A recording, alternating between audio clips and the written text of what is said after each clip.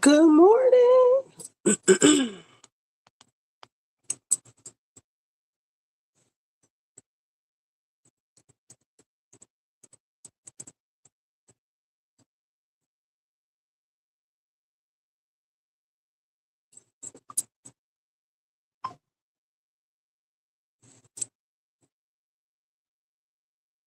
So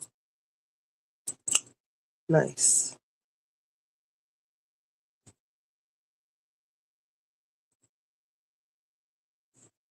So, good morning or good evening, depending on who you are. If you're me, it's good evening. I'm just coming in the house and was listening to the Joe Budden pod, and I was laughing, for a change.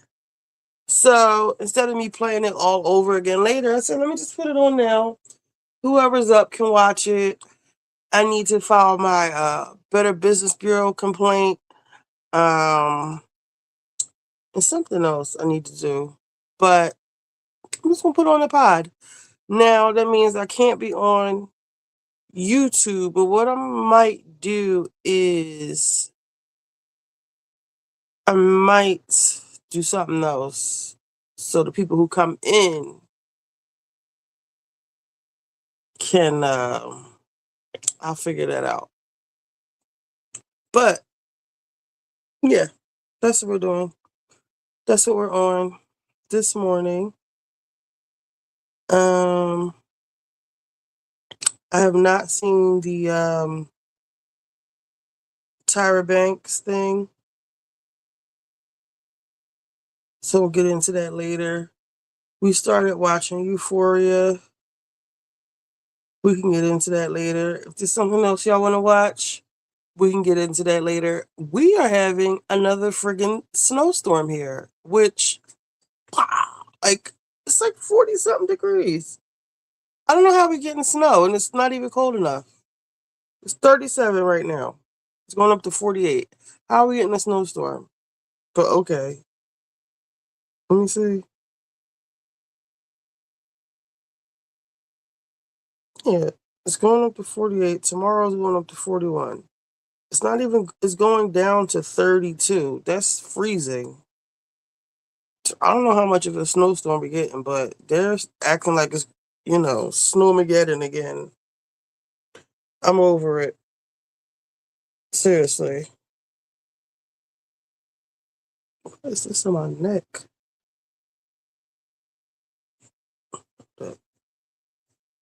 Both sides of my neck feel like this? I don't know.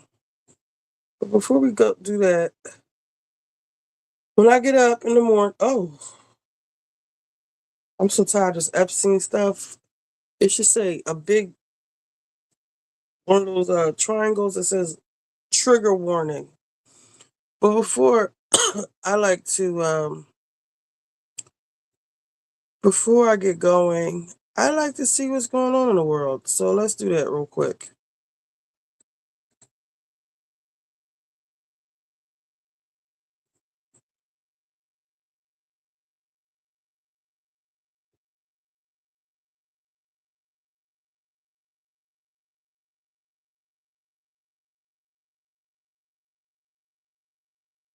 I hate new people.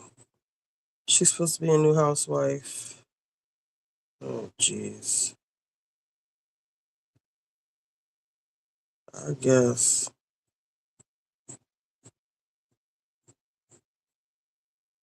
Just leave it alone. Like, leave the housewives alone. Leave the cast alone. Oh, child. I ain't even engaging. Wait, what? Chris admitting they can't afford diapers and aren't getting support from Candace's mom anymore is wild. Is he trolling us?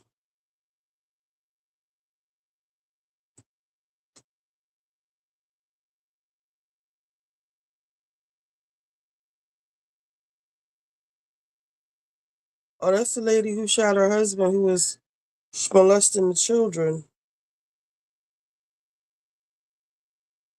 She's out. Shout out to her. See, look, blizzard. New York prepares for a blizzard. A powerful nor'easter is developing and is expected to bring heavy snowfall to much of the Northeast.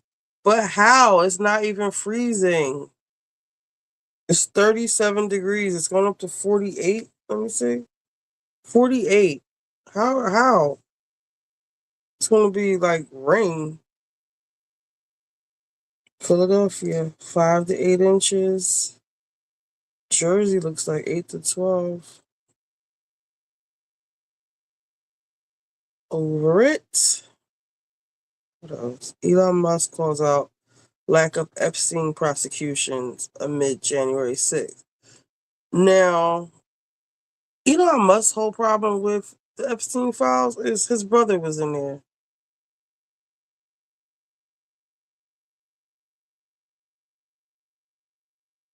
Holy guacamole. Oh, that is a lawsuit. That is a payday.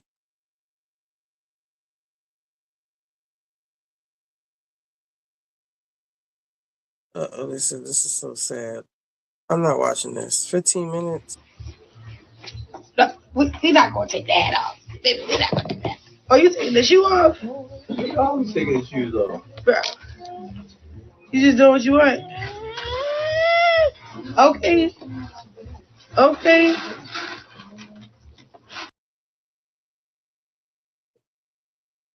I would have used 1 penny, but we don't make the pennies anymore. We save money. Sick of him too.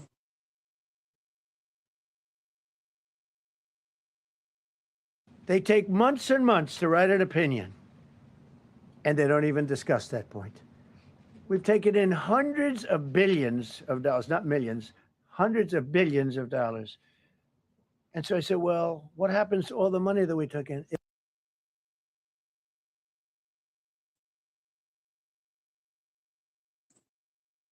Was Trump lying yesterday? To trade agreements with the United States. A When lot of those trade isn't he agreements. lying?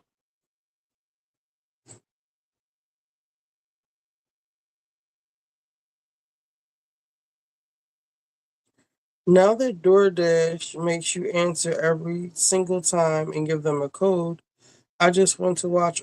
I just want all the Dashers to know I will have pepper spray or a knife behind my back. Cameras are going in tomorrow, no joke. This is girl. Go get your own food. Maybe you should go get your own fucking food. Huh? Nobody is checking for you in any capacity. Dear Brandy Glanville, nobody wants to rob you. You don't have anything. Nobody wants to SA you. You look like whatever you have is highly contagious. Like, I don't think you have anything to worry about.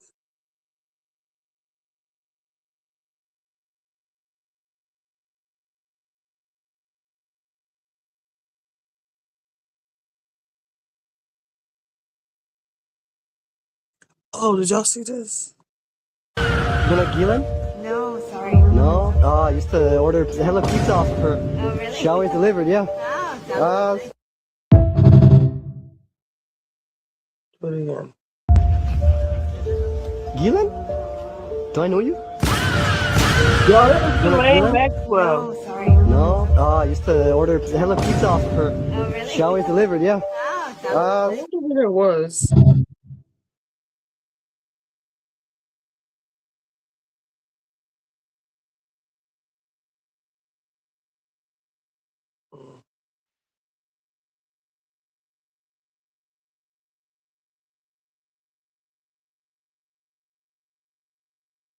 Good.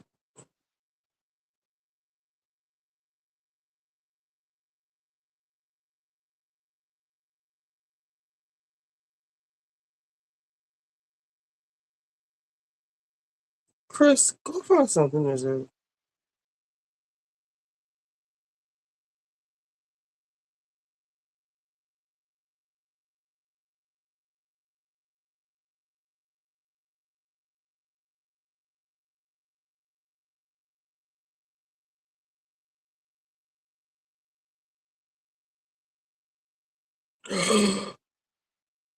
No.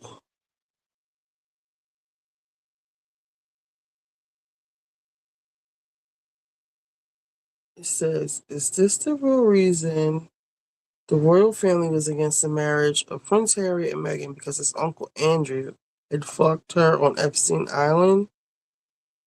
It said it don't look like Andrew. She do look like she's got this sugar daddy. Before anyone gets carried away, let me show you why this picture is fake. The crop is too tight. The quality is inconsistent. The lighting on both people doesn't match. The edges are edited and the original context has clearly been removed. All these signs prove it's not authentic.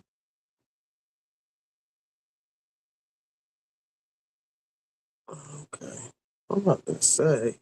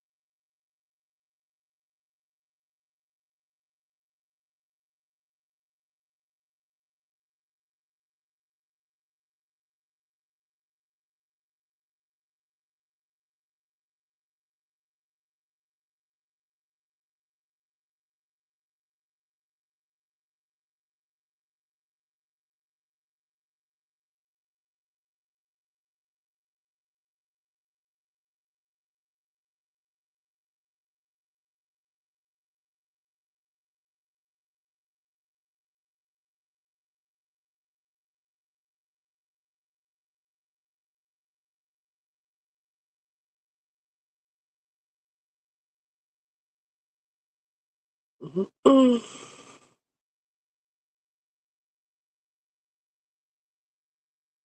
Get him black, money, fuck him up, I played, get him right, call, tighten up, get right, get him black, tighten up.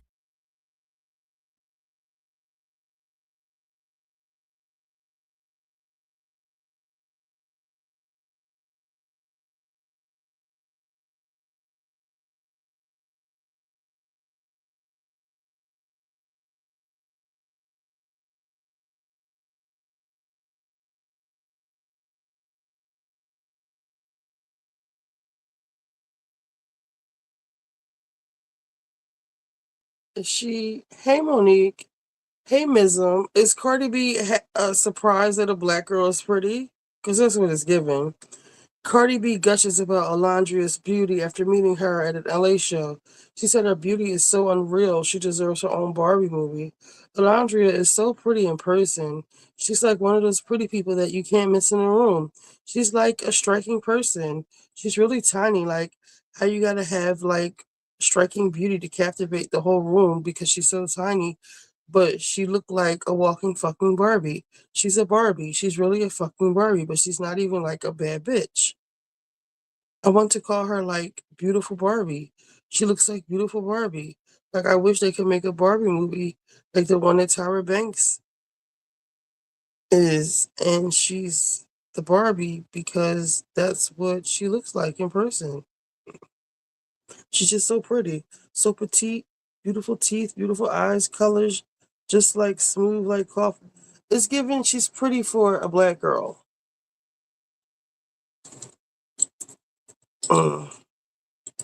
Let's say that.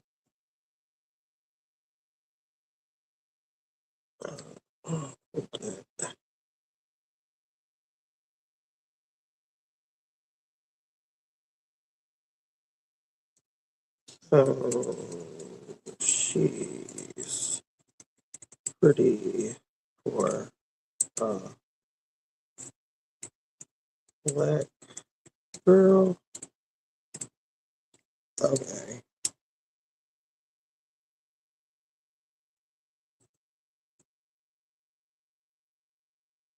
All right, so I'm going to put on the pod.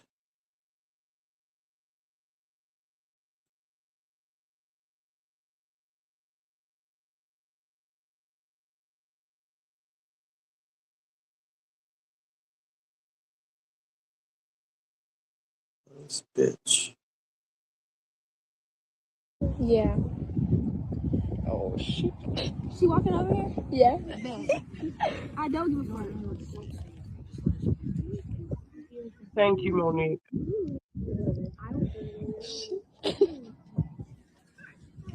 Hi. Watch this heifer right here. Child came over here saying he was gonna get a shotgun and shoot me in my face. And that was after you told him to shut the fuck up? No. Whoa. He came over here cussing us out. He was cussing him out first. Cussing how so? Saying fuck, shut the fuck up. You need to watch your child. If you're gonna come over here and confront a child, I'm sorry. Where are your parents? Honestly, I know my parents will. Don't worry. Don't worry about my parents. And that is fine. Don't worry about me. Your child came over here cussing other children out. How about you watch your child and watch your child's language? I don't care. I'm gonna be straightforward because you shouldn't be coming over here saying, so you're gonna be talking to my child any kind of way. Your child. I'm sorry. I need to know your parents, and I need No, to know you the phone don't. numbers. Have a conversation because clearly you don't understand how. I'm sorry. How old are you? How old are you? Get out her face. Okay, your child You also threatened to get a shotgun and shoot me in my face. Okay. You also know that my son is. Whoa. What? Hold up. Did she say she was going to do what? Your child. I'm sorry. I need to know your parents, and I need to know the phone number so we can have a conversation because clearly you don't understand how. I'm sorry. How old are you? How old are you? Cussing at us. Okay. Your child You also threatened to get a shotgun and shoot me in my face. Okay. You also know that my son is 8. Okay. So you need to watch your child. Your child was in this park by himself. By himself. Get it, girl. At the same time, he came over here messing with us. What point you do not understand that? I'm sorry. She checking the shit out of her. The little girl. That I'm telling you what your child did and how he came over here cussing at us. He is in third. By himself, but still at the same time, he came over here messing with us. What point you do not understand that? I'm sorry. Bitch, you heard her.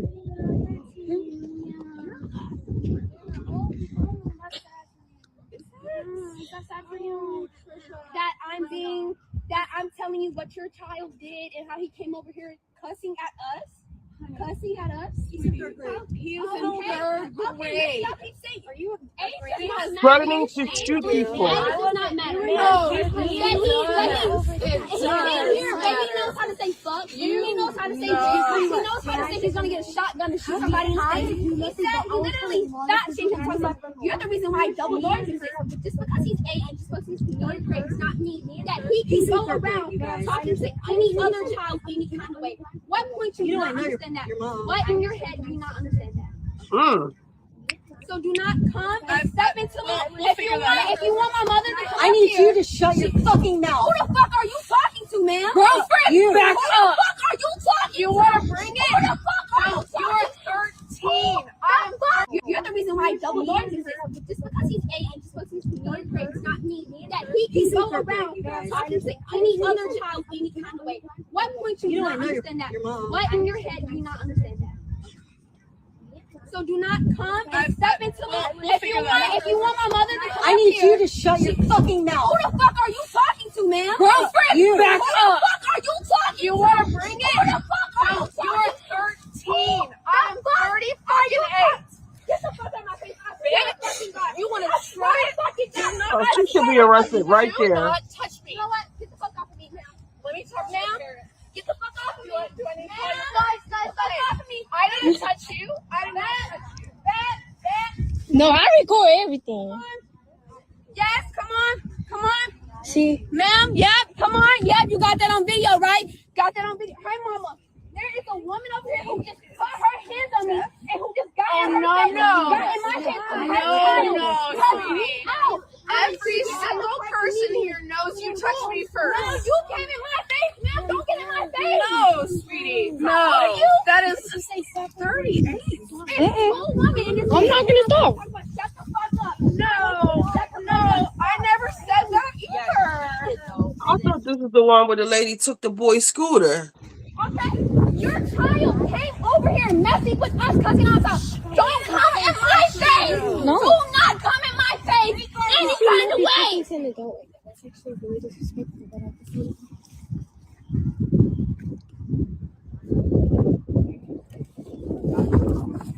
I don't care. Y'all keep saying that. That lady does not come in my face any kind of way. Why can't you not understand that?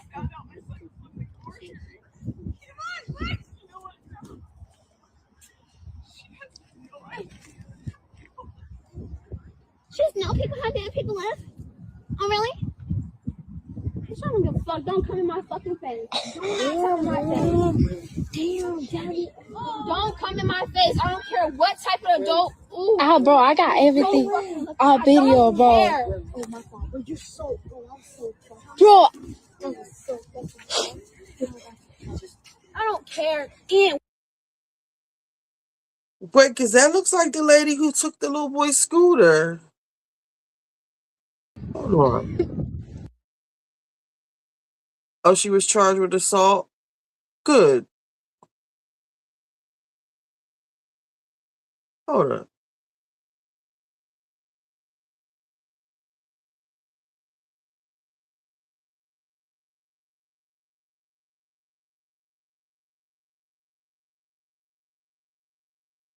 There was a similar white lady who took a little boy's scooter and claimed it was his. Hold on, let me see if I can find it.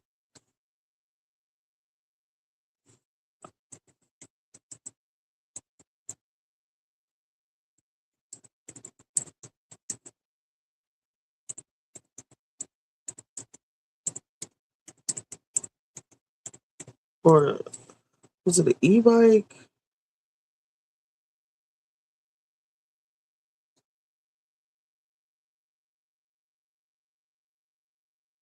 No. I'm gonna have to find it the other way.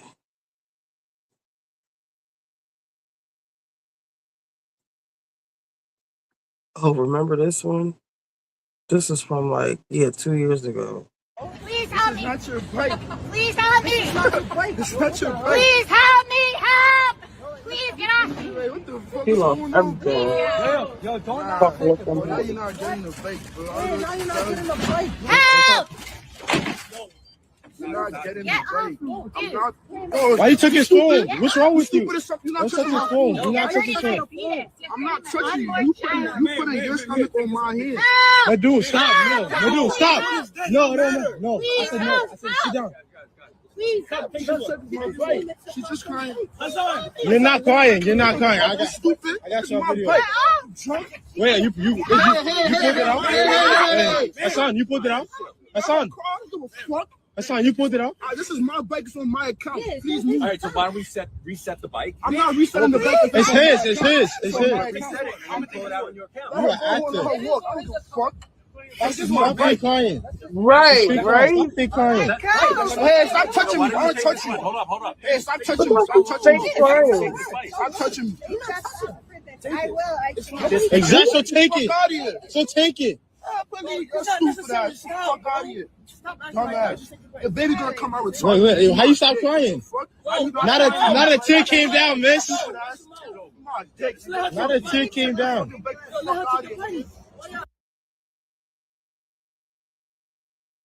Wait, I gotta find this scooter video.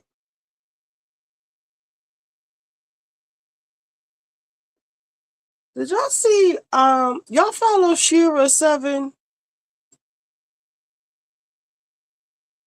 She had posted something that said rest in peace to her husband.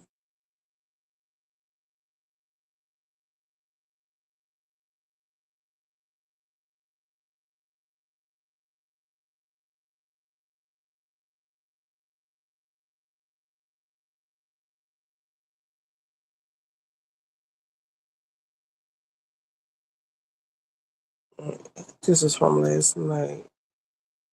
I don't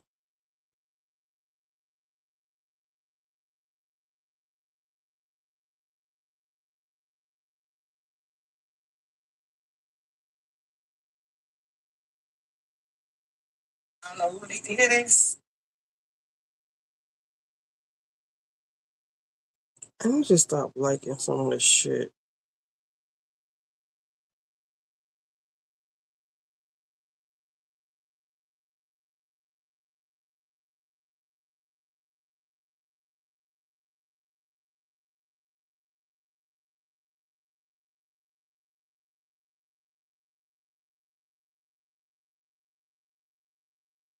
Where did I see the video?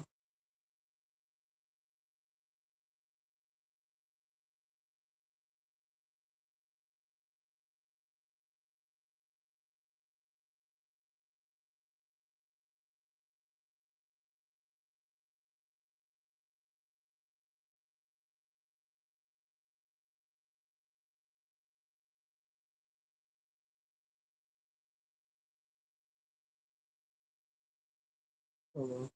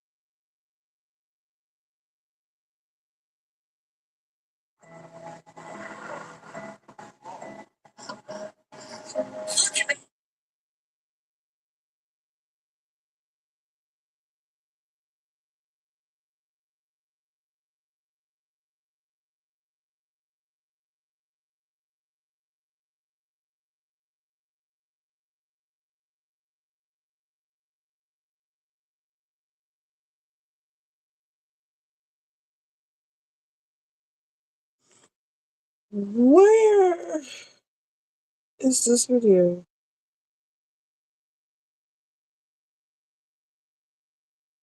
Let's save it. Nope. I can't find. Oh, yeah, I want to see something really fucked up.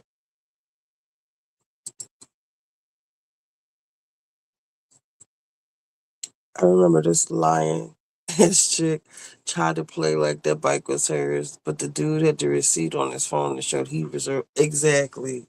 She wanted an electric bike. I remember I was part of the people who looked up the timestamp and everything because she was just lying. Do y'all remember that girl? Her name was Jasmine Eiland, and she had got scraped on Facebook Live. The guy had slipped her a Mickey on Facebook. He didn't know she had one of those phones with the ring on it, so her phone was stuck to her hand, and he didn't know. He had. I remember I was a part of that. We had tracked him down. I had found another girl that he did that to. Y'all remember what I'm talking about?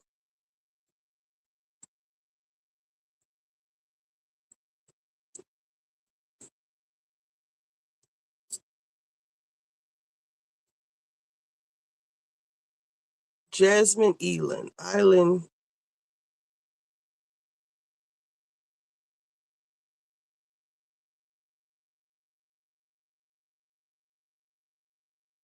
Do y'all want to see something else sad?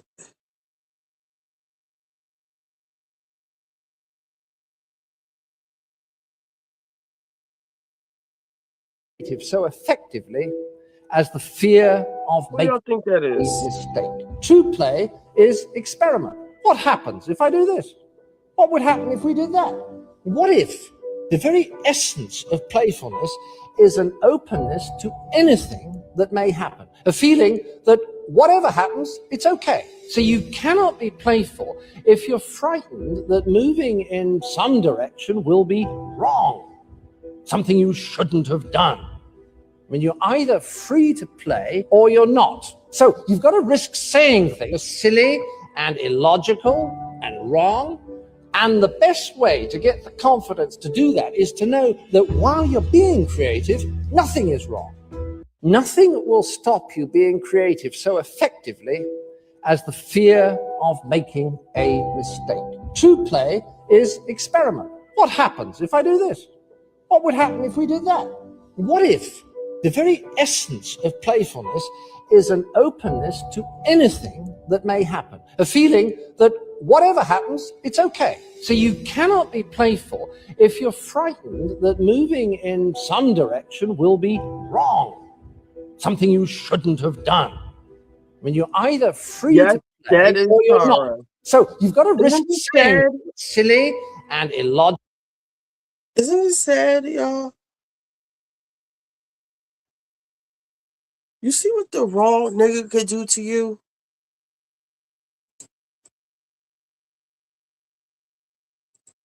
Do y'all see this?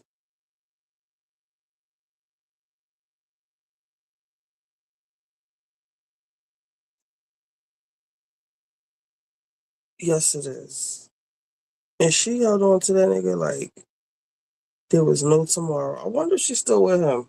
That would be even worse.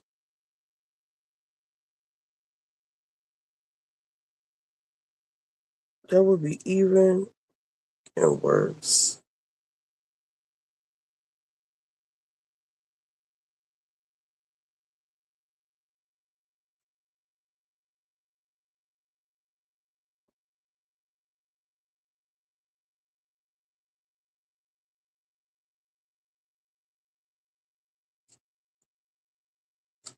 Hold on.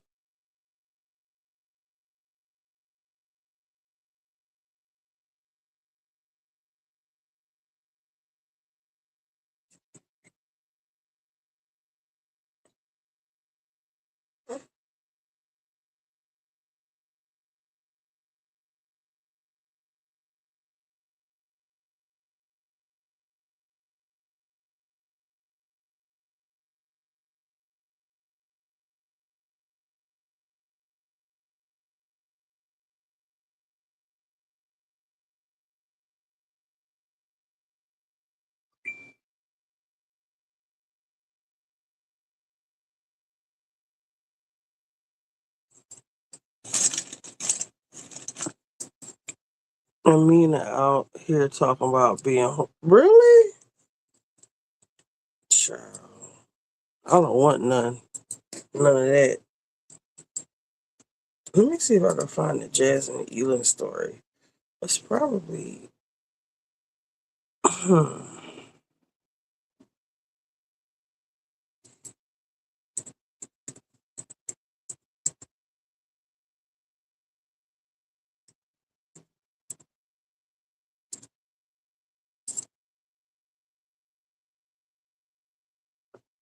Jasmine Eiland is a woman who gained national attention in January 2019 after she was sexually assaulted at Opera nightclub. The assault Facebook Live. Let's see if we can find it. Woman sues Atlanta nightclub after alleged good.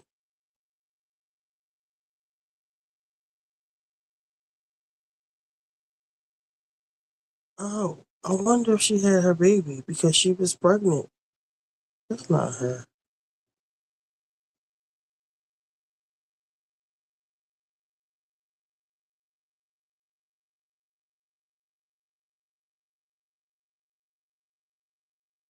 Oh, that brings back memories.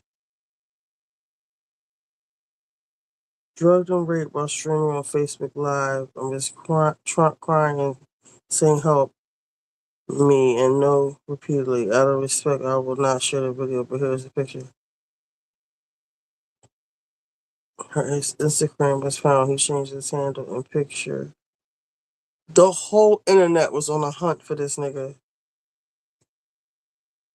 This is from 2019. And he had did it to another girl. Let me see if I can find.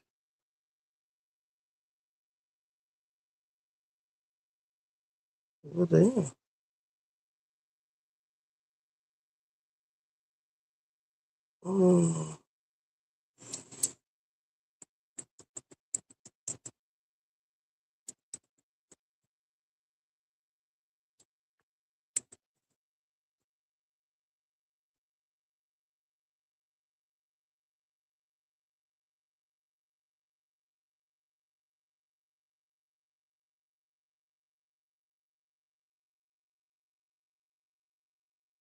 Nah, it's too far down. What's this? I wonder if it's on Facebook.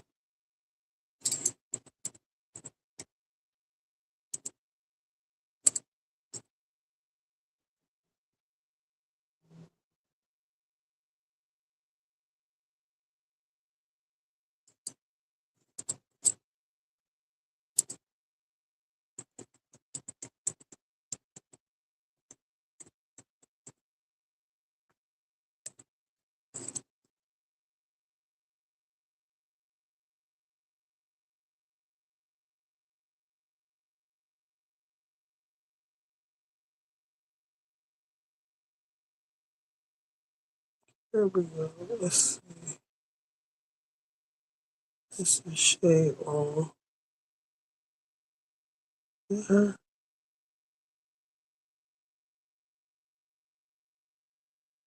Oh, they did it was on 2019. Good. And I think he had the nerve to be in the service.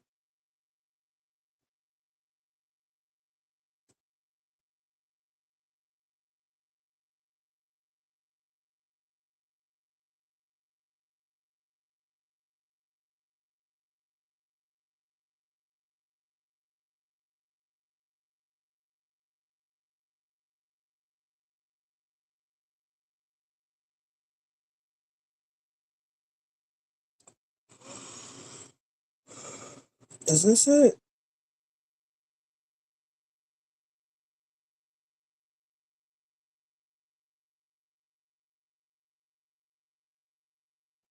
Oh shoot, my stuff is almost here. That was quick.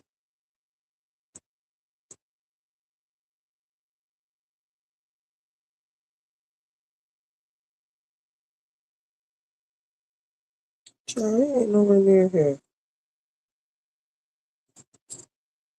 Alright, let's see. She said it was her birthday, and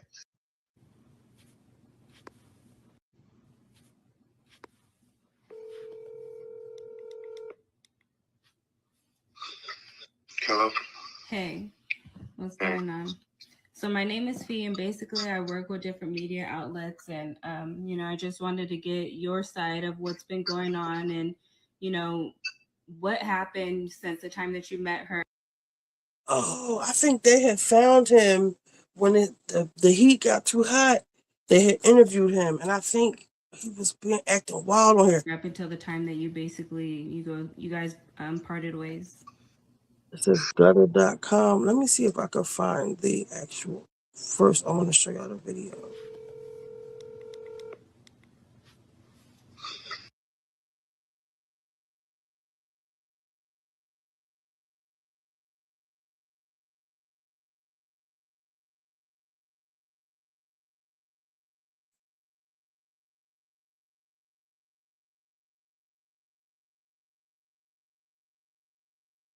So the story goes, she was a girl who had just broken up with her boo, and she decided to go out that night by herself. I don't know if it was her birthday or not. And she meets this nigga right here, Dominique Williams. And he's waiting in the cut. He seems like a nice guy, but he put something in her drink. And you can see, when you slow down the video, you could see that he put something in her drink. And then all of a sudden, she just becomes like out of it. And he's like carrying her. Hold on.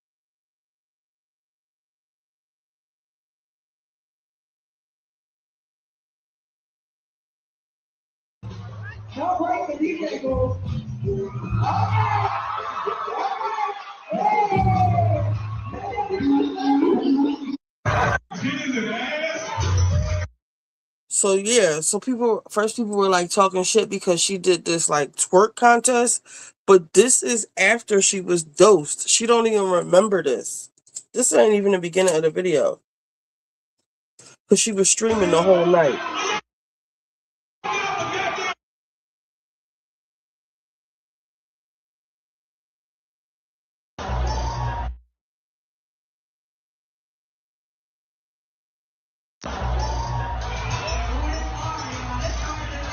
And she got her whole ass out.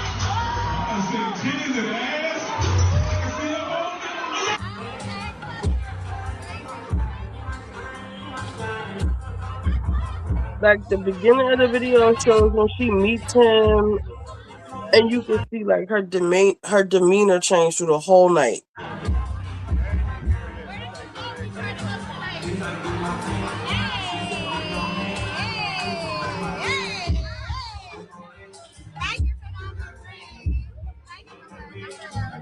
And when she holds the drink up, you see this right here, right? That's what he put in her drink. And after that, because he had like went away. She was, like I said, she broke up with her boyfriend. She was just celebrating her birthday by herself at the bar. And he was like, how he's much taller, bigger than her. And she says, "Thank you for my drink." You just heard her. And if you can see that white dot right there, we had slowed down the video and everything. That's the pill right there. And once she ingests that, that's when she got on stage twerking with her ass out. And then at one point, I don't know, let's see if it's still up.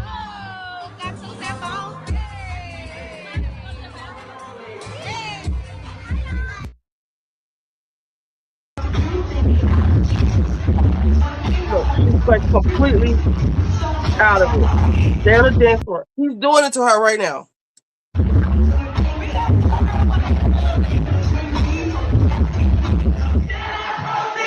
It's like, this is heavily edited. I wish it wasn't. But she is just like a rag doll right now. But he doesn't know that her camera is on because it's literally stuck to her hand.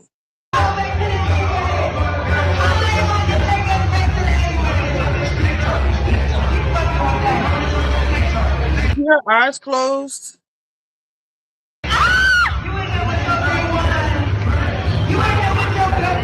But when she screamed, she said that he would in the back way. And he's doing this on the dance floor. And there were people around, and if I remember, they just thought like they was being freaky on the dance floor. Her top was down.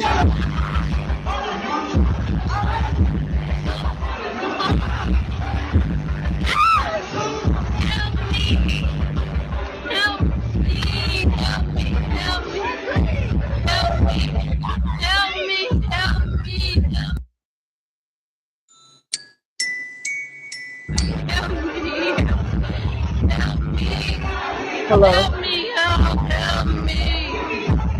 Help me. Help me.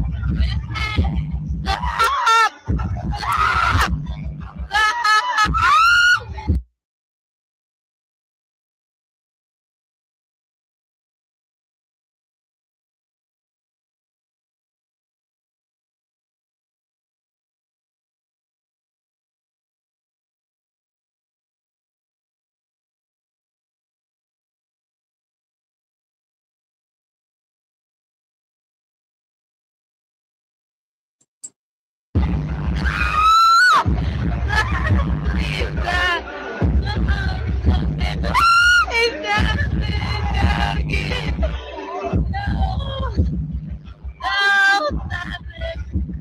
So we were like, I remember me and my damn, my cigarette's almost here.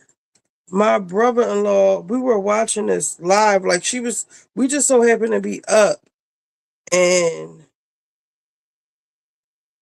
well damn, I could have got the shit myself.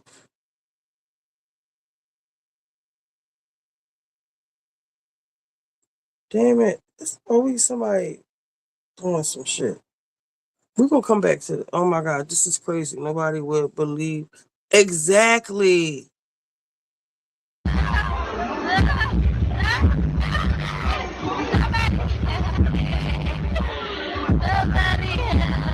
Jenny takes her in the back. We just so happened to be watching this, like her story, because it was like it started off real cute. Like she was out enjoying her night or whatever have you, because her baby father, he wasn't shit, whatever have you, like that.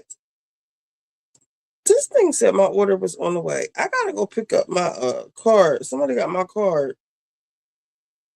They need me to get it right now. And this thing said it was on the way. Wonder if I could cancel it. Maybe I could call and get it canceled.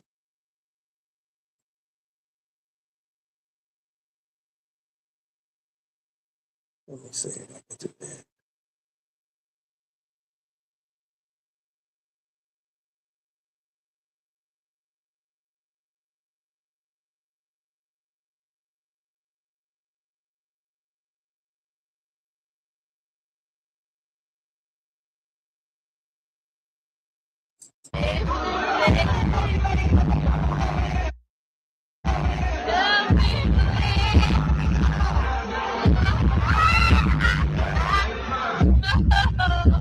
He's doing the most heinous shit to her right now. Like he ripped her stuff off, like her underwear off.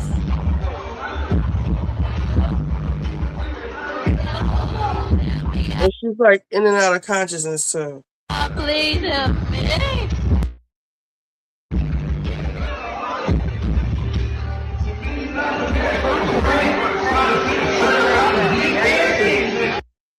And then there was another girl that came out and said that she had a date with him at her house, mind you. He gave her the same thing, and she said when she woke up, she called it a dick hole. She had on leather pants. He made a hole big enough in her pants, big enough for his dick to go in. She was like, she just was like, he couldn't even take my pants off. He just had to cut a hole through my pants. And I think he was in the service and he had a BMW. Like we found, I was, this was so disturbing. I was part of it. We had to find this nigga. I started looking at crime reports. That's how I found the other lady. Yes, we're live. What is going on with my order? Hold on.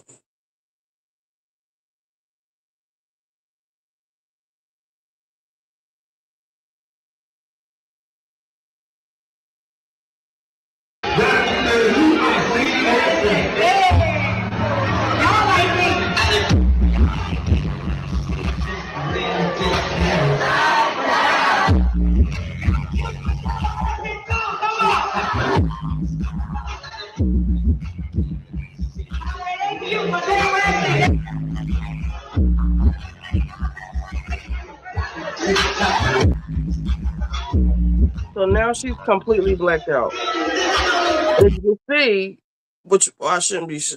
You can that's her bare bottom. Hey, Amy.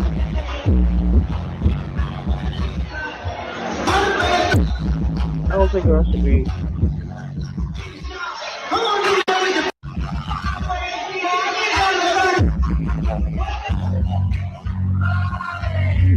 Then he like takes her to the back. He's on a dance floor doing this shit.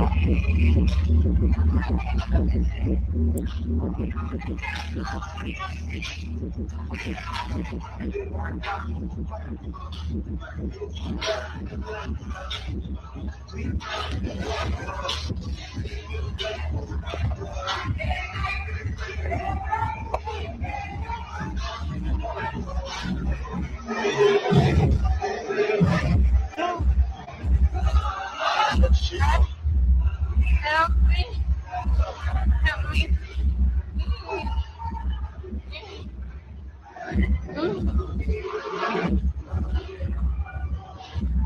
There was this girl, I was asking anybody, did they remember Jasmine Eiland? And back in 2019, I remember it was me. She was on Facebook Live and she was just live streaming her evening. She had broke up with her boyfriend, baby father, whatever. And I think she might be pregnant in this video. And she meets this guy and they're just talking and, you know, whatever. She has like a real bubbly personality, real friendly. And he buys her a drink. And let's see, where are we going? 5 minutes. So all the way back here. This doesn't have the whole video. So he gives her a drink. Now they showing this twerking contest because people were trying to say, oh, she was twerking. Blah, blah, blah. This is after he gave her the drink. Like she's like, her whole ass is out. Like literally her dress is up, pulled down.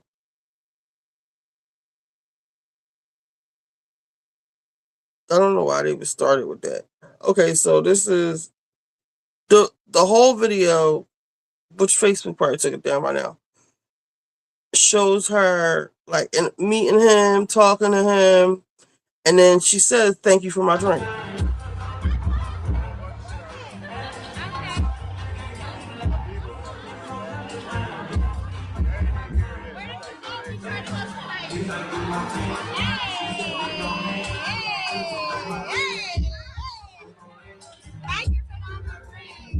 She says, "Thank you for buying my drink."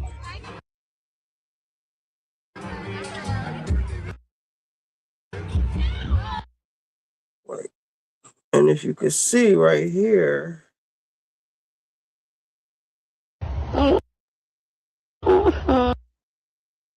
Oh shit. What happened to it? Damn it.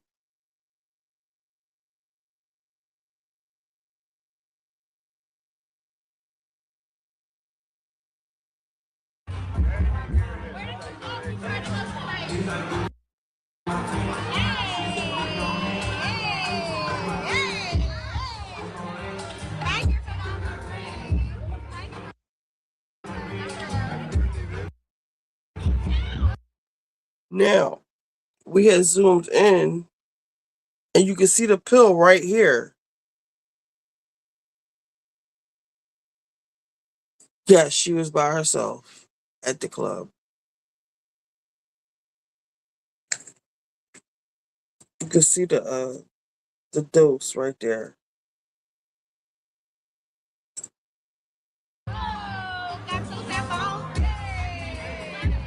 So after that, you see her dress is all the way on. She was just on stage in the beginning of the video. Her dress pulled down, hiked up. She's twerking, and then when they're dancing together,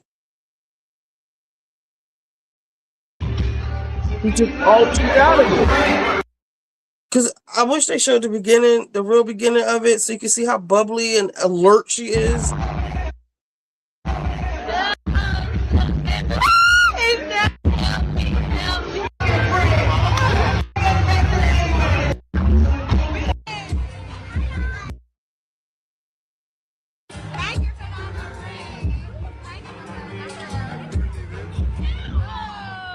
But the thing is, he doesn't know that he's being filmed because she has, you know, those cell phone cases that have a ring on it, so your phone sticks to your hand.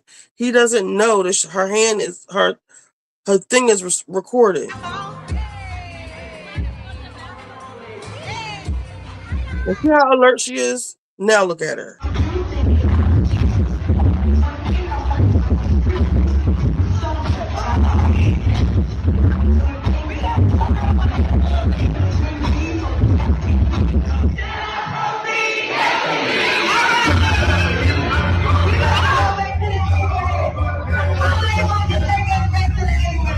Everybody who was watching this was like, "Oh my god, oh my god!" People was calling the cops, everything.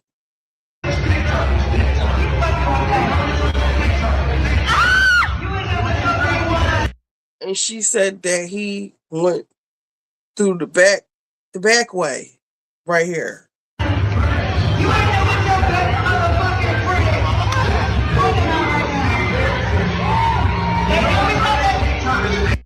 The whole top of her dress is down and the bottom is up.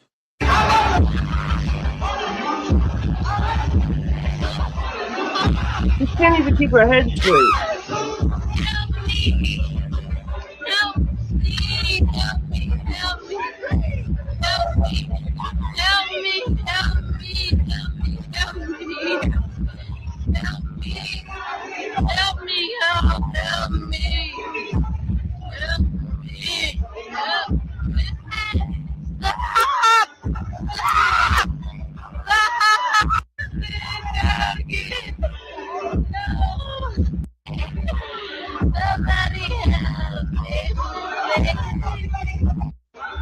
It's terrible.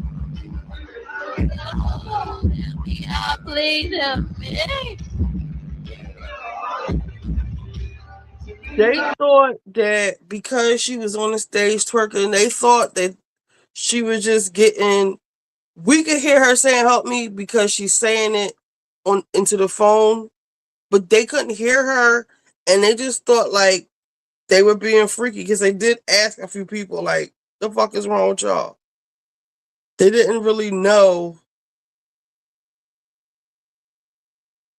what was going on. And if I'm not mistaken, he had her up by the front of the stage, like right in front of the stage. It wasn't like, and then he takes her behind the stage in the back. Yes, Amy. I think somebody wound up stopping it.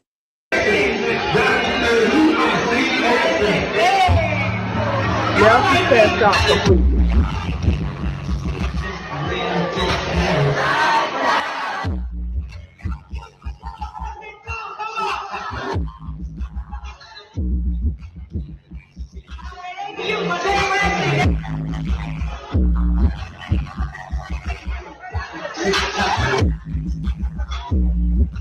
She's passed out now, and I think this is when people started getting.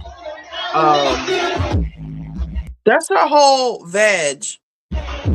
I think this is when people, when she was passed out, this is when people started really paying attention.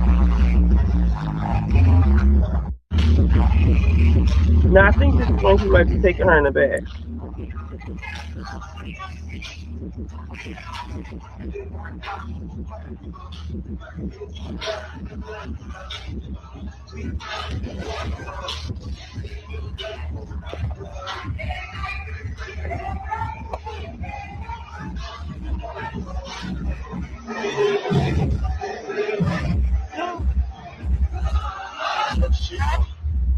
Yeah, he's taking her in the back now.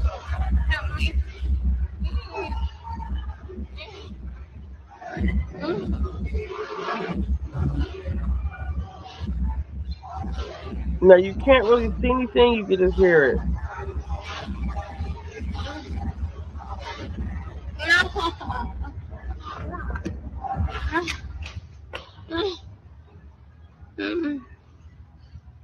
Okay.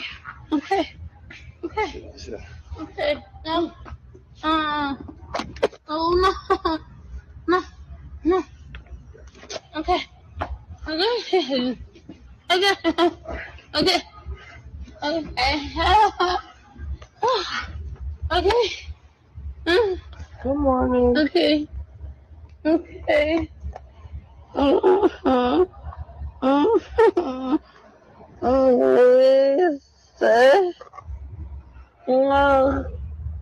No. No. No. No. Oh.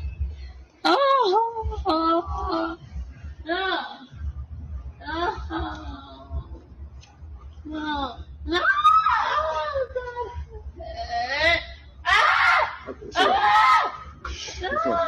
No.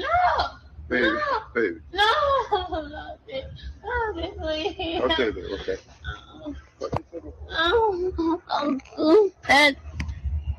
That's me.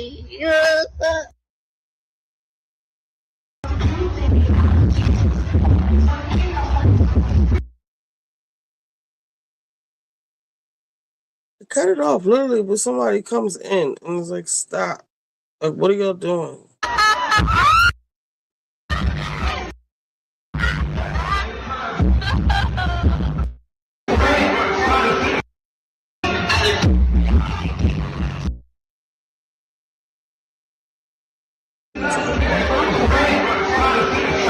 Like, she's literally passed out.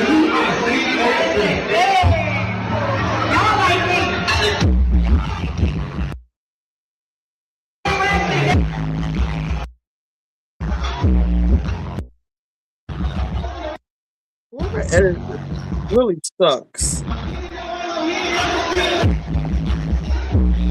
Because they do not do a good job.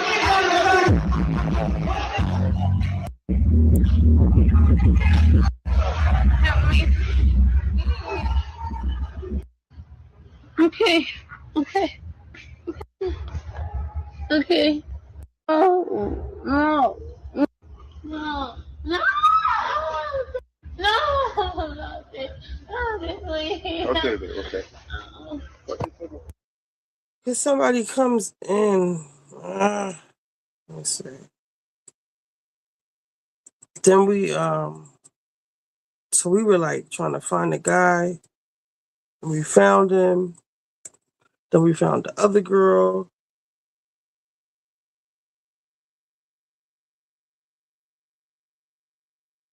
In a little situation at the Opera nightclub, and this is what happened.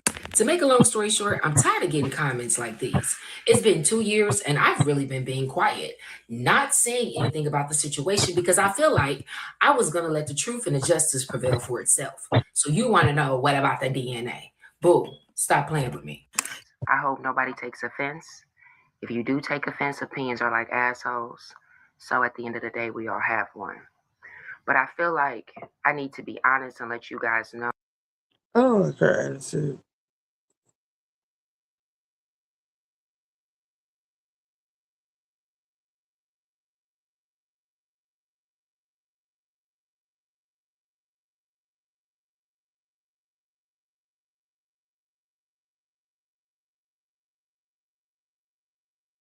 Sorry, I keep stopping the video, guys. So this is how she was in the beginning. What am I say? This is 21 minutes. I don't have time for this. Sorry, I keep stopping the video, guys. See how alert and bubbly she is?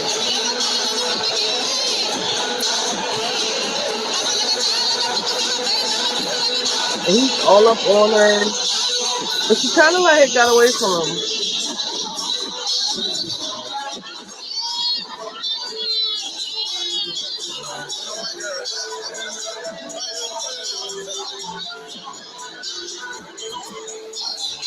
I think those Caucasian girls and the Caucasian guy may have something to do with it.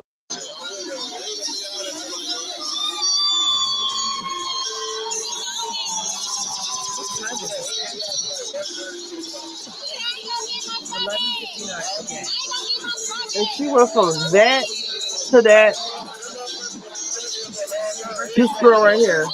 It was on live, Facebook Live.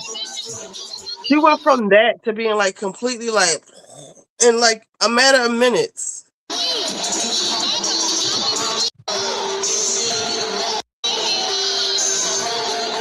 You know how alert she is? I think her necklace is gone by the end.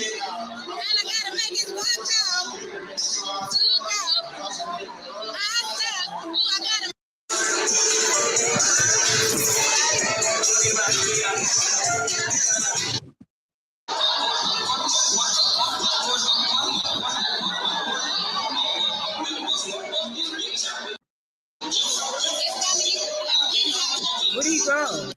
All right, so there's that one. I wonder why she ends it, and then here's another one, and then here's another one.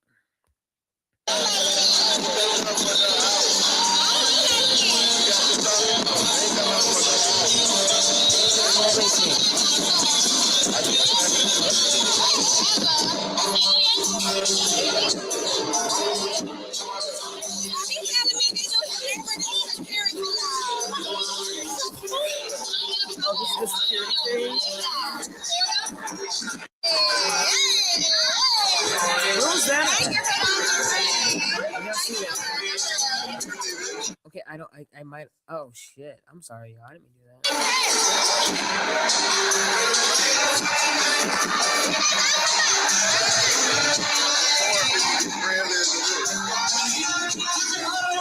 Okay, I messed up.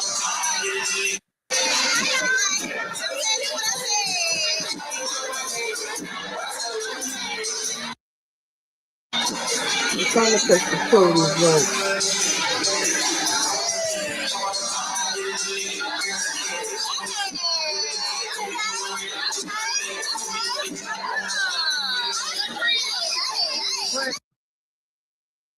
Said that was a bill.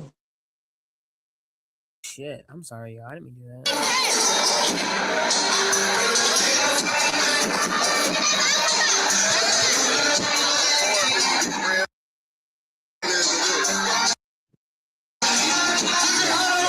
Okay, I messed up.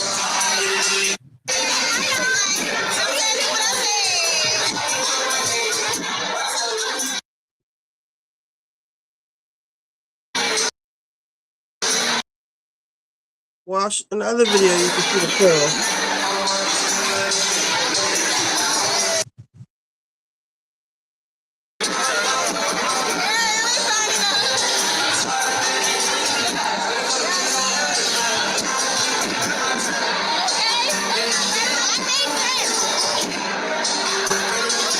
There's that white guy, there's some sex shop over there. Excuse me a lot.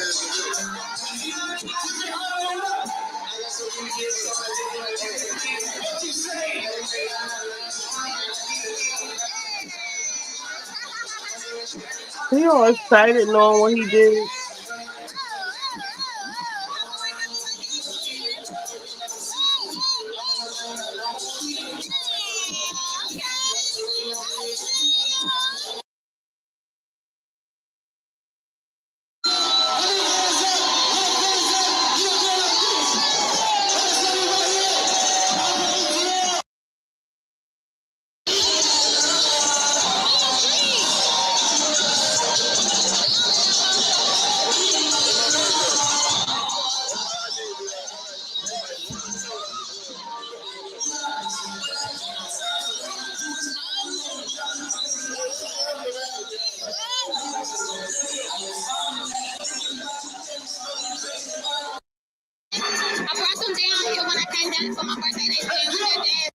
So like through the course of the video, you can see like how she this is part 3, how her whole shit changes. Smoke, but you drinking, baby.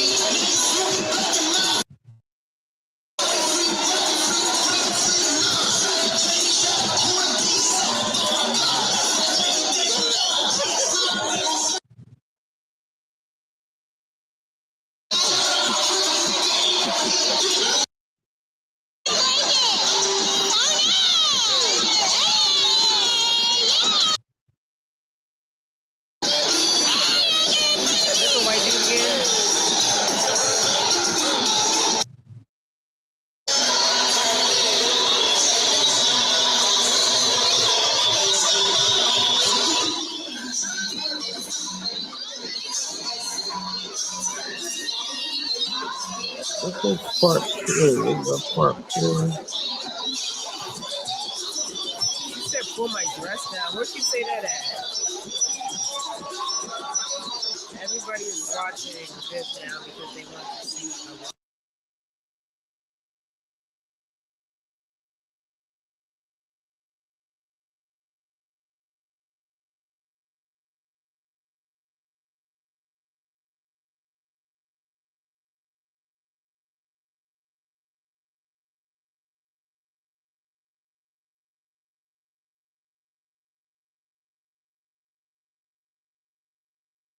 This from 2019.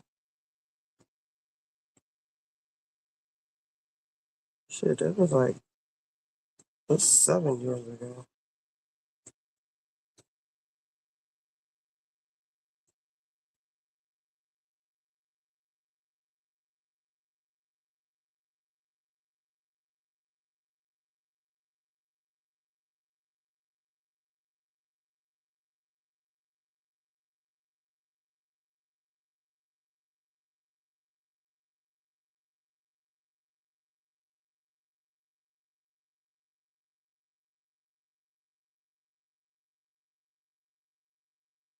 Hold on, I don't know.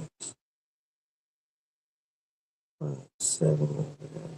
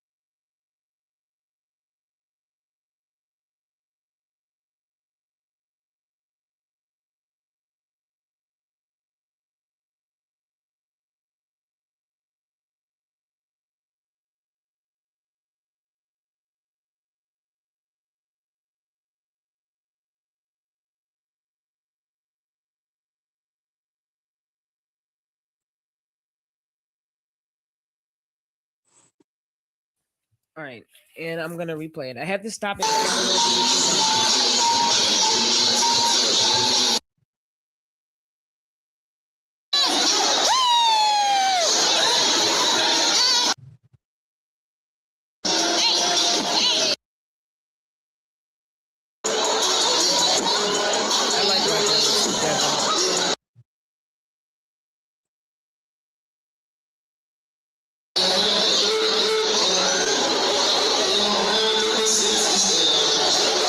Just because completely out of it.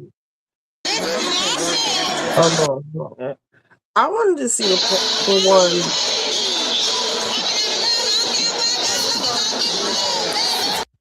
Where at the end was somebody. And I'm gonna replay it. I comes have in to at the stop it.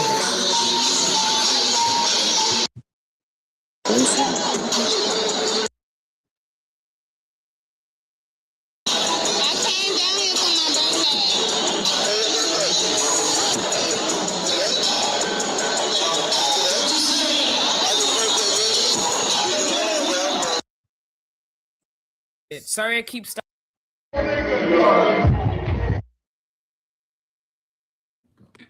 Oh, then he had the nerve to do an interview. We're going to have to come back to this because I have to go pick up my card. Hello. Hey, what's going on? So my name is Fee, and basically I work with different media outlets, and Wait, we're going to come back to wanted this. to get, I just wanted. He had the nerve to do an interview. So it started.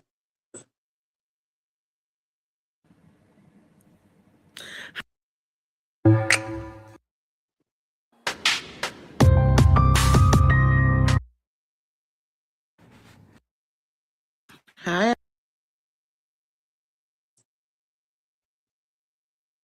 Oh, the case is in court. We now know that she has spoken with another woman who says the same man assaulted her as well. Channel 2's Ricky Klaus live in Midtown Atlanta on Crescent Avenue. So, Ricky, we talked with that other accuser. All right, we're going to come back to this because my delivery is almost here. And then I have to go pick up my card. So we'll come back. We'll come back to this. So the friend zone, they talked about Top Model. I'm gonna put that on while I go get my card because it's down the street. And then we'll come back. Or y'all wanna just watch the pod now?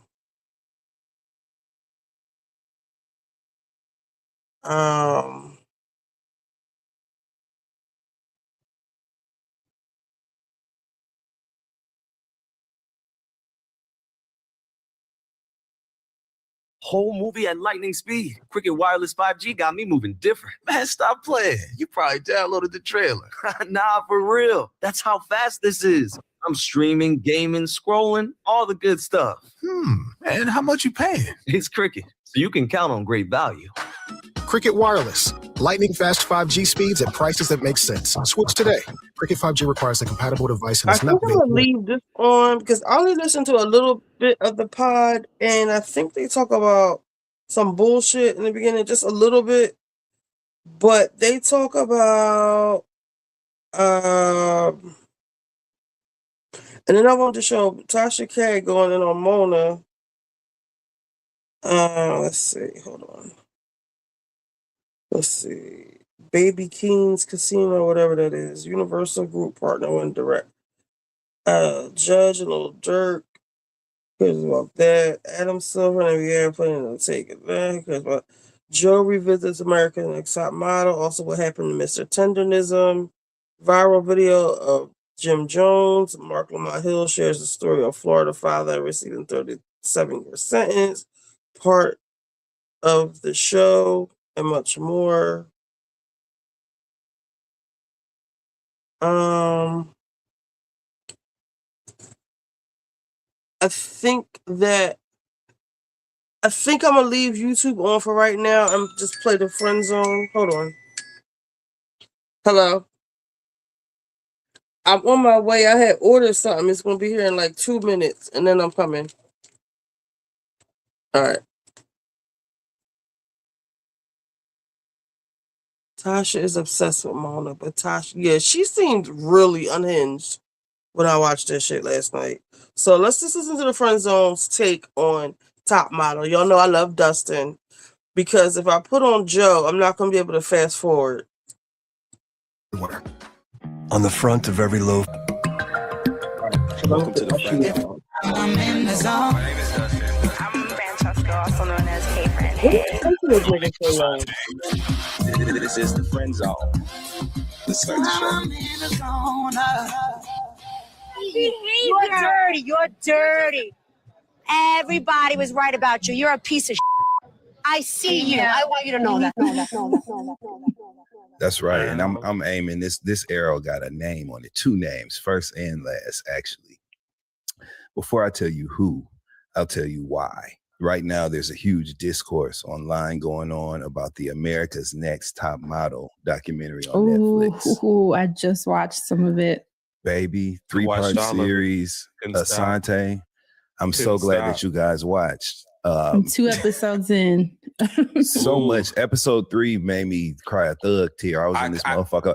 Oh, damn. I did cry. Okay, so just get ready for that. You know what I'm saying? Just get ready for that.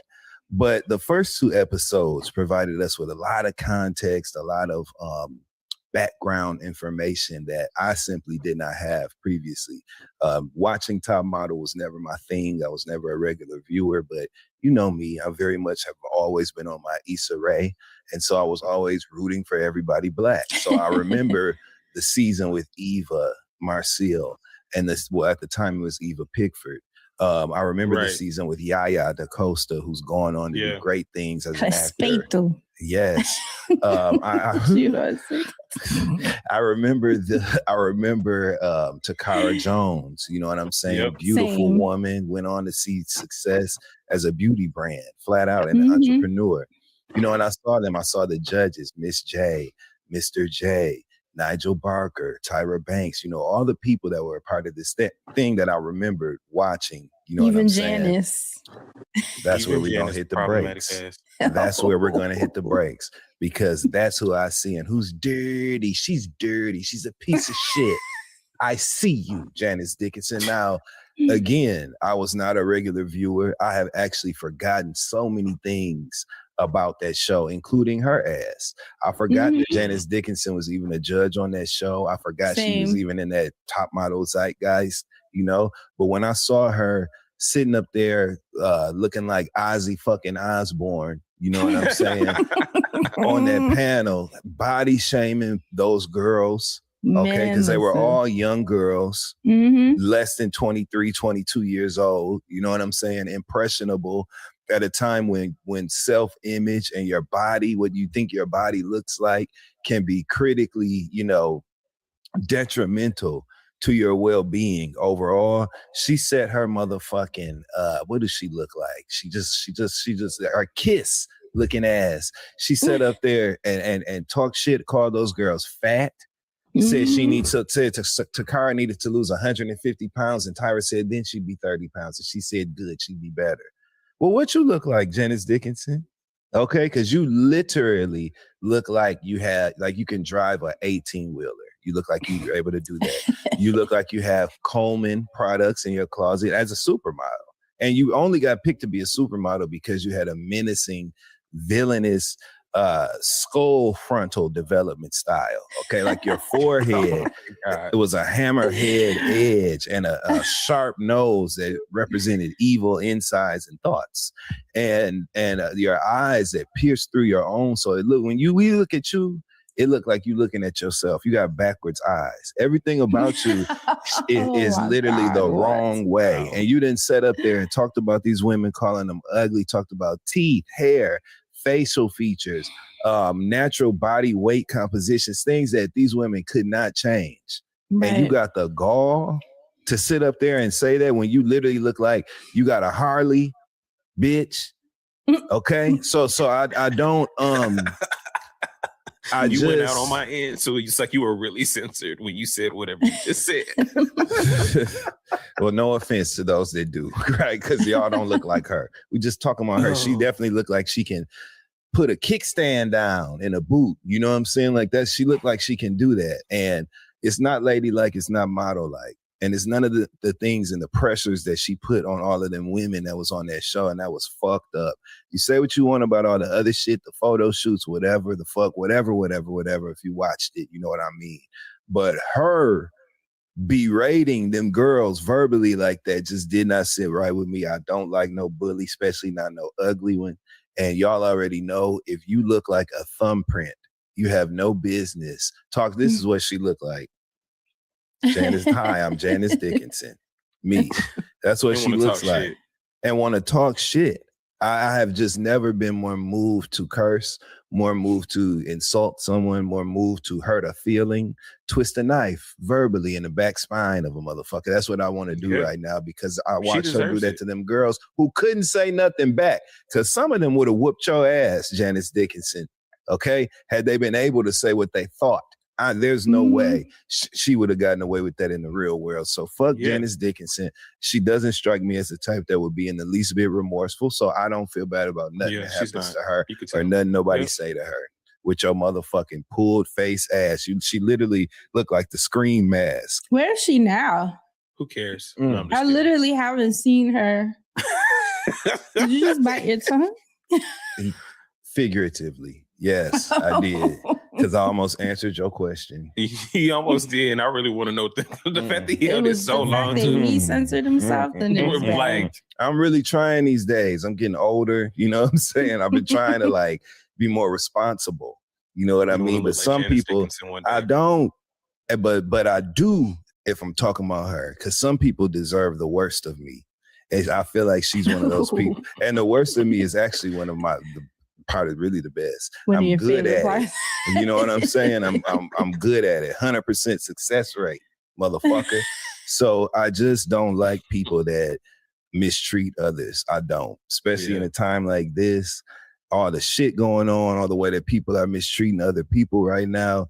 That motherfucker, scuzz bucket, drug on the ground face looking ass person cannot get away with that on my watch. So in a season where we look for an outlet, we look for opportunities to release the energy, the pent up hatred and resentment that we have toward the powers that be. Let it out on an ugly motherfucker like Janice Dickinson. Tweet her, add her. Yeah.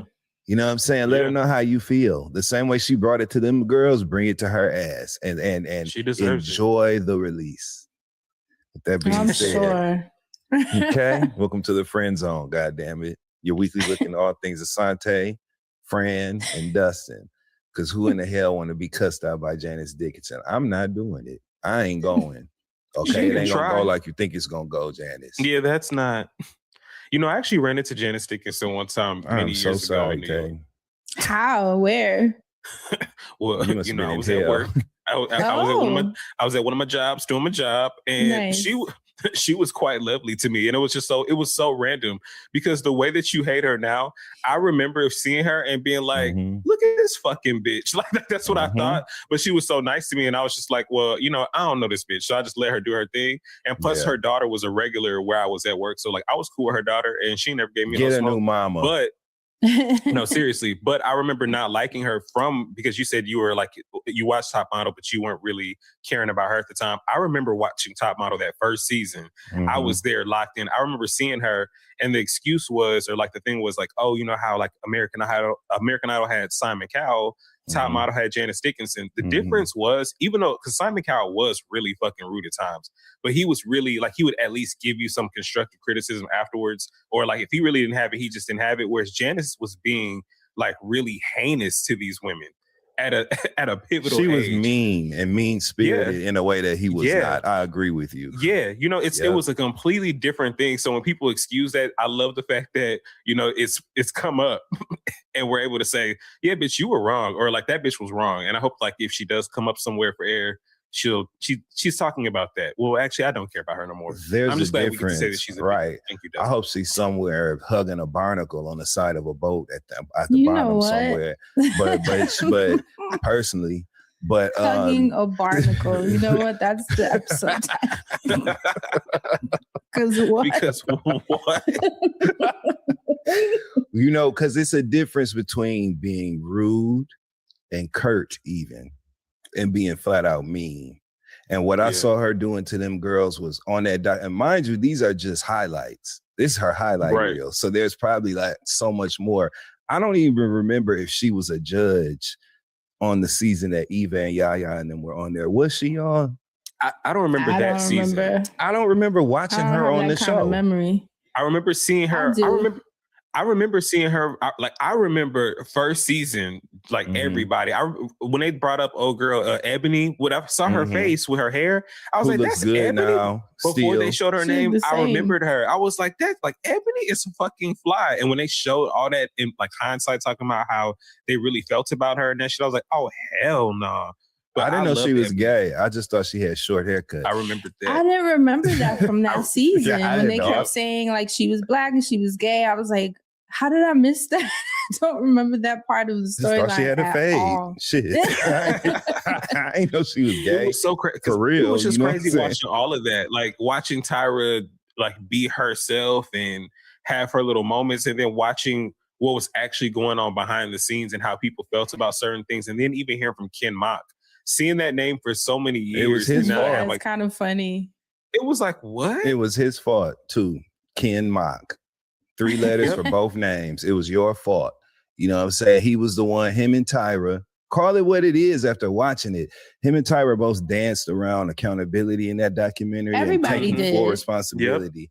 I felt 100%. that every single They were person. acting like they were taking accountability. And I was like, but bitch, you know you didn't really do that, right? Like, Y'all you're ain't Not not. only shit. that, They the they kept Spider-Man the meme. excuse. I noticed. Oh, like, yep. That's they was doing the excuse of it was the times. You know, Yeah. times were different. I wasn't And like that granted, back then. And my thing is, people say that all the time, right? Like even with Twitter, you got to excuse those tweets because of the times. I wasn't tweeting like that. No, Yes, ma'am. those were the times, but you will absolutely not find no tweet where I'm calling people out on their skin color or their race or their weight. Like, Yep. there's but so much you can lean on about quote unquote the times. And I get that on TV, right, it was it really was a lawless time where, no, you didn't. It's the way how slow he did it. Talking about Pinky. And I was about to say, and the pinky is what took me out. But you know what I mean? It's like, that's a character issue. Flaw. Right. The times can do but so much to your personality. You have to be willing to play into it. And they were doing that. All of them, every single one of them played into being mean, giving good TV over like whatever, exploiting the young girls' feelings, their mental health, their body image. I mean, it was like insane watching. I didn't hear anybody, even Nigel Barker. Well, they would show certain things and he would just sit there with his face like, I feel bad now. He said it. I feel bad now, but at the time I didn't feel bad. You know what? I could accept that. I could accept that more than Tyra sitting there. Yeah. And then that voice she kept doing that was really bothering me. It was condescending. I just, at the time, it's It like, was what is condescending that as fuck. voice? That's why I love Danielle from I remember I didn't watch her season, but I remember When she was again, like, she that won was with the gap. bullshit. Yep. And still strikingly beautiful. I hope that this documentary All gives the her black some models look motion. the same. Oh Y'all my see God. that? Every What was the single one other of girl's them. name? She had short hair shorter hair during the season, but long hair in the documentary, beautiful chocolate skin. And what was her name? Not Ebony? No, not Ebony. It was another black girl. She had on like a tomato red kind of like blazer or dress, and she had like deep wave long hair and lashes. She was so pretty. Was it Kenya? Asante. No, I actually hung out with Kenya in Miami before. She's friends with my ex, and she was so nice and so fucking sweet. She was so kind to me, and I really appreciate Kenya. I will always appreciate her for that. But what was the girl? Desiree, maybe, or I think it started with a D. Anyway, she was pretty. They all were though. Every time one of them would come up on the screen, we were like, "Ooh, she still looks What's good." the plus size girl that won? She was the first plus size Whitney. girl that won. She still looked pretty. You know what I'm Yeah, she saying? looked the said, same. "Yep." She A opened lot an of ice them cream aged shop. beautifully. Yep. Nice. She said, "Oh, friend, wait till you get to part 3. It's gonna be funny." But Kenya, there's a part where she still looks like a model. She's like literally in the confessional and does something. I was like, it's just in her. It's just in her. Yep. So it's crazy watching these girls and seeing like what they got going on now, and for them to be able to speak out and speak up. But also, it sucks that it's still like some bullshit in there. Yeah, and I remember Kenya because and I'm sure they talked about it in episode 3. I just didn't get to fully watch. where they were on her neck about her weight. And it's crazy because you look back and you're like, what was she, a size 2? Yep. Beautiful body, beautiful looking girl. good. Like, I know girls that look like that and they're like, they feel bomb and pretty because they are. So to see that she felt taken down, like that she was literally punched to the ground about it. It's like, what the fuck is like, this is why girls look in the mirror and they just see elephants and they be looking like the size of the damn pole on the microphone. It's like, you are so small, girl. Yeah. Please don't do this to yourself. And the young white girl that cheated, I remembered that storyline, but I had no idea about everything else she disclosed. Yeah, the layers about production coming to the bathroom and knowing that she was damn near blackout drunk with a local from Italy or wherever they were, and letting him be in the house. Number one, these are young girls. She's drunk. I mean, it just... That should have never been an idea to have those guys come in the house and hang out. Because who were they? What they the didn't fuck even know do you who these people were. You got young guys, young girls, and a bunch of liquor in another country. That's a recipe for disaster, and it's completely irresponsible on behalf of the producer. Irresponsible. And you would think it's some sort of liability. Like, it'd be like, all right, I know that this is us just recording y'all doing whatever, but we're in a different country, so there's curfew, no guests or visitors after XYZ, or no drinking, or you can only drink a certain amount, even though it's legal here for some of y'all. Like, there should have been something, but it was just, we treated this like we just were recording. We just ran the cameras. Yeah. Let them get drunk in the house and have fun, but don't bring guys into the house or anybody that they're sexually interested in, whatever the configuration is. You know what I'm saying? Like, that is not safe, and it was inappropriate as fuck. All the fuck, completely inappropriate. Back then, it was inappropriate. Because I remember that scene being so funny. Like, I legit, when they replayed it and the boyfriend was like, "You had sex." Like, I remember his voice. Funny. That part was high funny. pitch and the screaming and his voice sounding really like stupid. Yes. And I remember that being so funny. Bitch. You stupid bitch, And so to think now, like, oh my God, meanwhile, we had no idea. Because Fran, I laughed at that part too, and I remember laughing then, right? But I ain't gonna lie, old girl took me out in part 3. I was like, damn, I feel the same girl. Yeah, because it just her talking about, like, at the end they do little wrap ups, and I was like, damn. I ain't even gonna hold you. The angle of her relationship with that boy, I don't care about. I mean, I don't either. Iota. But just thinking about what happened to her. I can talk about it. I'm not gonna feel like it's spoiled. It's only one part I'm not gonna talk about until you know what part I'm talking about. That I'm not gonna talk about. You know what I talk about. What do you talk about? You ever seen that clip from Jocelyn's Cabaret where she went off on Neek and she's like, "What are you talking about? What you talking about? What you talking about?" Let me send it to the group because I got it. I'm gonna say, don't let me forget, because we can put it. Ty, we love you. But yes, the part that made me cry, Asante. Okay, tell your part. I'm just not going to talk about that part. The part that you're not going to talk about that part. No, because I want Fran to experience that the same way we both did. Okay. You know what I mean? Yes, I do know what you're talking about. So that's all. Sorry. But other than that, we can talk about everything. That's what we're going to talk about. We can talk about everything. Just old girl talking about, like, how everything played out with her and her boyfriend. Oh, she goes into depth of, like, what happened to the relationship? Yes. I'm sorry. I'm not trying to be insensitive, friend, but I have a very small bandwidth for that sort of thing.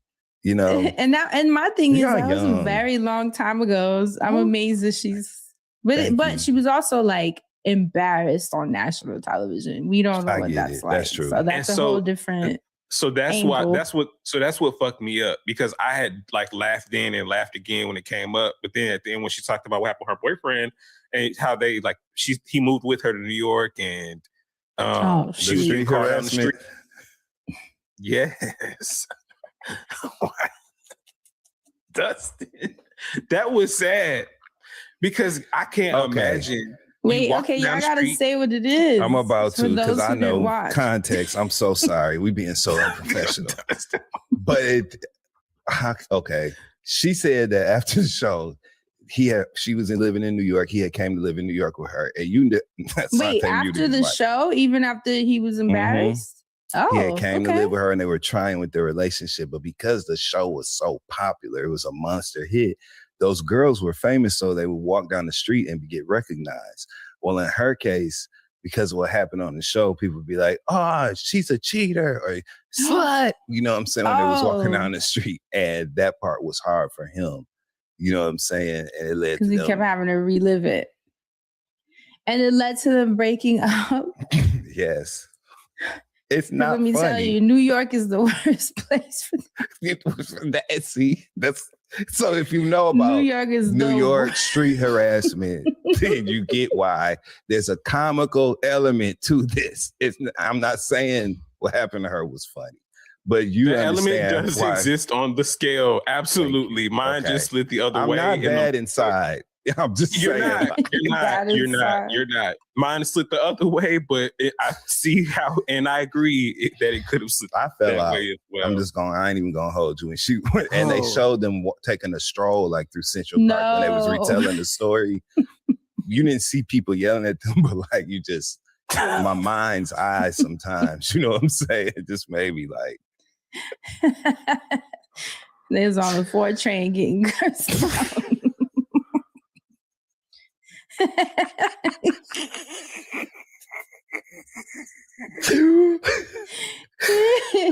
That sucks. It does. And shout out to him for trying again. Damn.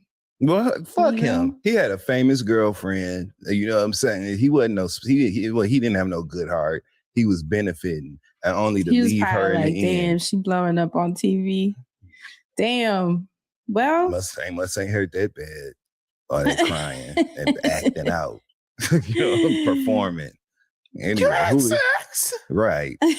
That was so crazy. I know she wanted to be like that meme when he said that. You had sex? No, when she was like, think of the absolute worst thing I could have done.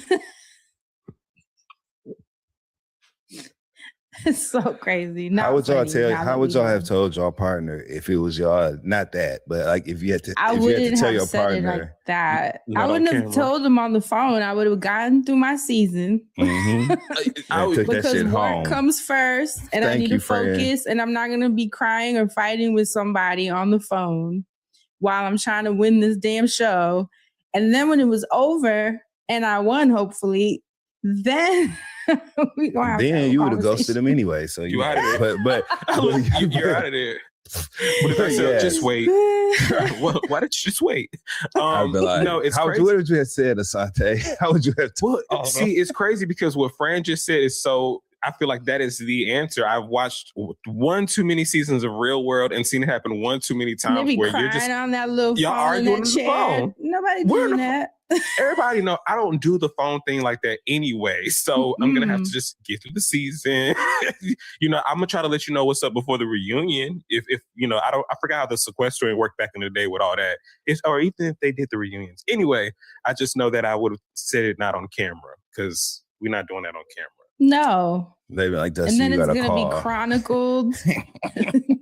You gotta call. Okay. Hello. They start talking. All right, well, I need to talk to you about something. And before we do, I want you to know that I don't ever want to embarrass you or disrespect you. And so I feel like the right thing for me to do is talk to you about this now. The other night, I was drinking with my friends and a couple guys came over. At first, everything was cool. We was just having a good time. Everything was on the You had sex? Sorry, I shouldn't have said it. I'm terrible. I did, baby. I did have sex. But you can't tell them, I don't want to embarrass you when you literally embarrass them. The cameras ain't, it's television. The cameras ain't there. You have to pretend like the cameras ain't there. So I'm pretending like the cameras ain't there. It didn't mean nothing. And y'all love to say that. I just want you to know I love you. And I'm so, so sorry, baby. That's what I would say. And then I'd be like, what you want to eat? No, what you want to eat? And then when the season comes out and they got to watch that episode with you, Now we can argue because I already apologized. So fuck you, and I never liked your mama. You know what I'm saying? You know, I ain't gonna lie. If you going on TV, or if I'm going on TV, we might need to go ahead and set up a system, depending on what type of show you get booked for. If it's like system, you mean like be open? Where you're single during the filming of it, and then we figure it out when you come back. Yeah, I'm not mad at that because come on now, that's mature. Yes, because you know what? Realistic. If you go on TV and you up in there with, some things you like and y'all make good TV.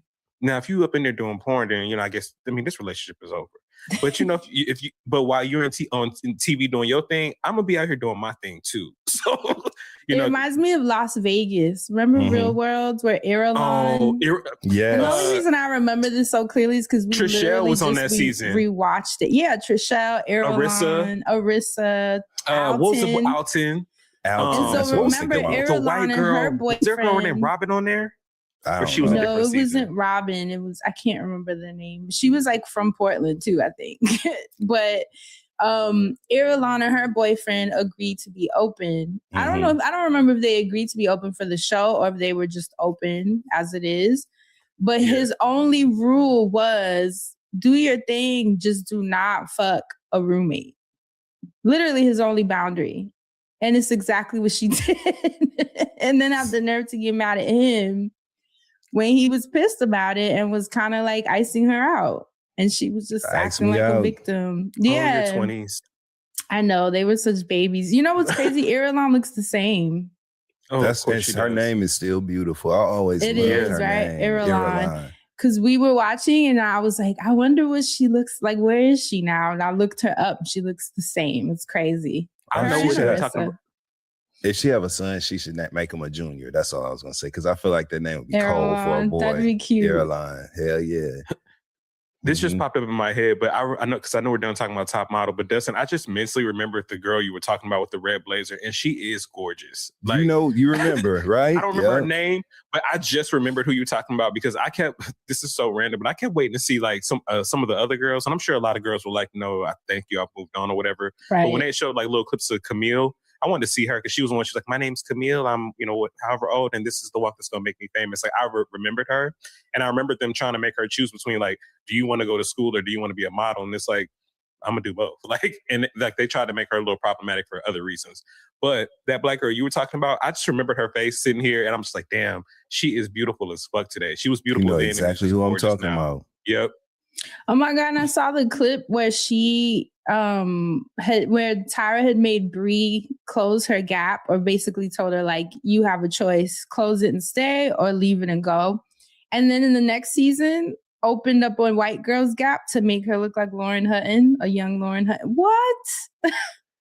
And it was so dumb and like crazy. She was like, we're doing makeovers, and guess what? I'm gonna widen that gap, girl. We're gonna open it. It wasn't Bree. It was Danielle. It was Danny. Wrong model. It was Danny. Yeah. But that was like she crazy. literally stood up there and argued with Danielle, not argue with her. She gave her that ultimatum right there. Give her photo. I was like, "Are you serious, Tyra?" Like I didn't remember watching that, but to watch that back and then to hear.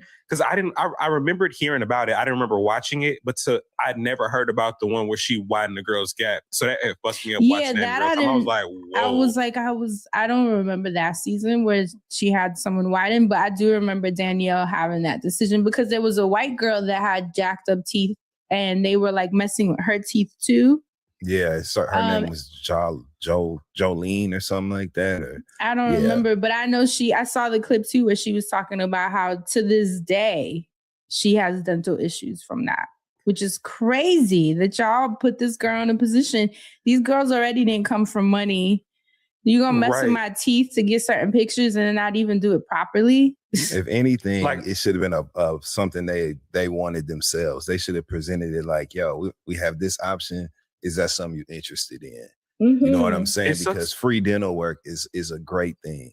Then that was a lot. That was very expensive dental work that they did to those ladies. And had it been something they wanted, it would have been a win-win. But forcing that sort of aesthetic change on somebody, I used to have a gap in between my teeth. Now I wanted mine closed, so I'd have had my legs crossed at the ankle in the chair. Yeah. And that's why I had braces. When I was 12 years old, I had braces to close my gaps. And I still have a really thin gap. You can see it now. You see it? Yeah. You see it? Look at that gap. Yeah. So you I know have what I'm mine saying? still, and they were Mhm. asking me when I was asking about Invisalign. They were asking me if I wanted it closed, and I was like, no. Mm-mm. And you know when they're like, "You sure?" That level it's of so dental random. pain, there's no way I would be responsible enough to keep the Invisalign trays on. It has to be That's what permanently has made affixed me. to That's my what's teeth because made me I'll kind throw of. it across the room. Yeah, because I don't like consistent discomfort. I just don't know how well I would do with that. And it's That's See, why my I haven't mom, done it yet. she has a gap in her teeth, so I was always a little opposite. I was always like, I want a gap in my teeth, like just like my mom. But everyone was always like, you got such nice teeth, and I'm like, well, they're boring, you know. Like I was so random like that. So to watch that, yeah, thank you. But to see that, to see Tyra do that, it was kind of weird. It was like the hair was already emotionally damaging to those girls, but somewhat reasonable of an ask to me. It was like, all right, I can see you, you know, you're doing models, you want to do makeovers, cool. Like maybe you do something like hair and makeup, fine. But to go in their mouths, like, are you going to start giving these girls Botox in the new seasons if this shit's going to keep going? Like, are you going to go ahead and be like, you know what? We're just going to do complete facelift. You got too much booty tooch. We're going to give you, like, you know, are y'all just going to do, like, you know, whatever. Child, I hope Janice is somewhere like down with Droopy D looking ass. Welcome to the Friend Zone. This podcast is brought to you by Squarespace. Squarespace is that all-in-one spot that makes building a website actually feel easy. Whether you're just getting started or you're enhancing your thriving business, it's got everything in one place. Make smarter business decisions with Squarespace's intuitive, built-in analytics tools. Review website traffic, learn where to focus engagement, and track revenue from bookings, invoices, or product sales, all from one place. With Squarespace email campaigns, all the tools you need to engage clients, promote your services, and grow your business are built in. Set up email automations to stay connected, nurture leads, and save time, while seamlessly integrating your offerings into beautifully designed templates that drive bookings and sales. Schedule emails that reach your audience at the perfect time, keeping your business top of mind and driving long-term growth. You guys know we have talked about Squarespace forever because Squarespace has been reliable forever, okay? We've used Squarespace. I've used Squarespace. Your friends don't use Squarespace. Your friends' friends don't use Squarespace. So you need to use Squarespace if you ain't used it, okay? It's really easy. It's really easy to design things and make them look cool and make them look you or whatever you need it for, okay? So go to squarespace.com/friendzone for a free trial. And when you're ready to launch, use code FRIENDZONE to save 10% off your first purchase of a website or domain. That's squarespace.com/friendzone and code FRIENDZONE to save 10% off your first purchase of a website or domain. On the front of every loaf of Dave's Killer Bread is a guitar-wielding dude who was given a second chance. Inside every loaf of Dave's Killer Bread are killer organic ingredients, taste, and texture. She claimed she was.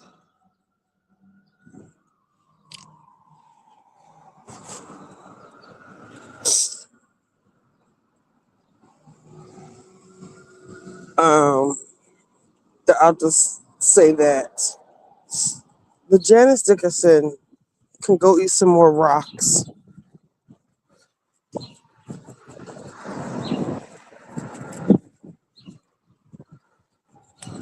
Crack rocks.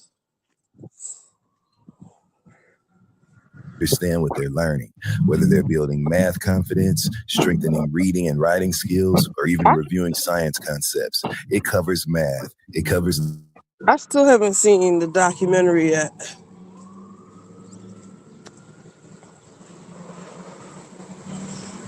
I saw somebody say, I forget who it was, they were like, y'all love baddies, but y'all hate Top Model now.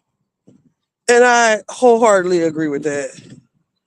Like, Top Model is just so egregious to you bitches. But y'all watch baddies? Okay.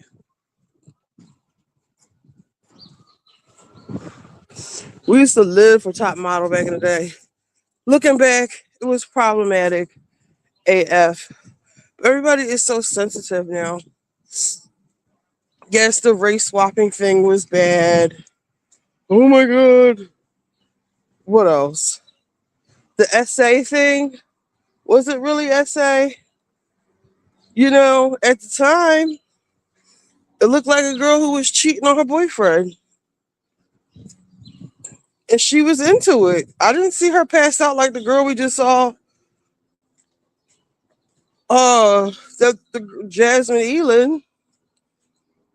Who was the girl in the club you were showing? Her name is Jasmine Eiland.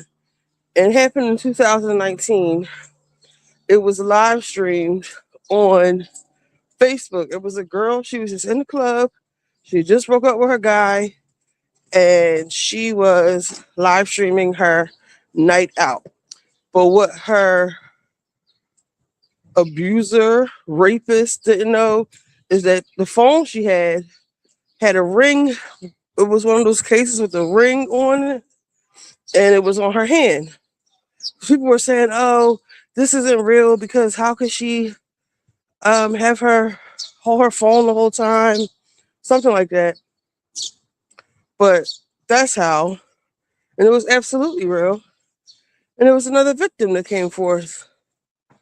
I mean, we tracked him down. I remember I was up for pulled one of my famous all-nighters looking for that guy and looking for stories or people who match his description. All the way from Philadelphia, honey. We found that nigga. And then he started getting nervous when we did find him. And he did an interview. I believe that girl said her name was Fee. I think that's the girl from Gossip in the City. And he kind of told on himself, when I get back in the house, I'll go through it again. Let me put this back on because I'm at my destination. Fuck you, Tyra Banks, and all this other shit. Recently? Yeah, hours ago. Wait, and we're sure it was her account? Yeah. Oh.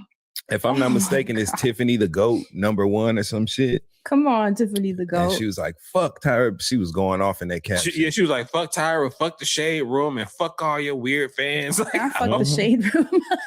What? You know what? I said, she has had it. That's what I thought when I read it. Y'all, how crazy. And seeing the girls crying and what's the one? I don't remember her name, where she feels that she got the edit of being lazy. And remember they said Les Moonves didn't want a Latin girl, and so they had to replace her. Yep. Which confused me because I'm like, this is clearly a woman of color. She don't look Latin, but she was a woman of color. So I was like, that was very confusing. It was crazy because she was the one that was arguing with Ebony on their season. And then when they showed it, because do you remember who Fran's talking about? I ain't watched that shit. She had a wet hair in when they talked about the conversation. When they all of them blended except the girls from season 3, which was the season that Eva was on. I don't know nobody else, and I know the Danielle girl, the Danny girl. I know her, but that's it. And Naima, all the black girls. But that's it. I remember Naima. Oh, I remember Naima. I don't know nobody else. Yeah, but she was crying, and I was like, damn, these girls are still hella wounded from this damn show. Yeah, some of them need to get over it. It's gonna be winners and losers at, a competition. So some of that shit, you know what I'm saying? Cry baby, you know what Jocelyn said. So Asante, you definitely know what she said. Oh, cry baby, suck your mama tea. But I still do. There still is a way to be respectful and give people dignity as human fucking beings, right? Yeah. And none of those people on that show did that. They were completely inhumane in the way that they spoke to those young ladies, in the way that they did not offer them any type of exit plan or strategy, no assistance, just threw them out there and let them. And that is how the real world works. You don't get a cushiony exit in life, and you don't get a plan. It is up to you to figure out how things are going to happen for yourself. But if this is a program that you designed, then you need to have thought it out that far. You need to think about what happens next for these girls. You know what I'm saying? It should have been a thought. So that's the one that Fran's talking about. She's the one that said she was doing theater.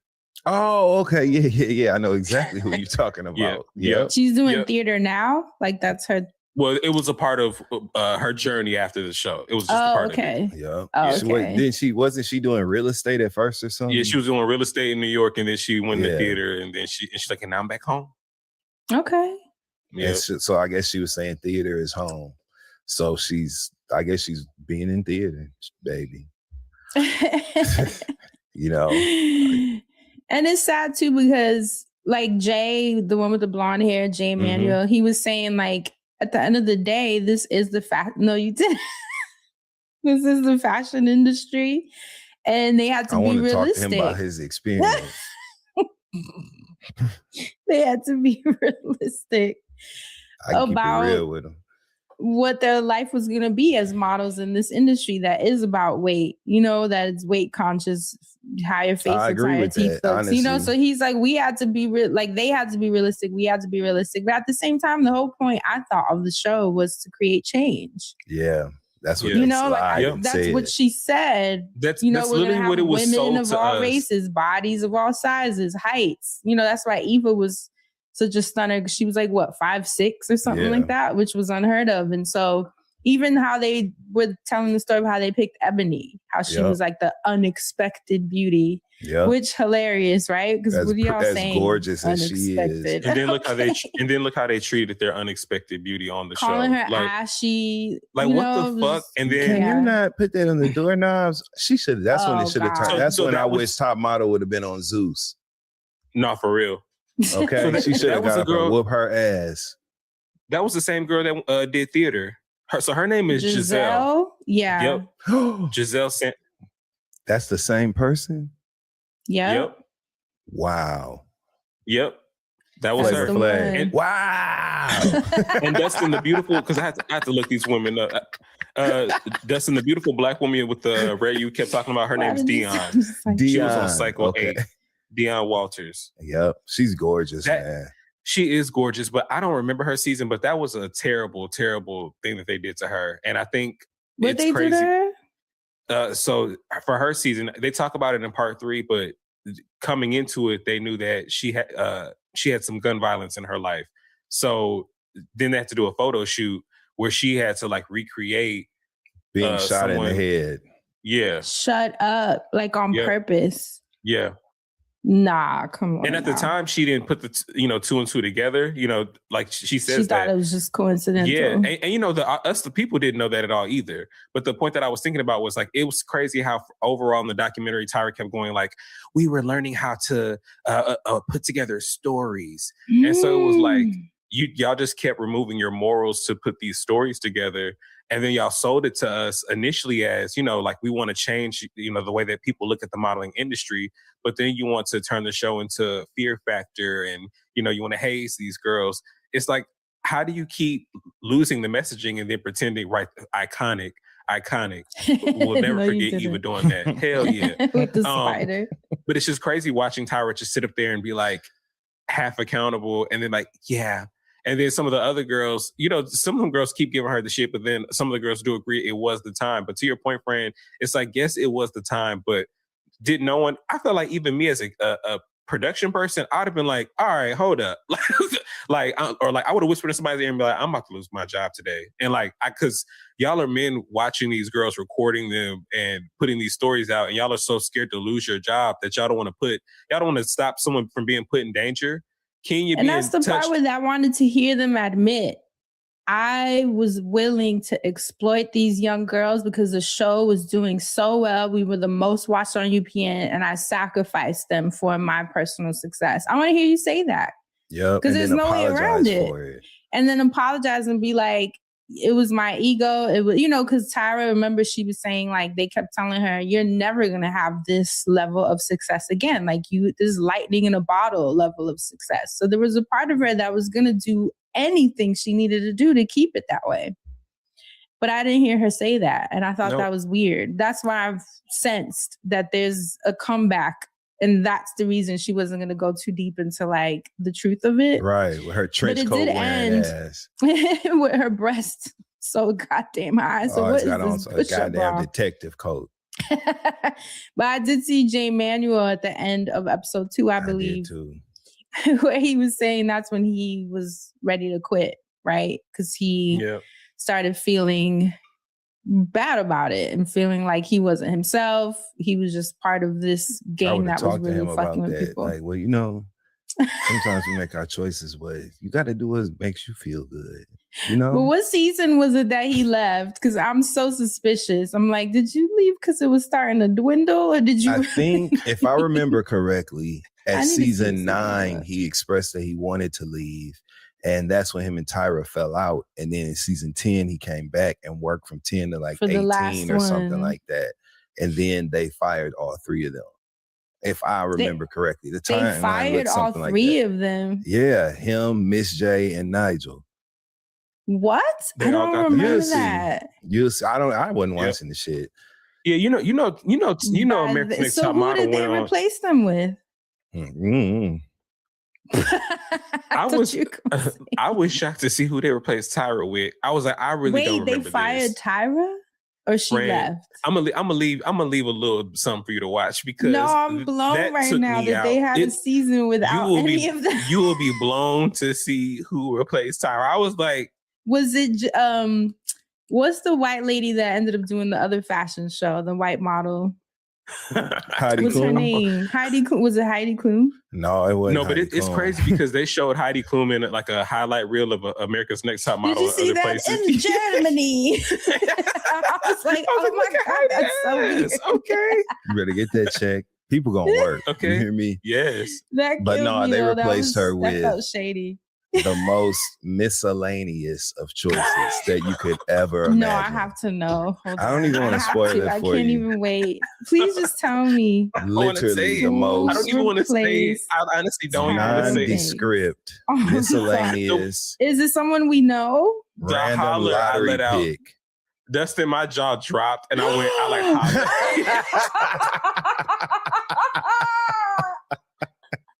Shut the fuck up. Y'all shut up. That's she the one you need to be telling to shut up. This girl has as a contact in this industry, because the shit God. that she like because her agent is God in heaven. You got to pull it closer, darling. Actually, keep it there, because you can't even if it's closer, it's just Rita. the same. Y'all are fucking lying. The show moved to VH1 for cycle 23 in 2016. It included Rita Ora as Tyra's replacement, and the judges were Ashley Graham, Drew Elliott, I don't know who that is, and Law Roach. He don't even talk. Law Roach don't even talk about that shit. I didn't even know he was on there. You know what I'm saying? He don't be talking about that. Because he's funny as fuck. Yo, this is Black History. This is Black History. I am stunned. Do you hear me? The last. So was the audience. It was the way that AI, when I typed who replaced Tyra, AI was like thinking, and it kind of stayed stuck for a second. Even AI for a millisecond, like, girl, you ain't gonna believe this. AI was like, it's just the AI talking like this. Blair said, okay. Blair said, yo, no say. Okay. Whoa. Don't make no damn sense, man. And you wonder why that shit went down the toilet. You know what I'm saying? Where can we watch these cycles? Do y'all I don't know where you can watch those ones. I need to watch. Are they even streaming? I need to know. Okay.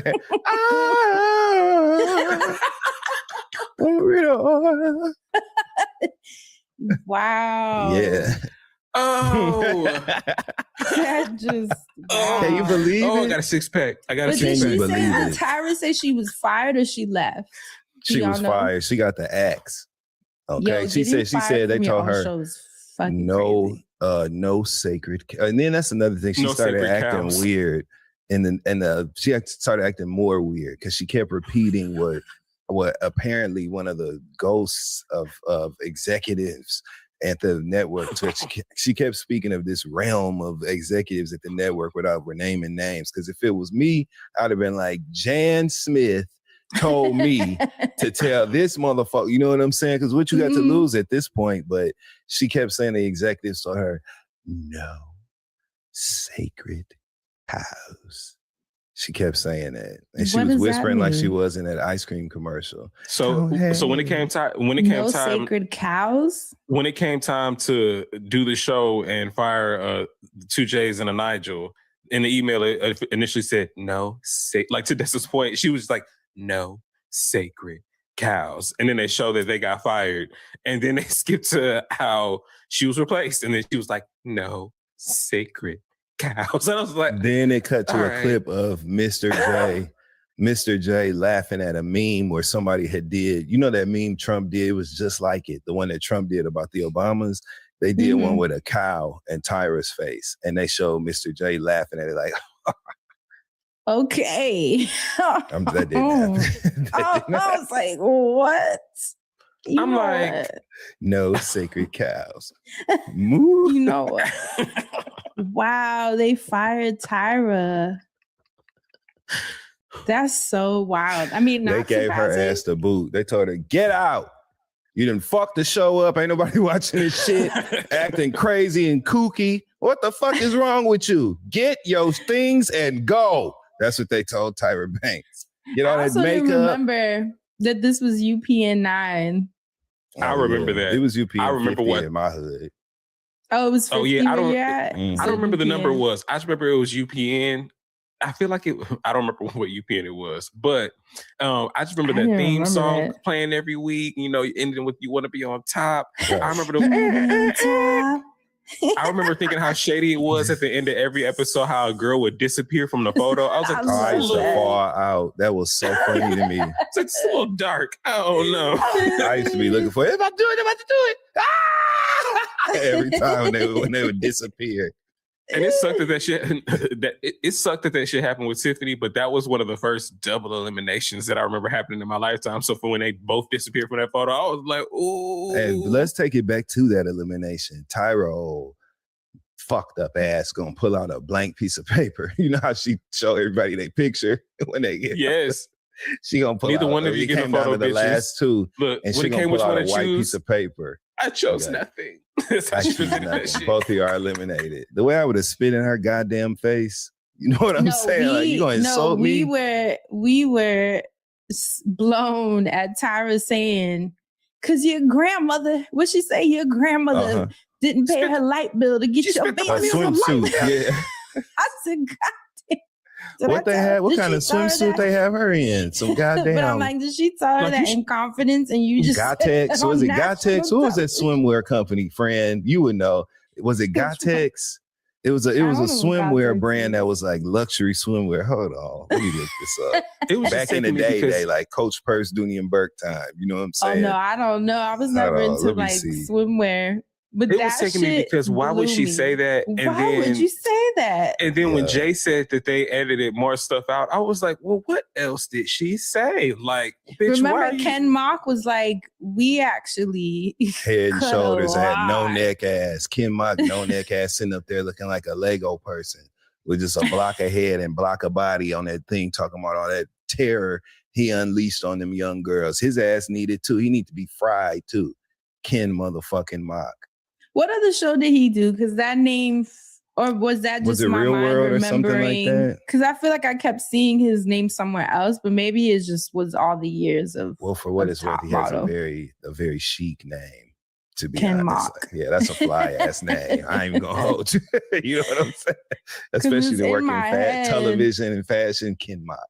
He could have really did something. He ain't even. He's been a producer. Else. Oh God, he produced all them little UPN shows because he went from America's Next Top Model. He did the Pussycat Dolls shows. Oh, okay. I didn't watch that.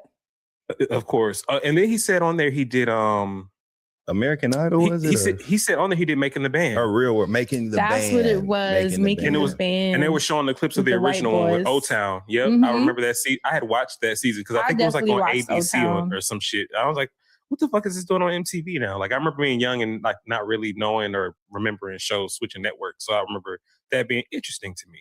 Yeah. I never watched that one. I didn't watch it until good. Diddy, till he did his own. Did Ken Mock had nothing to do when Diddy took it over, right? I know. I don't believe so. Yeah, I wouldn't think so. Yeah, one scandal is enough. I feel like they had sold it off to MTV, so maybe it was like the new producers and shit by then, but I don't know. Like they just took the name. Yeah. Man. Ain't that I'd have roasted that whole judges panel, and they all are easy reads. I would have went down the line like a sheet of paper left to right, okay, and worked that whole judges panel on my way out. Why not? Y'all want to entertain? You want a show? I'm about to give you a motherfucking show. Let's go. Especially knowing in hindsight that them girls couldn't really work any damn way. The way I would have just walked out. Might as well show your ass. What? I might get work off the strength of cursing. What do you mean they couldn't work? Like there was a stigma?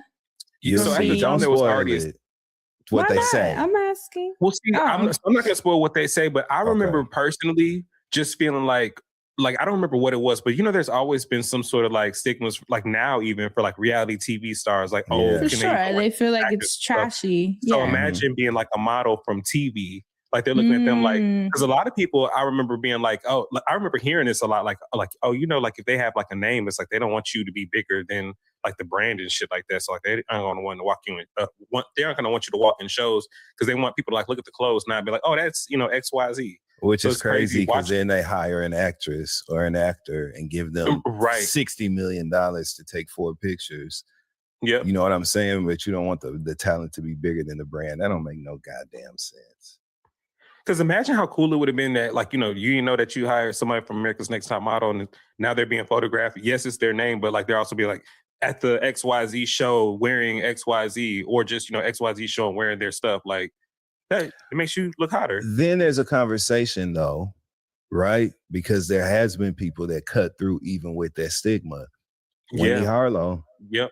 Flat out one of the biggest models in the fucking world. Yep. Okay. Globally. And she came from motherfucking Top Model. So it begs the question that she came from Top Model, honestly. Exactly. You know what I'm saying? And so the question is like, is it you? You know what I'm saying? Like what is it? Because the talent is going to push through one way or another. You know what I'm saying? I don't know. As a person who works in the capacity of being talent, I try not to get caught up in that. Because all I can worry about is me and how good I am at what I say it is that I do. Right. You know what I'm saying? Right. I don't ever want to get caught up in feeling like the machine is fucking holding me back or whatever. Because I just feel like that is a path to nowhere when it comes to like advancement and making progress. So a part of me looks at this conversation, not those specific women, but this conversation of just because you came from the reality TV space, you can't do anything else. There have been a lot of people that made it through. You know what I'm saying? Yeah.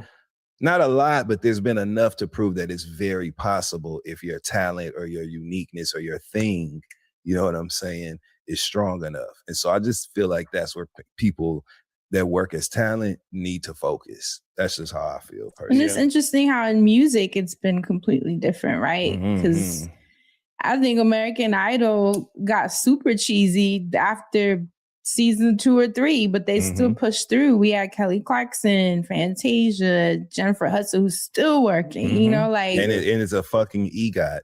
Carrie Underwood, Jordan Sparks. Underwood, who is Daughtry. Like highly revered, right? Daughtry. But Adam, I was about to say Adam Levine. He ain't come from there. he from Maroon 5. Oh, Adam Lambert. Adam Lambert. Yeah. I do remember Adam Lambert because he worked at Claude. Clay Aiken, Ruben Studdard. Shit, Clay these are household names, whether you like it or not. Now, I can't tell you nobody that came from The Voice, and that's no disrespect to any of the talent because I know that some incredible talent has come through The Voice, but I personally... I never watched The Voice, so I can't... I've watched The Voice and don't remember. Like, I feel like now I look at it differently than I watched American Idol. Like, I feel like we watched for those people to win, and then they did something, right? Like, sometimes they'd get a little album out. I feel like the top, however many people would get albums out, and I'd be like, damn, why is everybody getting an album out? But The Voice, everyone, I guess with social media, gets lost in the sauce. It's like, all right, well, that was a cute TV show. And then I never hear from whoever again or hear from them later because they did cut through and I just forget that they were on The Voice. So, and The Voice is still airing, right? I know American Idol is. The Voice is still airing. Wait, you said American Idol is too? Mm-hmm. Wow. Who are the feel like judges? Excuse me. American Idol fucked up. Bless you, friend. They Thank should have had you. a judges panel comprised of talent. Past winners, right? Yep. They should have That had would've Kelly been Clarkson. fire. They have Carrie Underwood, but she's MAGA, so she no longer gets the stamp from me. They should have had Kelly Clarkson, Jennifer Hudson, Adam Lambert, and Daughtry as the motherfucking judges. Such a great idea. Yep.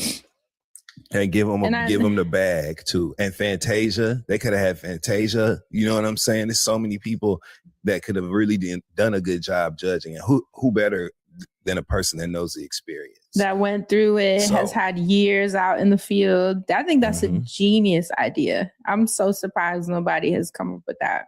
Me I too. only knew of The Voice, honestly, because Claude was working with them. Okay. Shout out to He Claude. was the vocal producer.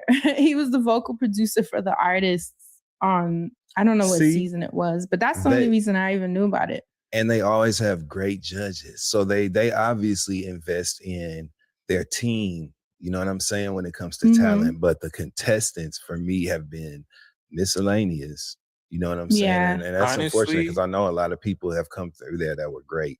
So honestly, The Voice, as I look, I literally just Googled like The Voice winners. I wish I would have like put this up on here.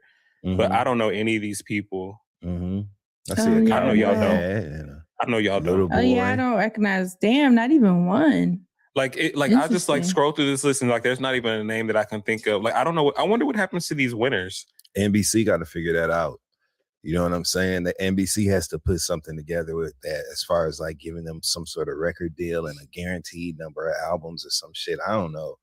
But they got to figure that out because we need to know who those people are. Obviously, they're talented. You know what I'm saying? They won. Yeah. And The Voice, I know you have to get the attention of the judges with your voice for them to even fuck with you. So these people obviously have skills. So that's the one where they turn around on the chair and press the button. And why didn't they use that song for the theme song? They know damn well they should have used Total Eclipse of the Heart. Turn around. that should have been. They know that should have been the theme song. They know Turn around, bright eyes. Welcome to the Friend Zone. Every time I'm in the zone. On the front of every loaf of Dave's Killer Bread is a guitar-wielding dude who was given a second chance. Inside every loaf of Dave's Killer... Oh no, they sold all my shampoo that was on sale. I should have got more while I could. It might still be over here. Shea Moisture. How is this a sale? $6.28.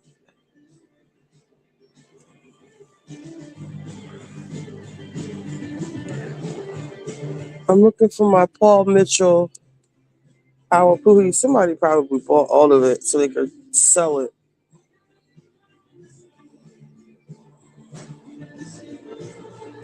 I don't see it anywhere.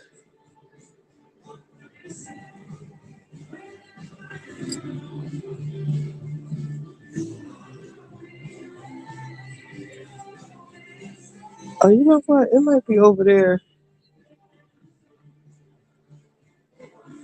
Hey, Shelps. I didn't play the pod yet because I had to make a run.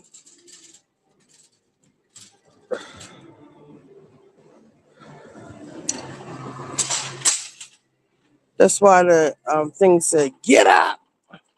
Get your ass up. I need some astringent. Y'all had me buy toner. I didn't know toner is not like astringent. I spent like a couple dollars on that stuff.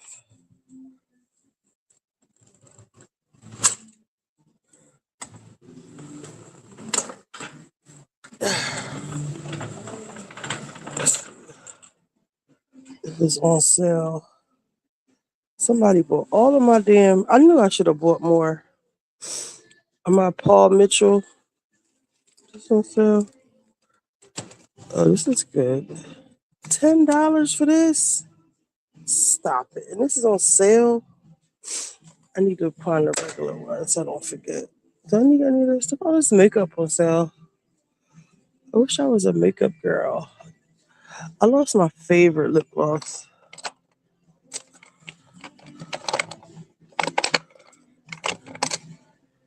It's kind of like this color, but it was from MAC. What's this? The hell is this?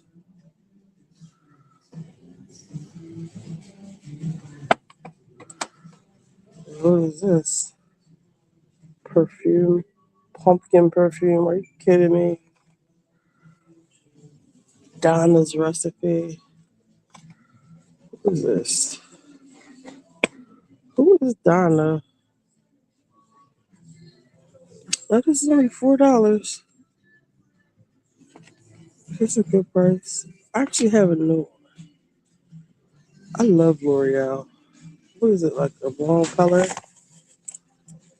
Black.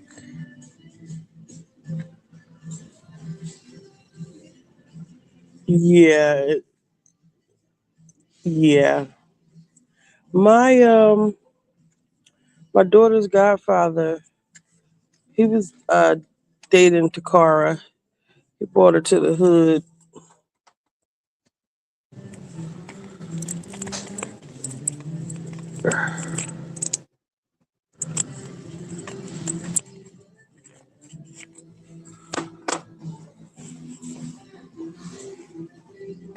That's probably a good mousse. I do need these. It's only $4. I wonder if the people, this is what people do. They find stuff here and they resell it on Amazon. Why are these so fucking expensive?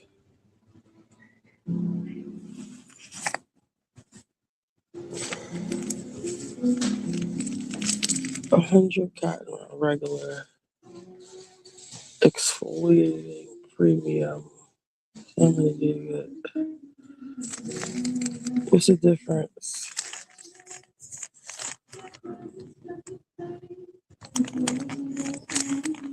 Soft and moist.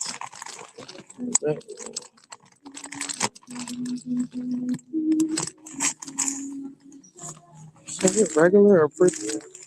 Difference. I think I'm gonna get regular.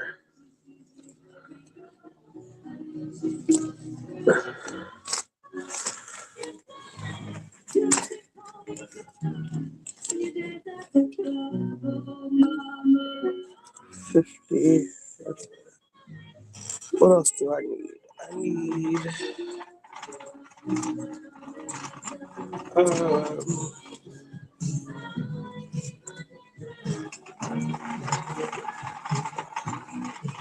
what is all this? I used to be addicted to all this stuff. I am so proud of myself for just walking past all this stuff. Kind of. What's that one? Sell native deodorant. I want to try this. Lumi. Anybody try Lumi?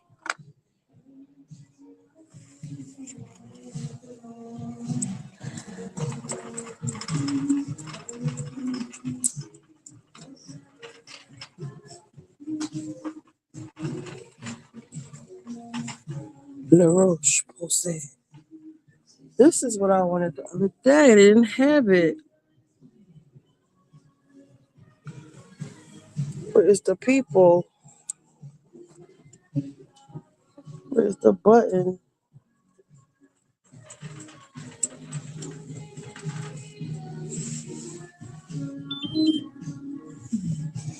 Oh, this is what I got.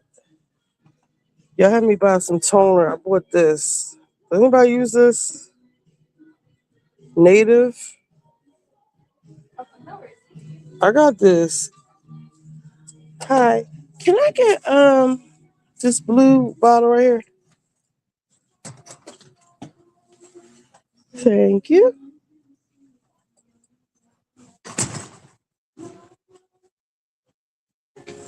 It's not astringent. I'll get with Native another day. Uh-oh. Clarence, hey. Is my Paul Mitchell over here? Cantu for kids.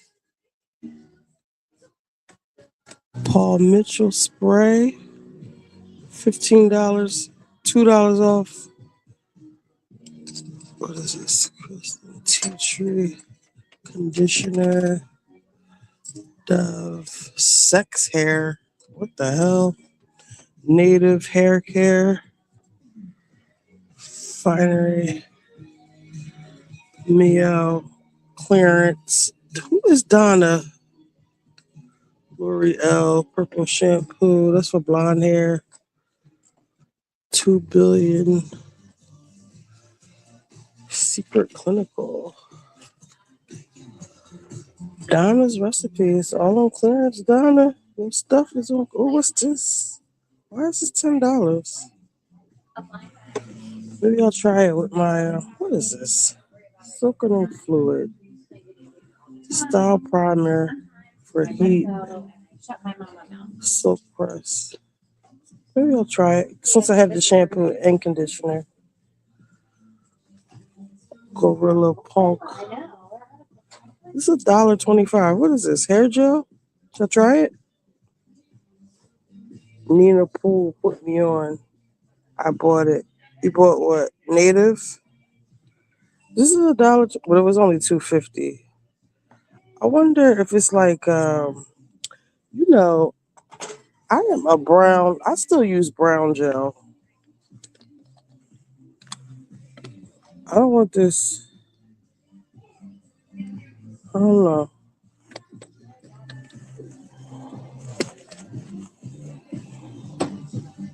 What's it do? Your life is needing Moco de Gorilla Punk Gel. Beast Hold long lasting fixation. You can have possible hairstyles. Throw some. Why did they put that on the back like that? All right, let's see. Even tornadoes. See, I don't want gel that makes my hair stay in a tornado. You know, this cannot be good for your hair. But it might be perfect for a slick back ponytail. Especially with my chopped up bangs. Ooh, I love Mitchum deodorant. I actually came in here for deodorant and I forgot all about it. I don't see my Paul Mitchell new toothbrushes. I hate soft toothbrushes.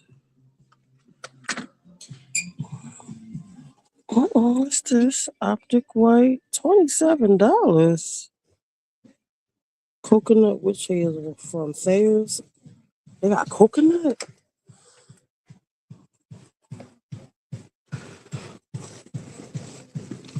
Oh, I used to have something like this and it worked good.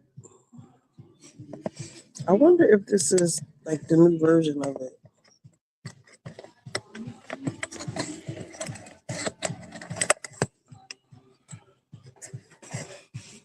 It's only $16 now. What is this open? What's that? Motherhood, you $2.50. What the hell is that? Oh, pump.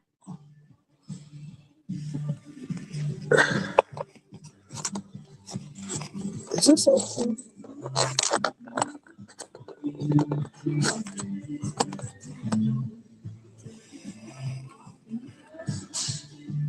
All right, let me get away from here. Is this Queen Latifah deodorant? Play Pits? Queen? I don't like to experiment with deodorant. Scalp and Edge Cleansing Oil. This brand made my hair come out. The Milky Toner. What is it supposed to do? I am so new to toner. I've been using it though. And I got some other stuff, Shea Moisture stuff that was on sale. Like a whole thing. I got the cleanser, the serum stuff, some night cream, and some moisturizer. And then I got the Milky Toner, and I bought the Neutrogena toner, but coconut witch hazel. I'm gonna wait until the one. What do I have? It's got a yellow label. I'm gonna wait till that runs out first. Wait, what is I getting over here? I need deodorant, and I need some adobo. What's this? Master Cleanse Scalp Wash. I kind of love this thing at the top. I wish I could have this for my stuff.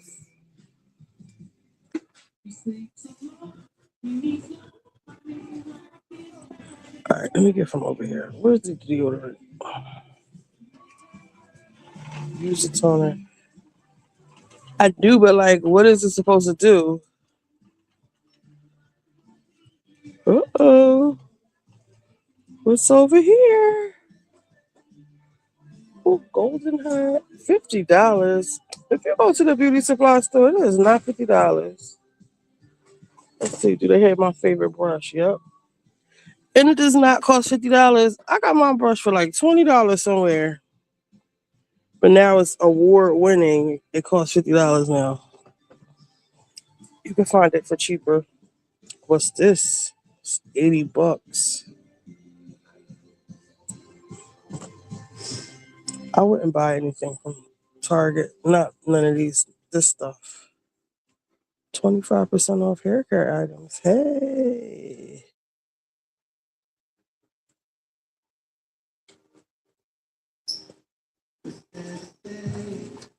My love affair is over with this stuff. Where is the deodorant? You know what? I got a 40% coupon for CVS.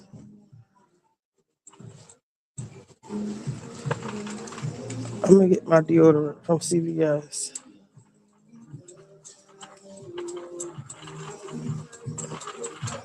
Maybe I should get something else from CVS.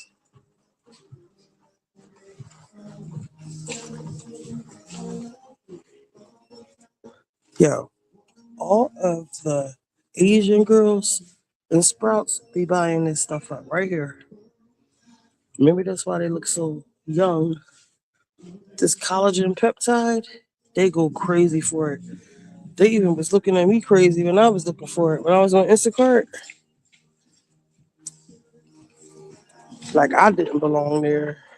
Like, what is your black ass doing over here? Where is the deodorant? Oh, deodorant is probably all in the front. Ooh, cast iron pants.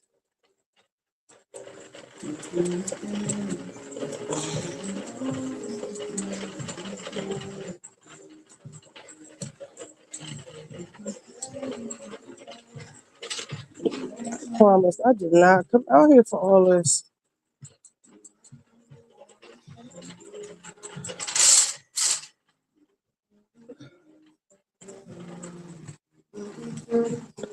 Ooh, a ring light.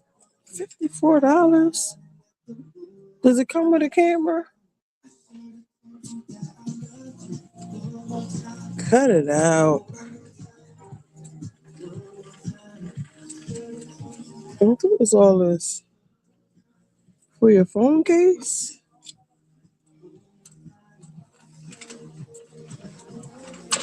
Bathing suits already?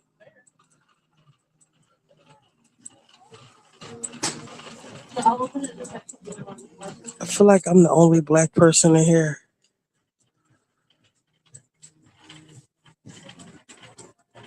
None of this is on sale. OxyClean is the best. for dirty clothes.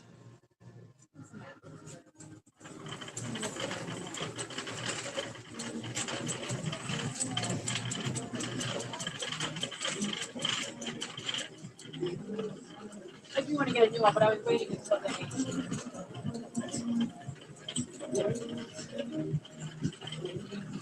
Here we go. Bye.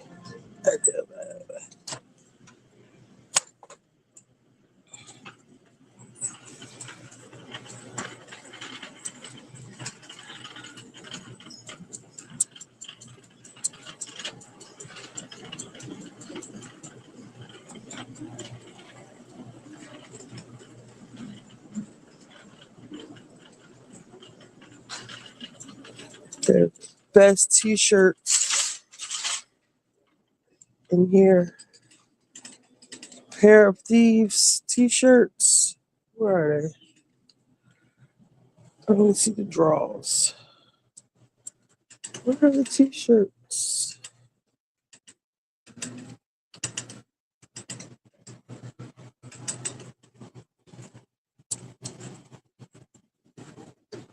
They slipping on they pimping. I don't even see them. Only draws? How unfortunate.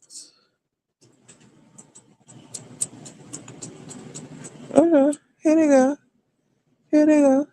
Here they go. Yo. Clearance. We love a good clearance. Do I need an extra large or a large? They have large. No V-necks. On sale.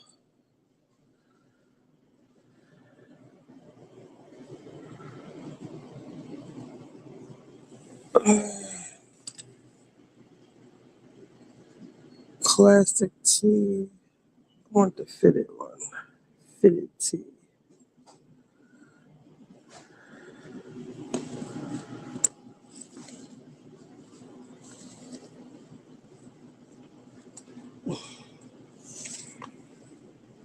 Maybe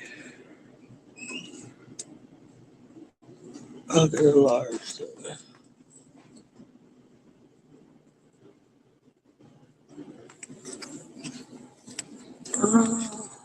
What the fit is?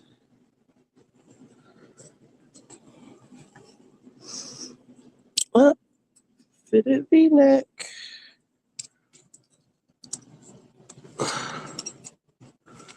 Do I need a large or extra large? I think I need a large men's.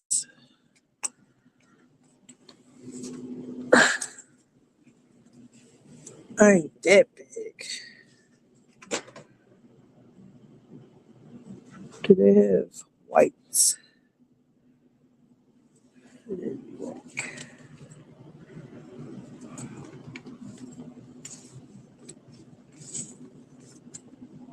See, extra large.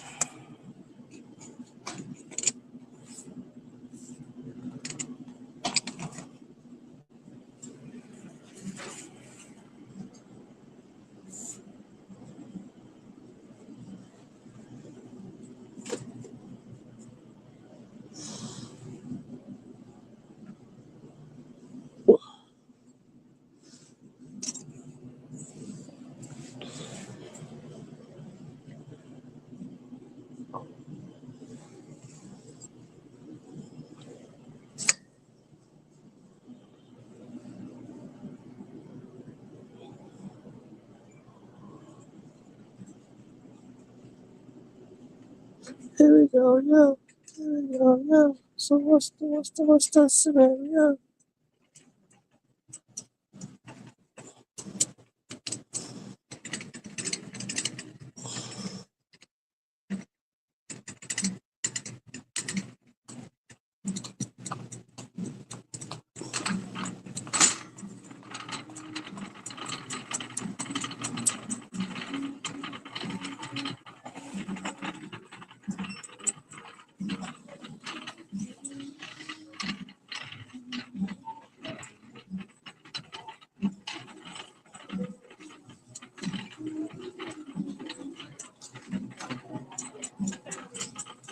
just ugly.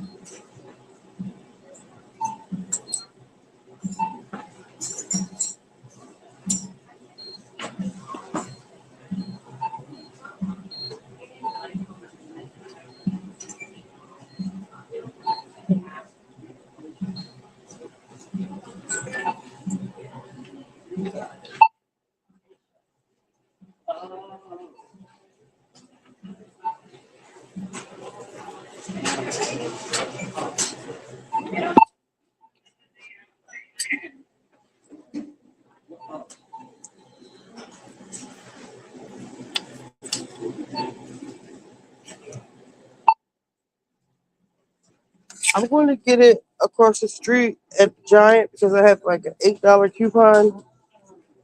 So I'm gonna get. I need some. What are y'all talking about?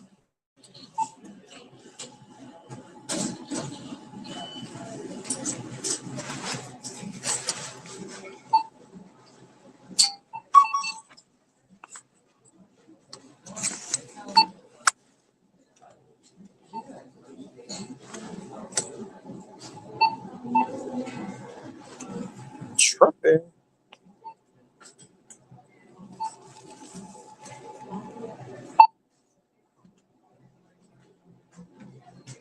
Oh, I did not mean to get this. I have a 40% coupon at CVS. I'm gonna use that. I can wait for that. This is only $4. Is it expired?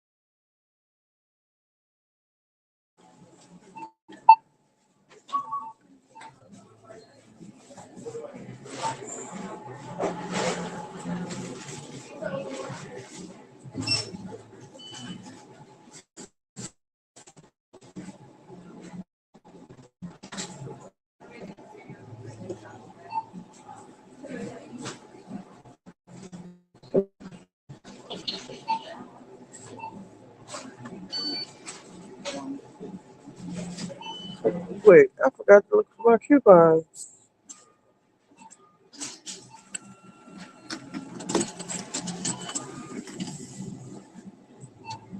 Oh, 5%. I got $10.91.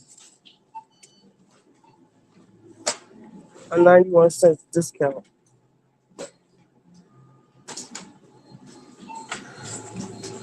Gee, thanks.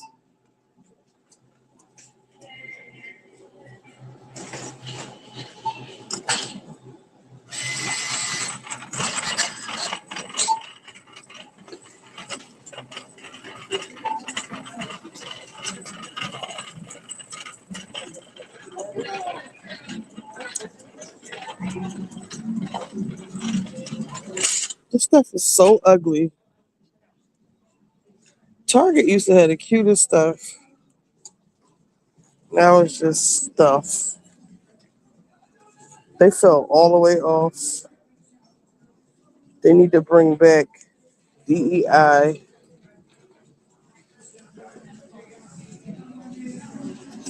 Whatever you want to call it. You know, I'm gonna take. Hey, what's going on? I'm gonna take the long way so I can smoke. Thank you. Thank you. Trash can because I do not litter. All right, so I just need deodorant and detergent. They have $3 coupon Plus, I have an $8 coupon or a $7 coupon across the street at Giants.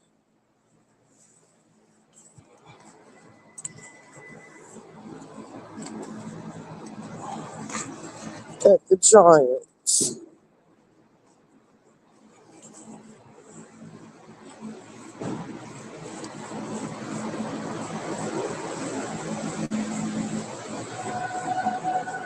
That's what I was going to use my CVS coupon for. Well, whatever I use it for, I can return it. I got to bring a shampoo back, and I got to bring something else back.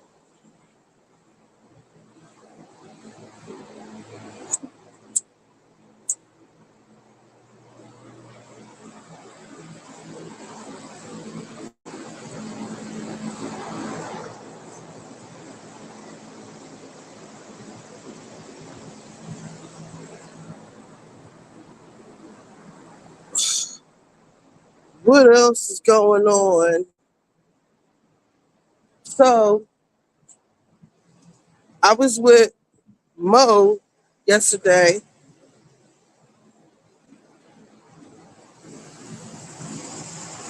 The whole gang was together.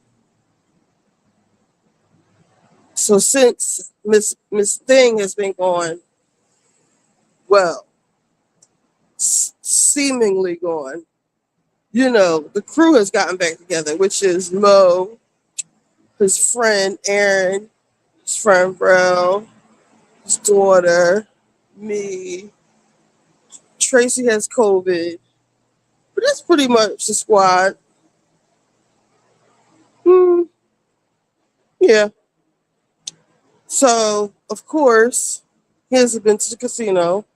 So we all wound up at the casino last night. And who do you think pops up at 2:30 in the morning? You guessed it. But before that, his daughter told me she was at the house earlier. So Mo has got some, you know, she was there earlier. So before that, he was saying, like earlier in the week, when I was like, you better not answer that phone. She called him back to back to back. I'm about to tell you. So people started, like we all started coming like back around, especially like his friends, his guy friends. And yesterday we were all there last night. And he was laughing, having a good old time. And his daughter told me that the girl was there earlier in the day. But by the time I got there, she was gone. So he was like, when he came, he's like, yeah, man. I guess he figured I already knew, which I already knew. You know, she is trying her hardest.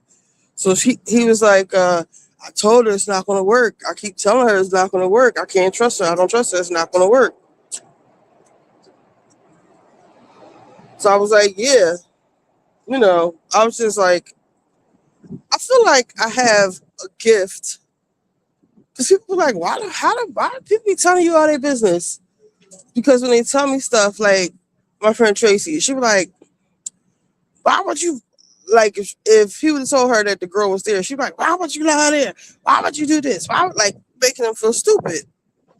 I told you when I was asked to chat GPT, like, what is this thing where you have these toxic ass bitches? Because I remember my baby father was dealing with, he lost his job and everything, fucking with this girl. Same kind of energy. I'm gonna call the cops on you. I'm gonna ruin your life. You know, I'm not going without a fight because I'm not letting this life that you are providing me. I'm not letting it go. With my baby father, I don't like these glasses anymore. They are Dolce & Gabbana, but I'm kind of over this cat eye. in his case, he was dealing with somebody who was kind of like less than, like she didn't really come from anything. And I've always been taught by people like you don't fight anybody with nothing to lose. You just don't deal with people who ain't got shit to lose or who have less than you. I remember one time this cop was going to give me a ticket for doing this crossing right here in the middle of the street. I guess it's called jaywalking. They sitting right there. So, you gotta keep your head on the swivel out here. So, what was I saying?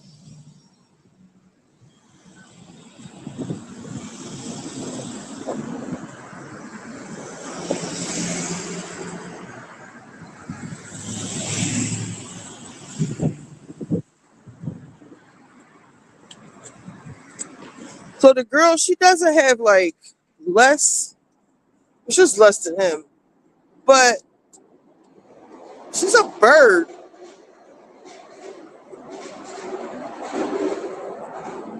Because when he said she missed, because when she was calling him, I was like, well, what does she like actually want?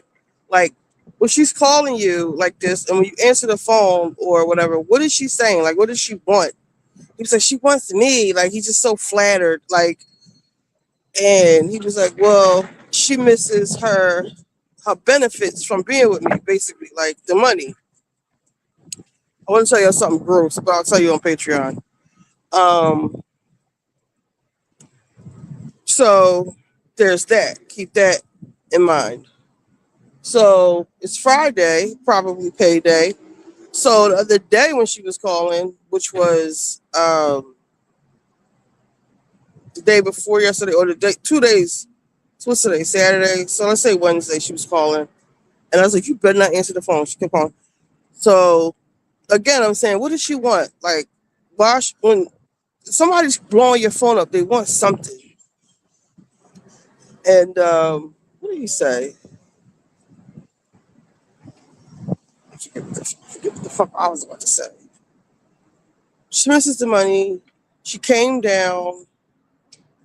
She came down yesterday. He got her out of there before anybody could really see her.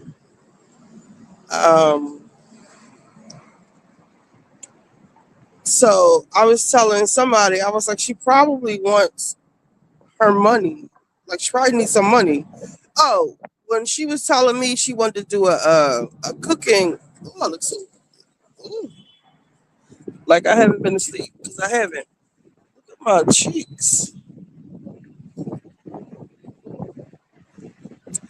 I'm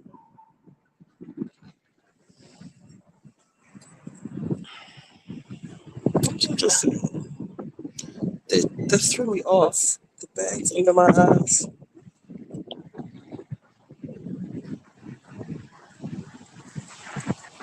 She's missing. I said, I bet you she coming down here to get some money. Oh, when she was challenging me to a cook-off, she was like bragging, like she has so much money. Cause I was like, this sounds like struggle food. Like, first she was like, she wanted to cook spaghetti. We want to do a cooking contest and make spaghetti. And then she was like, well, let's do meatloaf. No. Then she was like, let's do pepper steak. And I was like, these sound like struggle meals. Like, she got really offended, and she was like, I make so much money. So he was saying like she's missing her money. I was like, not Miss Moneybag. And he was like, well, as fast as she gets it, she spends it. She doesn't have a house. She doesn't have a car. So you mean to tell me you're walking around with a Chanel bag and no car? You don't own your home. You're renting your home. Make that make sense to me. So Mo thinks people are slow. She came down yesterday, and I don't think he gave her anything yesterday, because when she came to the casino at 2:00 in the morning, and his buddy was like, I bet you she got a tracker on him. I was like, no, he told her. I heard his daughter tell somebody, their brother, that he took her to work. So I said, I'll tell you what I told him later. He took her to work, back to work. And so, like, we were saying part of the, wait, where's the deodorant?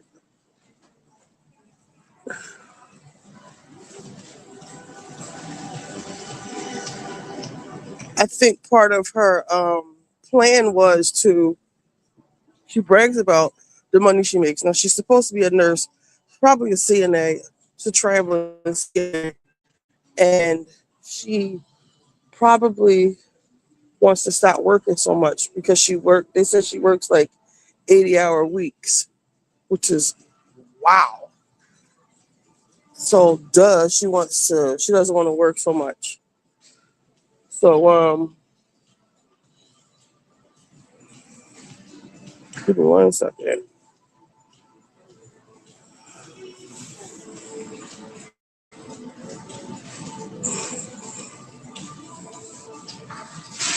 Why does detergent cost so much? Does anybody, all right, sidebar, what do y'all know about this yellow Tide detergent? This is usually a lot cheaper than all the other ones, but I would really like to know why. Like, why is it so much cheaper? So maybe I'll just get original or odor oxy, or this looks so much smaller. Not really hygienic clean. What does that mean? Invisible dirt, clean breeze, Downy, Febreze. So many options. Sport. What is sport? Advanced sweat, stain fighter, Ariel. It's Simply Tide, right? Yeah, Simply Tide. I don't see Ariel. Persil, Gain, Snuggle. These aren't detergents. Odor Blast. What the hell is this? Rinse and refresh. All kinds of stuff. Now, I do admit I have one of these, like something like this, or the Downy one. I need some dryer sheets. I did not come here for all of this. Okay, I just need some detergent. It's not going to make my coochie itch. We'll stick to Tide.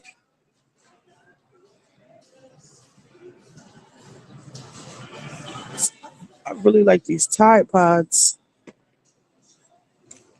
but they're kind of too heavy. 32 count. That's a good price. How many the big one? 45. So the extra large.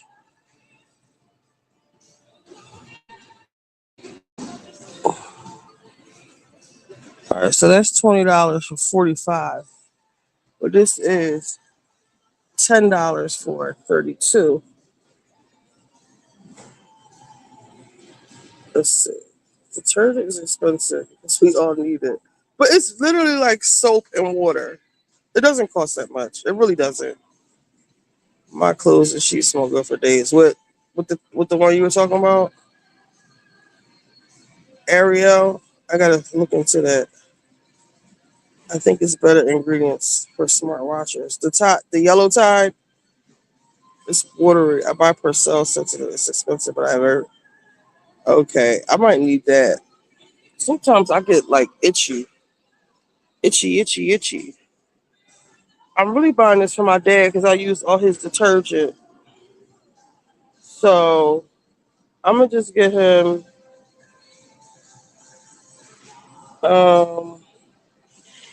I guess I'll get him. My dad is a very simple man, but I'm gonna be using it too. So I'm gonna get this because I love the OxyClean. Y'all use the OxyClean? This is the best thing If y'all really want to get the dirt out your clothes for real in real life, you could even soak it in the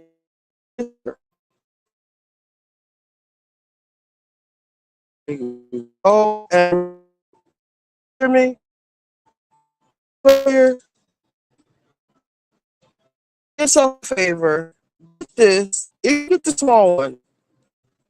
You get just a odor blaster. Soak something, anything. A t-shirt, a washcloth, your underwear, anything. Sing, soak it, and see how much dirt comes out of it. Seriously. The spray works good for specific stains.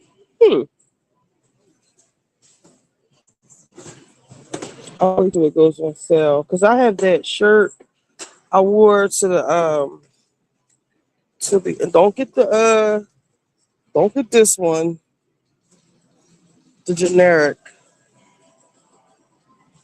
Oh, I remember Calgon. I think I might have this spray actually. OxyClean works really good. All right. Decisions should not take me this long. The Oxy takes the stains and bacteria. Yes, it does. You would think your shirt is clean. You put it in some OxyClean and you will see all this dirt come out of your stuff. Like the sweat and the I probably should get a big one since I'm using a coupon. But my daddy, he is an old man. He don't need to be carrying all this stuff. He doesn't need, this is probably like too much for him to carry, but not for me. So I'm gonna just get him ultra hygienic clean. I love eating soup with hot sauce, and I always get it on me. I spray it. Oh, hot sauce is hard to get out. You know what else is hard? Butter. All right, so I'm gonna get this for him, and I'm gonna come back later for me. All right, deodorant.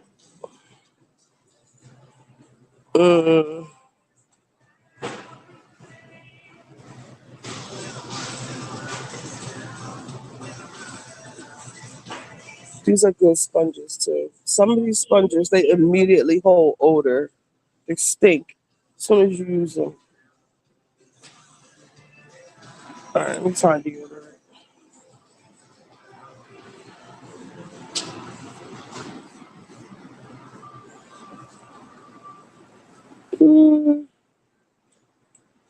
I've even seen like makeup and stuff in here.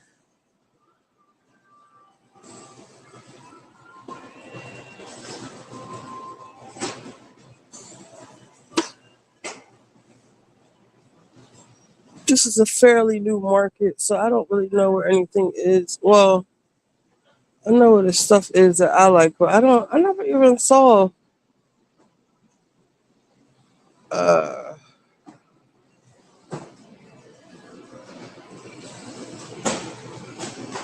feminine care. Maybe it's with the feminine care.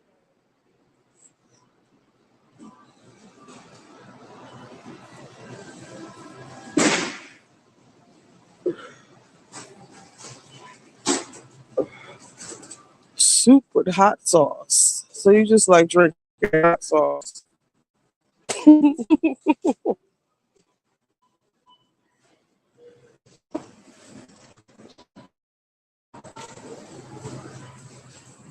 Still no, did I walk past the deodorant? I still don't see no damn deodorant. I guess I'm gonna have to go to CVS for deodorant. I guess they said we ain't got time to be selling deodorants because you got men's deodorants. Excuse, you work here? Y'all sell deodorant? Yeah, 9 and 10. Thank you. Because deodorant in CVS takes up like a whole aisle. Let's see. Do they have the they said that Honey Pot sold out. I love Honey Pot. Love, love, love honey pot. And they sold out. They sold it to somebody. And they said I'm not a pad girly, but they said that the pads are, they're supposed to have like some type of hypoallergenic or organic pads that take cramps away or something like that. Oh, they got it all locked up.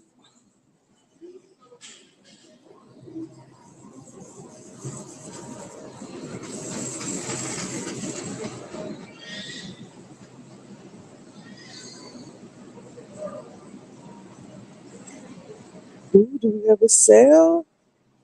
I do not see the green.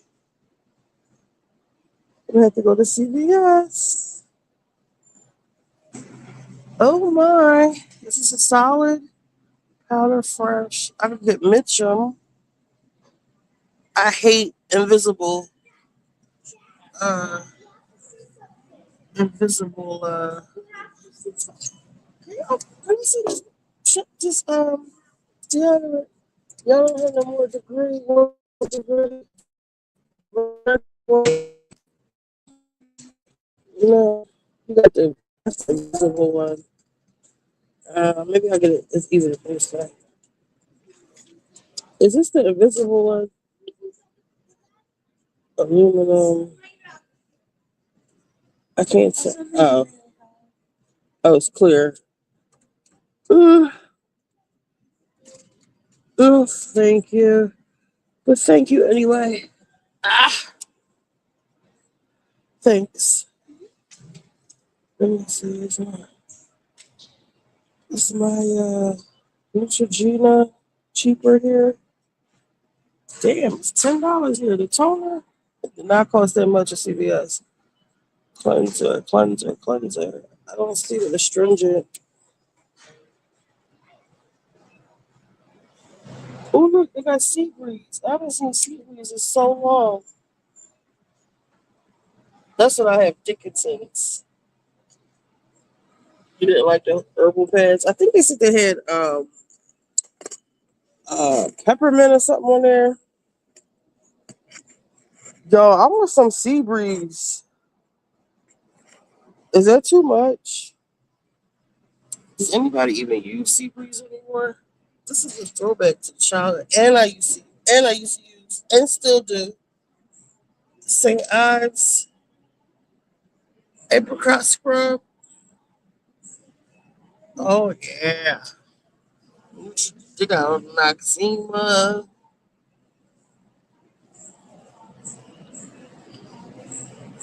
You know what? I got the old formula panty spray. I love that stuff. But you know what? I don't even know if I got the old formula because it doesn't hit the same. I would go on my bike, spray myself down, get on the bike, and be fresh as a daisy. Not no more. A lot of people saying they don't like them. Somebody was saying not to. Welcome. If you have your Giant card, please scan it now. I feel like I need to get it. I'm gonna come back. Cause I can't carry all this stuff. You have your Giant card. Please scan it now. Please continue scanning. Your Giant card has been accepted. Your Giant card has been accepted.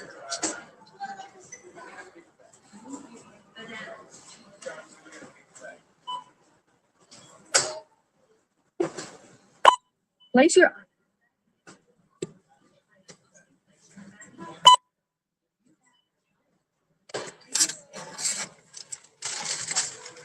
scan coupon now. How many paper bags did you use? Yo, my stuff came to $5. Please select your payment method or touch return to scan more items or coupons. I should get that sea breeze.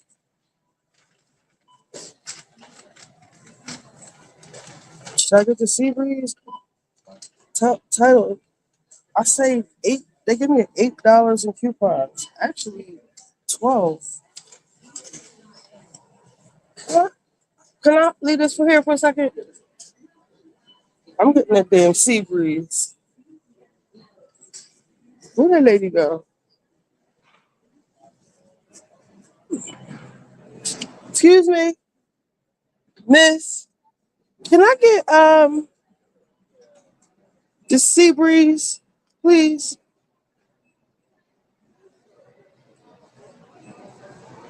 I'm gonna take the other stuff back. The Neutrogena.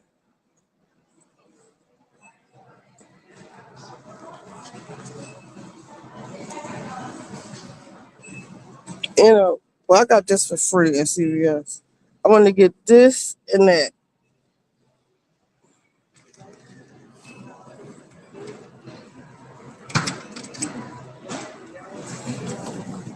Thank you. This and this. And I want to get this. Thank you.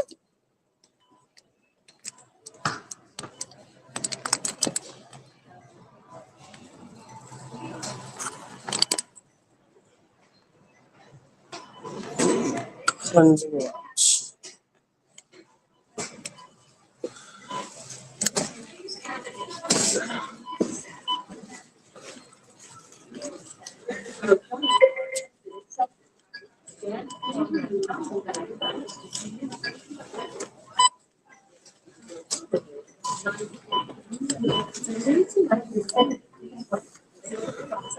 Please follow the instructions.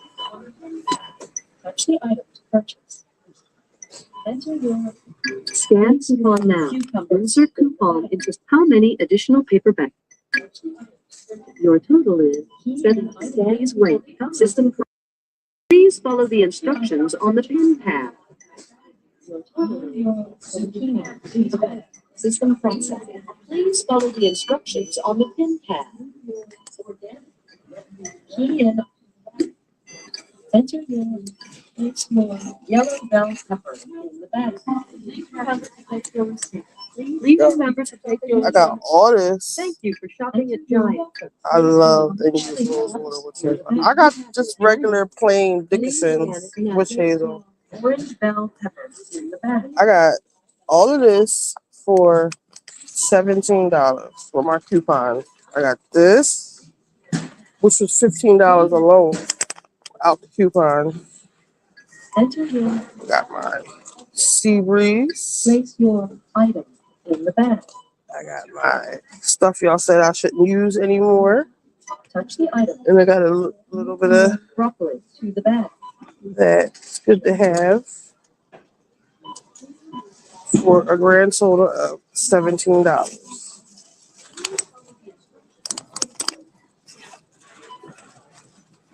All right, let's go home.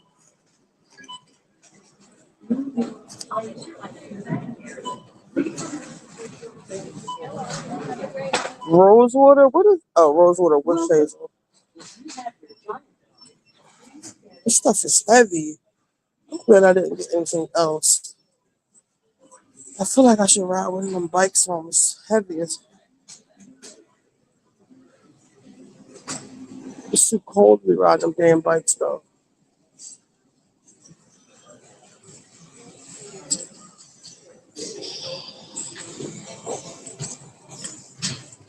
So back to Mo. But basically she brings her ass down there at 2:00 in the morning, 2:30. So, and I wasn't there where they were. They were inside, the guys, and they said Mo had just won $900. His friend had just won. Aaron had just won like $400 or $500. And he had his car impounded earlier in the day. So that was like him getting his money back. And the one that told me that, Ro, I forget how much you said he won. He said they was all winning and laughing. And then she just pops up out of nowhere and stands in front of Aaron. And Aaron is an old man like Mo, but he's not as like Mo was like active. He's like an old YN. Aaron is like, he got bad knees and water around his ankle. You know, like the old man. She stands in front of them while they're watching Mo win. She just magically pops up when he's winning all his money.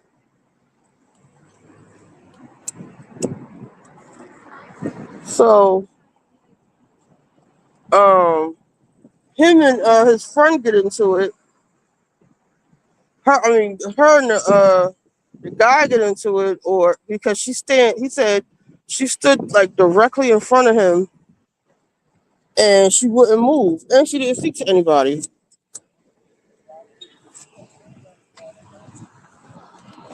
So they literally get up and fucking leave. And they didn't even tell me they left. So I'm sitting outside because it was hot. I had my coat on. I'm sitting out front and I see Mo come out. I'm like, where you going? He's like, I left my phones in the car. I was like, both of them? He was like, yeah. He was like, she's here. And I said, what? I didn't even realize it was 2:30 though at this point. So I was like, what is she doing here? So I followed him to the car. Like, what is she doing? He's like, I don't know. She just popped up. And Rel did say, he was like, when he turned around and saw her, it was like he saw a ghost. Like he wasn't expecting her. He can tell that he wasn't expecting her to come. But then he was like, check his phone because I think she got a tracker on him because how does she know where he is? I said, well, he told her he was coming here. I forget why he told her that, but he told her he was, because she was like, he told her he was coming to the casino. And I was like, he told her, he was like, no, but it's 2:30. Like, how is she, mind you, she does have a car, so she had to Uber. Like, how you would just take the chance that he's at the casino at 2:30 in the morning? Nah, she got to have a tracker on him. So I did wind up checking his phone after it was all said and done. And he wasn't sharing location with her. But I wouldn't be surprised if she put an app on his phone that you could check. So I'm going to have to Google that. I'm like, what did she want? He was like, I don't know. So I called Rel. No, I text him like, where you at? He like, we left. I said, well, damn, y'all could have took me with y'all shit. So I was like, you know what? I'm gonna go be the fuck smart. So I go over, I look for him. Oh my God. One of the fucking dealers died last night. Well, I hope he didn't die. In the name of the Father, Son, and the Holy Spirit. And we in front of the St. Rita's Church. I hope that man didn't die. And if he didn't die, please bring him out of whatever coma or whatever. He literally, they said he passed out. If I was his family, I need to put something on Threads to his family because the way they handled it, it was atrocious. Number one, they said they didn't do any CPR, anything for like 10 minutes when he passed out. And then when the ambulance people came, they was doing CPR for like a half hour. That's not good. Where are the paddles? What are they called? Defibrillators? They didn't do any of that. And then the people was like, move, move, move. And I was like, you wanted to close the casino down if you want me to move. Because, like, the fuck you mean move? I could watch. But one girl was recording, and that was rude. Don't record this, because this could be this man's last. He's probably not alive. So that was going on. So I find him, I see them, and she's like hovering over him like a hawk. And he's trying to play roulette. Now, mind you, everybody was having fun. They was winning. We first pulled up. I said, I feel like we all gonna win because we had a good, we could find a good parking spot. We was just all in a good mood. Everybody was at the house laughing and joking like old times. Normally, I had stopped going to the casino. I was going, I had a little bit of money. As soon as I sat down, I won $120, $140. Like, everything was good. Everything was cool. Here she come. He start losing. Now, at the tables, you can't smoke. So I went back over where I won $120 and was over there smoking. I was talking to Rel, and Rel was talking my head off. That's what he was saying. I think she got a tracker on him, and we were just talking about like what type of time she on. And I had sent him the things the chat GPT told me. Didn't talk about checking. Yeah, it is. So it was very tasteless. Like, I want to put something on Threads that says, if your loved one passed out last night at live casino, you need to ask for the footage so you can sue live casino because they did not handle that like appropriately. Something to that effect. It's like burning my arm.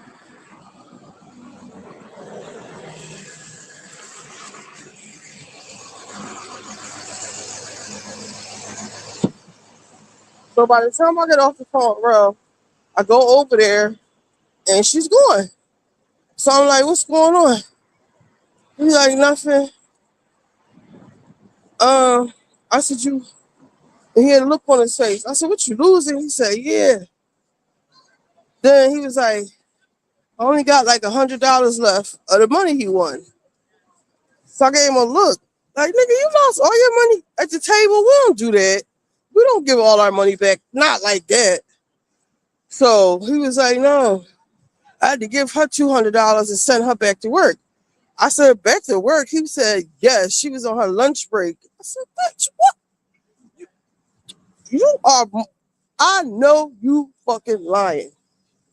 That girl came down there on her lunch break to go see what he's doing.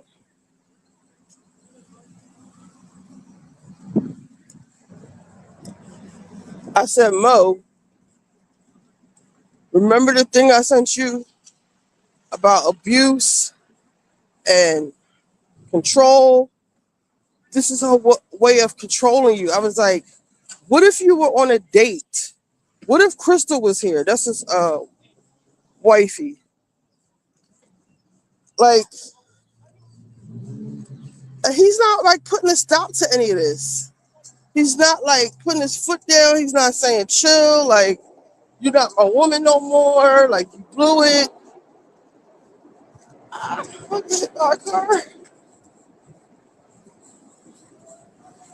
He's indulging in bullshit. So I was like, let me see your phone because she might got a tracker on you. Because how did she know you were still here?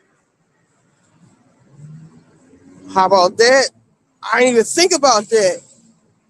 Well, I looked on my iPhone page and all of the devices. Like, he shares his locations with his kids. And they all came up. But I'm going to look at it again. I'm going to look through at location services and see who he's sharing with. I got to look on the Android, too. I got to look that up because she might be tracking that one.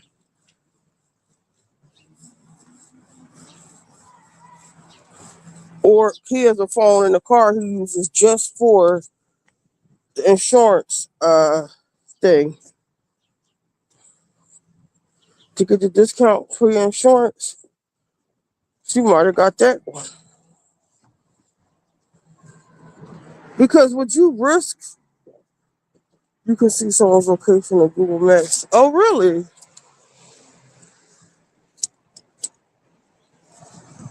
Some kind of way, she's tracking his location because at 2:30 in the morning, usually he would be gone. Or he, like I said, he could have been with Crystal. So when we leaving, I look in the phone and then he's like, well, I want to text her when I get home. I said, why? He was like, because I told her I'm a man of my word. I said, but why do you, what is the word part about? Like, what? He was like, so he showed me the messages. Like, she had sent him a picture of herself. And one of the messages was like, I haven't talked to you since 5 o'clock. This is how we doing already, or some shit. Like, I was like, whoa. I said, this is what I mean about the control shit. Like, she just easing her ass right back in, and you're just like complying. You're being complacent. Why are you answering all her questions like that? He just is like, I don't know. It's like elder abuse. It's not like elder abuse. It is elder abuse. And you gave her $200. He was like, yeah, because she took $400 out the Mac machine and she lost it. Then she came over to me for $200. And you sent her home an Uber. Are you sure that she got the $400 out the machine, or is that what she told you? Because it seemed like to me, she just came to she probably came down to fuck him earlier in the day, because he was saying something to me like, you know, that everything ain't about sex. I don't, my life don't revolve around sex. I just don't want sex. So she probably was trying to fuck him when she came to the house. I wonder if she just popped her ass up there. She gonna get popped for real. It's so disheartening to see how much of a like pussy he's been. I don't know. Or he just doesn't see the finesse of it all, what she's doing. Usually he's the one with the power dynamic. He's the one with all the control in the relationship. With the girls that he's with. Because he's paying, I guess because he's paying for everything, or I don't know. This one is different. I don't know what it is. Like I said, my baby father was going through something similar with a girl just controlling, evil. And like I said, by the time it was all said and done with him, he did lose it all. And then and I said, I'm gonna say this one thing about Muddy. That's her name. I said, you know, Crystal was very hurt that you told her how much her rent was and where she lives, basically telling her all Crystal's business. He's getting abused. I told y'all they said she was putting his hands on him too. And the way she saw, I haven't talked to you since 5 o'clock. Bitch.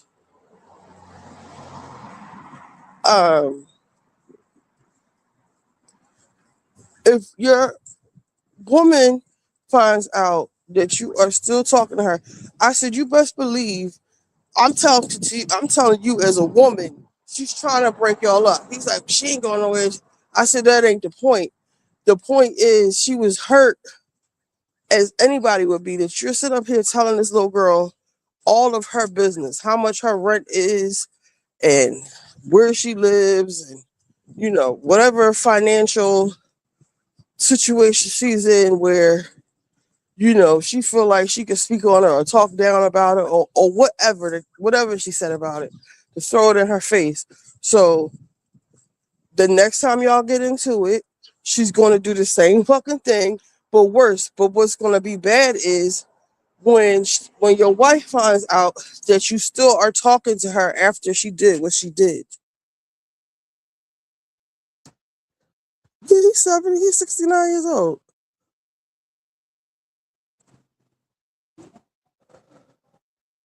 So I got to check his Android. That's where she probably did it.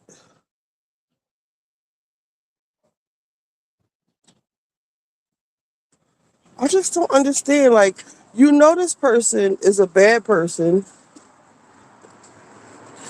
I think he thinks that, like, she cares about him.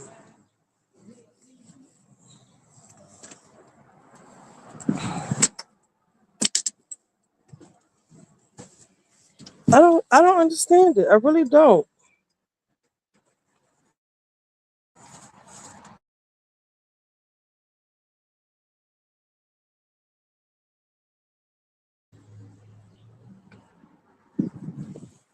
Fuck on my keys.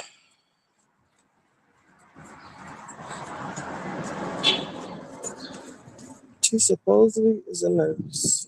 She is some type of nurse. I don't think she's a RN. I think she's a CNA. She's a PIA.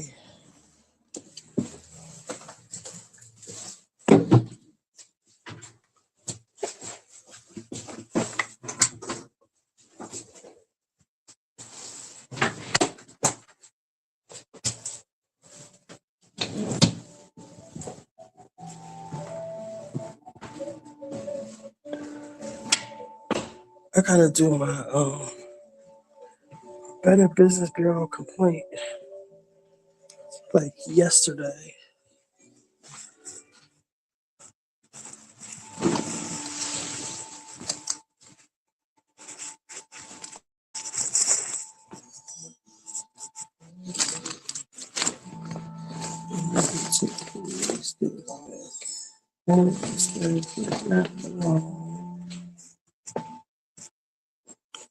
Oh, he already bought detergent, y'all. So I'm gonna exchange this one then. He bought the original kind.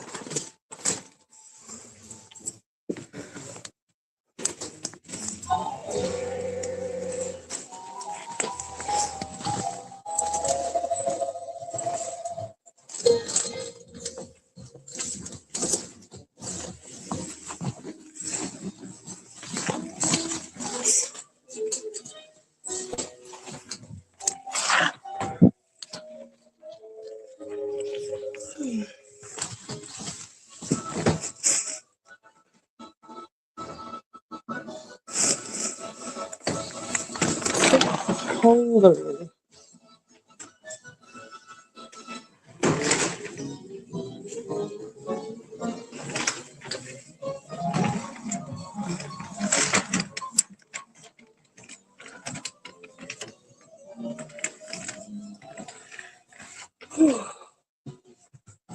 Now I'm hot.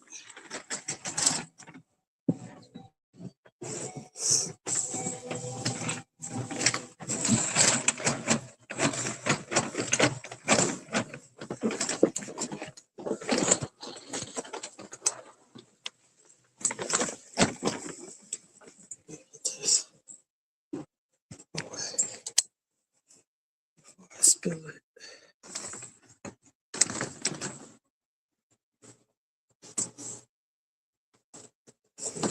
Back.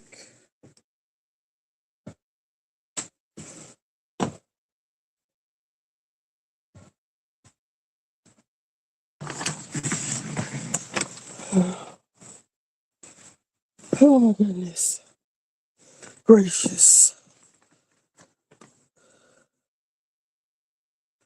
All right, hold on.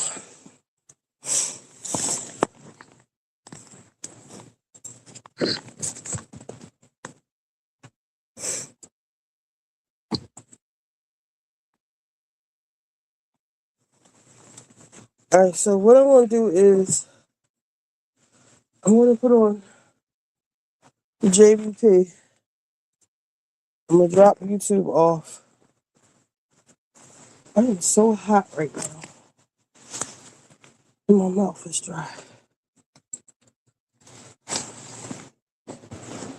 I don't know how they talk about getting a snowstorm. It is so warm outside. I'm making one of these oranges. The Muffin Man, the Muffin Man, the Muffin Man. Yes, I am going to Twitch. Actually, Twitch is up. Do you know the Muffin Man? It was, I only watched the beginning of it. It was good. I was laughing. So I said, let me watch it with the people. And I gotta make one more. Well, two more stops. We gotta go to CVS to get my deodorant. Not right now. I gotta find my coupon, my 40%. Well, my coupon, well, no. That's a different account. My coupon. Coupons. My aunt went under elder abuse. Really? I'm her only next of kin. Them bitches tried to take it all while defaming my name to keep us apart. Oh my God. I'm in court now. I think you said that to replace everything back in the trust. So that's crazy. People are so wicked. Like, grow up. Well, I guess it's not a point of growing up. It's a point of like, who raised you? Nobody, apparently, or wolves. Like, who raised this heifer? And she's raising her own children. The child is fucking in the bathroom in school and having a man arrested and blaming the coach. Cause your daughter's a whore. Yeah, I said it. She don't want to get. I can't wait until she say something to me because she got a smart mouth.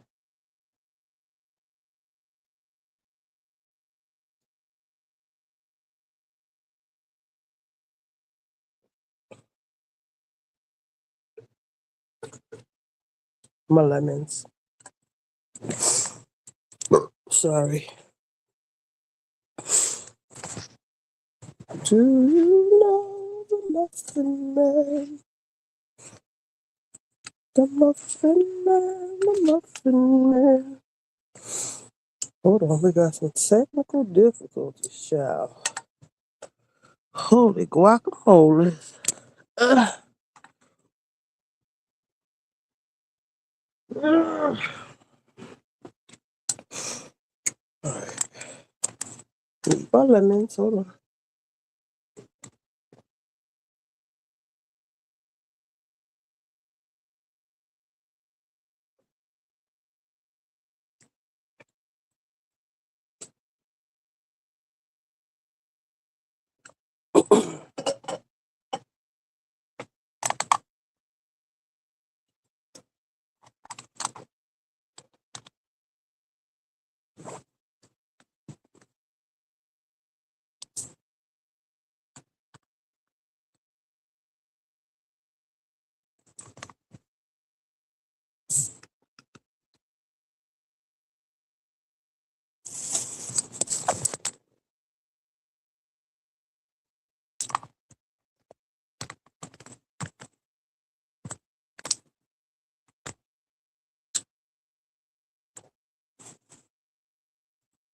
All right.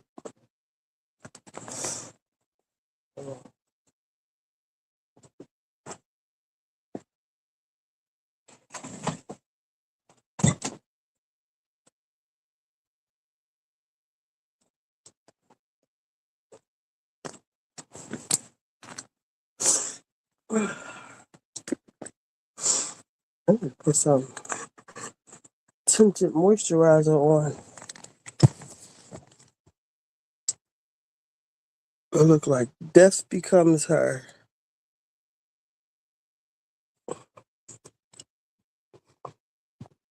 Lovely lioness. I was just thinking about you. Like, where's she been at? Hold on. It's hard for me to see these messages on the phone like this. My hair.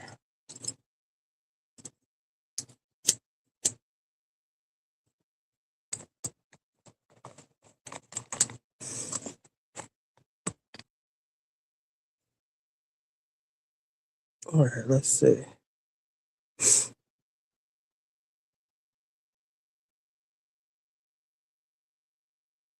I'm coming. I'm coming, Monique. Lovely lioness, Lottie. Lottie Dottie. Our baby boomers are getting taken advantage of right now. That's the second elder abuse case I have against. Really? Her name is on my aunt's. What? Are you fucking serious? Wow. And that's why I'm like, over my dead body, will somebody come in here and do anything to my dad, okay? Because I remember somebody was talking shit. Actually, my baby father's girlfriend, the one I was talking about, she lives with her dad. Bitch, you don't even know your fucking dad. Like, literally, don't know him. He ain't never fucked with you. You probably wouldn't know him if you passed you in the street. It's a blessing in my eyes to be able to go back home. And I'm not leaving my dad alone in this big ass house by himself. Furthermore, I am not leaving it shit wide open for somebody like that bitch that, what would you call her? Like a succubus, like a sycophant, like somebody that just sucks, just like, you know, like a leech, like a literal leech. They just like a parasite to come in here and to bleed my fucking dad dry. Nobody's coming in here. Ain't nobody putting a fucking deed on this house. Like I ran into some girl I used to go to church with the other day down there where the Target and stuff is. And she was saying her mom died and she left her house and she lives a little bit closer to town than me. She said the house next door to her went for 1.5 and she was selling the house. I said, but you better keep that house. I said, that's why black people don't have shit now. That's your generational wealth for you and your daughter and her children and so on and so forth. I said, if you need help, you know, I'm a property manager by trade. If you need help, you can, because her property is zoned for 3 apartments. I said, you can rent out the top 2 apartments to pay a mortgage and, you know, to pay the house off. Or if you want to live somewhere else, go live somewhere else. You could just have that as an investment property. Don't sell it. You're going to get the money and go get somewhere to rent or get somewhere lesser to live. I mean, I guess you could do that, but you have like downtown Philadelphia, like it gets no better. You can charge whatever you want. You can get a loan. You leverage that property to get more. I will help you. And she's like, oh, you're right. Yeah, but and Turk was like, you always trying to tell somebody what to do. If she want to sell it, let her sell it. That's why you don't have shit now, but a bunch of old fucking raggedy cars you bought from the auction because you always doing the wrong shit and you don't want to listen to nobody. Don't nobody want to buy no auction card from you. Like a, what do you call it? Like a Lego car you had to put back together. Boy, bye.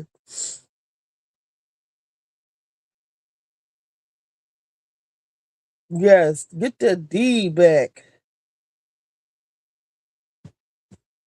It was my little Amoralita's birthday on the 9th. Is that your daughter?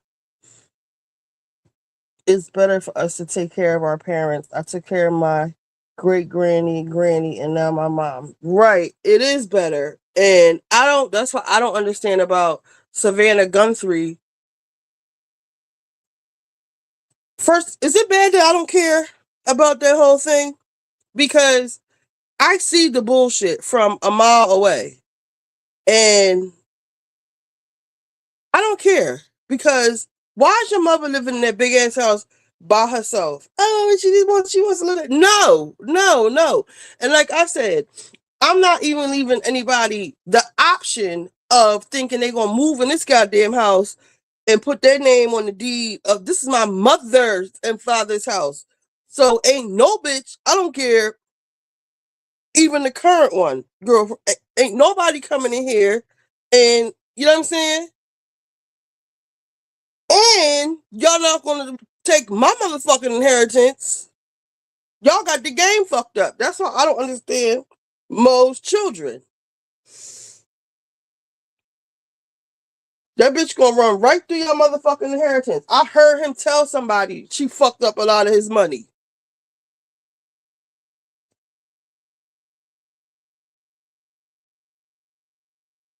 White people don't believe in taking care of their parents. They believe in not speaking to their parents. This whole going no contact bullshit. We don't do that. We take care of our parents till their last dying day. Well, I do. Well, we do. Someone know that family did that. Her mother should have been with her, especially with her. And you got all the money in the world. You work for whoever you work for, and they said she's a pill on that set. They said she's something else.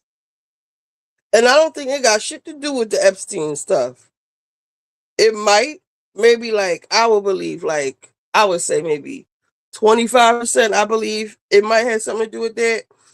And the other 75 is something. That lady Sloan Bella spoke on it. Did y'all see that? This shit making my eyes itch worse. Mediatary granddaughter, okay. Mediatary granddaughter, that's your granddaughter. Let me see if tell Mo to get an estate plan, give each heir a copy and email. Okay. He said he was gonna get a trust, but if that bitch is all up in his business, I'm gonna have to have a sit down with him, a real one. Like we was there last night, and at a certain point, everybody had left, and it was just me and him. I helped him re-register his car registration, and pay his American Express bill, and something else. All the shit I used to do, which means she ain't helping him do shit. His skin is all cracking and stuff. He's losing weight. He had a headache for 3 goddamn days, probably because of her on his neck so hard. Listen, when she catch it from me, she gonna catch it.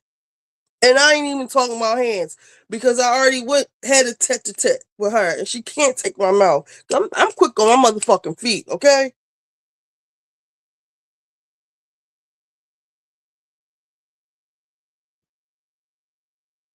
What was I looking at? Oh, Sloan Bella.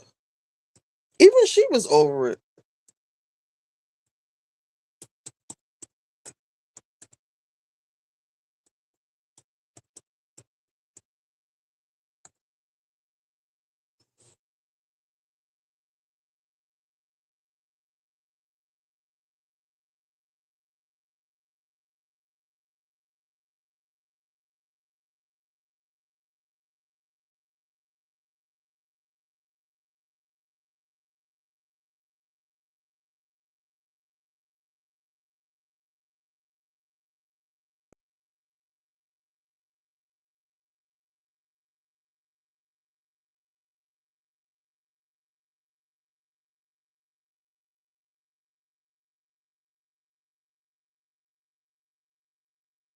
Did we lose audio?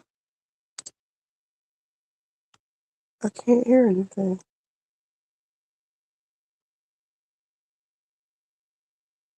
This long to figure out what has happened to Nancy.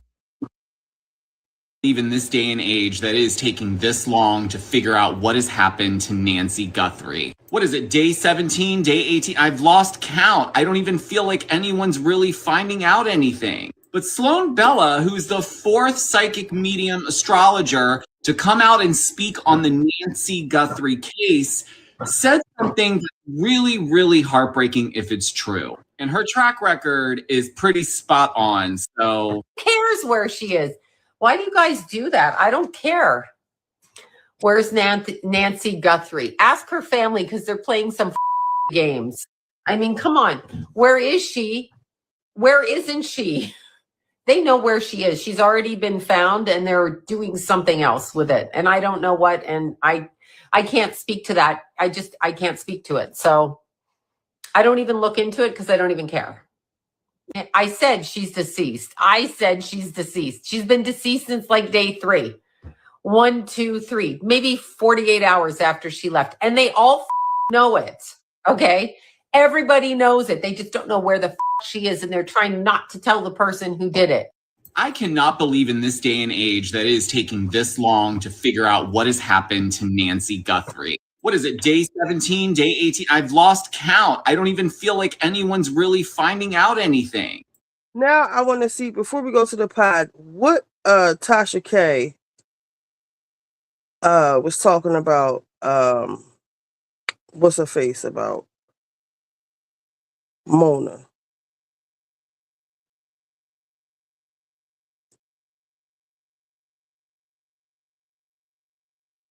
Now, do y'all want to know more about that story I was talking about? The lady that we can do that later, I guess.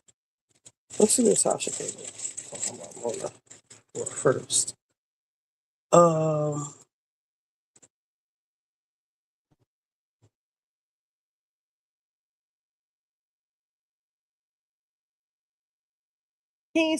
steak, seafood, and cigars in Washington, D.C. Everything is on the flyer. Okay. All right. Back to Mona. Mona been struggling in streaming. She's been struggling bad. Seriously. So that she had to scam her customers. So we all know the background of this. Tasha did a interview with Joe Budden, and he pulled the interview because Cardi had a meltdown, which he should have aired it, in my opinion. But where Tasha made the mistake was, I believe, had Tasha not went on the rant and insulted him, and said all the shit that she said, I believe he would have aired it. Now that Joe is more comfortable speaking out about Cardi, but Tasha, she should have just like kept her cool. But Cardi is obviously a trigger for her, whether she wants to admit it or not. So that's all I know. And I think Mona, yeah, I think he would have aired the video had Tasha not did that. Now it's like, bitch, fuck you. But then Mona went and said something like she would beat Tasha up or something. I don't know what preempted that. So let's see what Tasha says. She was getting them to send her DoorDash, taking deposits, saying she was gonna come do comedy shows, and then show up and didn't do nothing. Didn't make them laugh, but didn't do nothing. People had to come looking for her to get their money.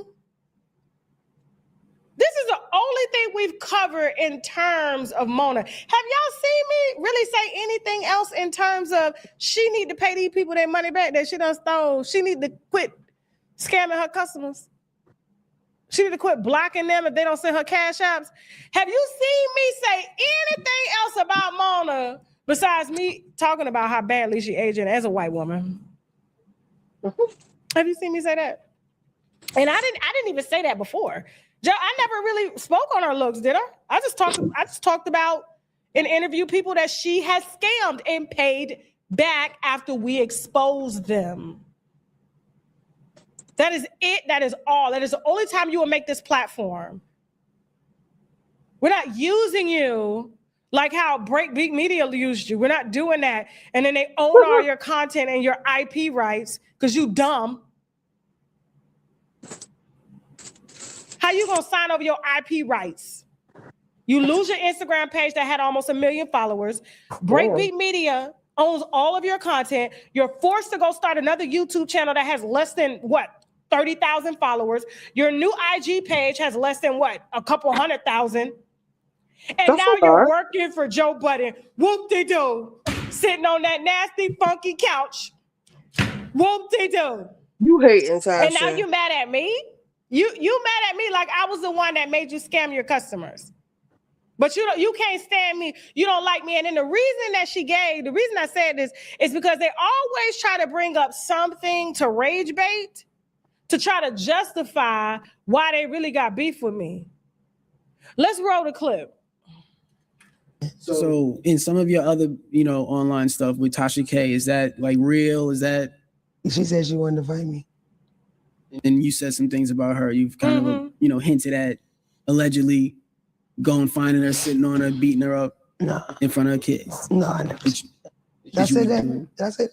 Might have been on a podcast. Okay, you got it queued not queued up. I don't remember saying that. That's crazy, but no. You said allegedly. The fact that the winos is asking who she is so funny.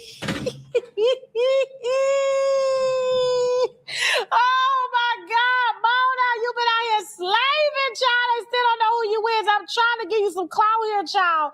I'm trying. You ain't just unhilarious. Oh my God, you hold his throat. Go ahead, Jasmine.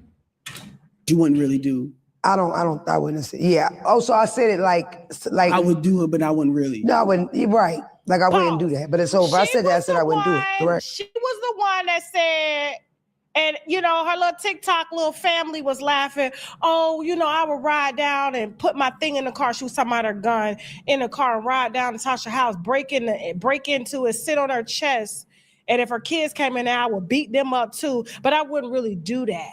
You know, I wouldn't really do that. All of that is just, what did she say, Jasmine? Imaginatory. But I wouldn't really do that. So when I came back and clocked her, the interview asked us, well, what's your beef with Tasha K? And instead of you saying that she exposed me for stealing from black women and taking black women's money, and I had to be forced to pay them back the money I didn't have because I'm broke right now. My YouTube channel ain't making no money. My face falling off. This is what she want to say. Roll it back. Just rewind it back just a little bit. Still don't know who she is. Never seen her before. But no, You said allegedly, but you wouldn't really do. I wouldn't say. Yeah. Oh, so I said it like I would do it, but I wouldn't really. No, I wouldn't. You're right. Like I wouldn't do that. But it's so if I said that, I said I wouldn't do it. Correct? Yeah. Right. But what she said was for sure was that she would handle just hilarious light work and she would fight me. So it's like anything after that, there's nothing else to be said. Like Tasha K came on Joe Budden. The episode never came out. And if I remember correctly, I could be wrong. My memory's fucked up. I had a stroke. And that sucks. That's like the only like side effect I had, and it sucks. But I thought she was on live crying about it. I thought she called him the F word. Because I don't understand how she gets gay support. I did call Joe Budden the F word. And I said it all. I have the video and I stood 10 toes down on it. Yeah, I apologize because my husband told me to. My husband told me I shouldn't talk like that as a lady, and I believed him. But yeah, everything I said about Joe Budden, I said, how you gonna tell me to feel bad for somebody lying on me when you ain't felt bad for the Latina BBL that said you kicked the baby out of her stomach? And now you wanna hold back the podcast after you invited me, sir. I didn't ask you to come down there to sit on them funky sunken in white seats. They really ain't white. They color corrected. They brown. Listen, they farting in them all day. And then you decide not to put out the podcast because you're best friends with old girls management team. That's all you had to say was that you team Rock Nation. You team Atlantic. Why are you sitting with Tasha K? Is the question. Talking about I need to apologize to somebody with a BBL, and you didn't apologize to the girl who had a BBL that was Latina lying on you. Man, get ass up out of here. Moving on. Let her go ahead and tell a lie. Go ahead, child. I don't understand how black women support her. Like, she hates light-skinned women. I feel like she hated me from day one. When she first started talking shit, my homie that was working with me at the time was like, yo, she DM'd you, asked you to come on the show. And I was like, did she? And I didn't see it. Like, I don't know if that's what it was about, but for the most part, I don't think it is. I think she doesn't like light-skinned women. She has in her head, bro, I have an audio of her on my page right now where she says, see, don't call me white girl. I can see why people call her a white girl, but she's very... Because you look white.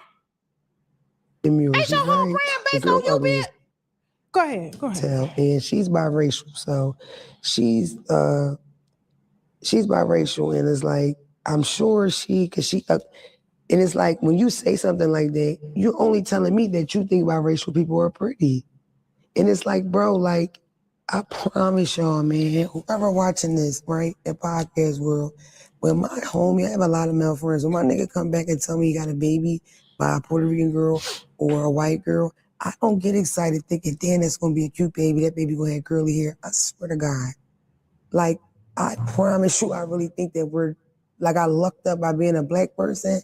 I have way more excitement about my male black friends having babies with black women. Like, my little chocolate drop, like, I am not that person.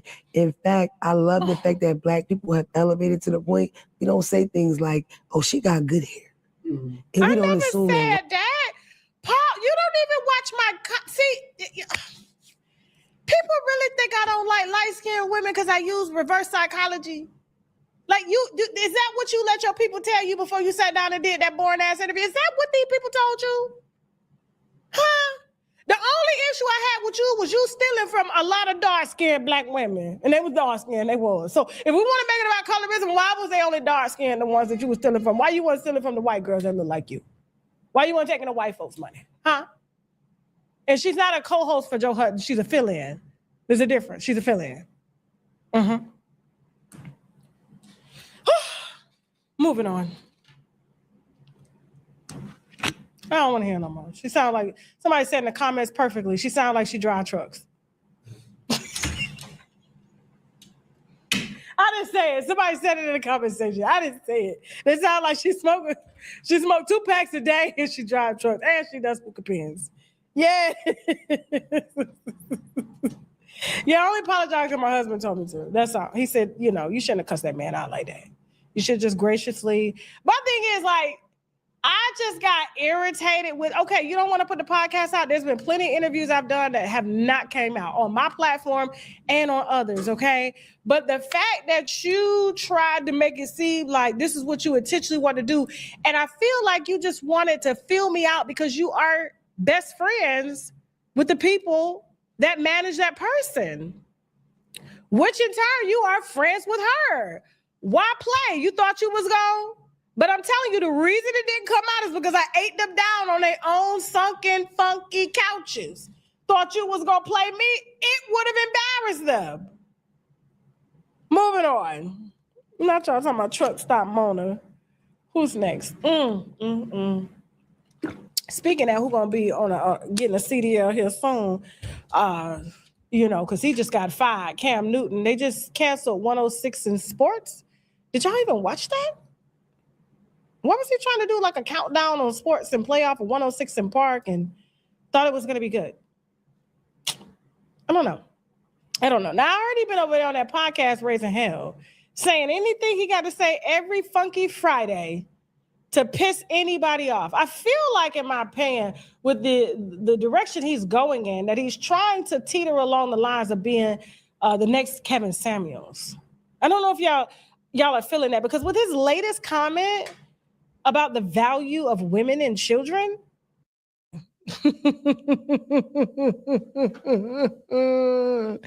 Okay, so Beyonce, once again, after being sued, did she just get sued? Did we just report on her being sued or being exposed by? First, she was sued by a drummer saying that she was making sacrifices. Then what was the other lawsuit? Jasmine, so many. She was in the Illuminati files. She was in the JBP. Well, that's the same Illuminati files. Her and her husband. Then she was just exposed by an employee saying that she was doing some type of witchery or something on her.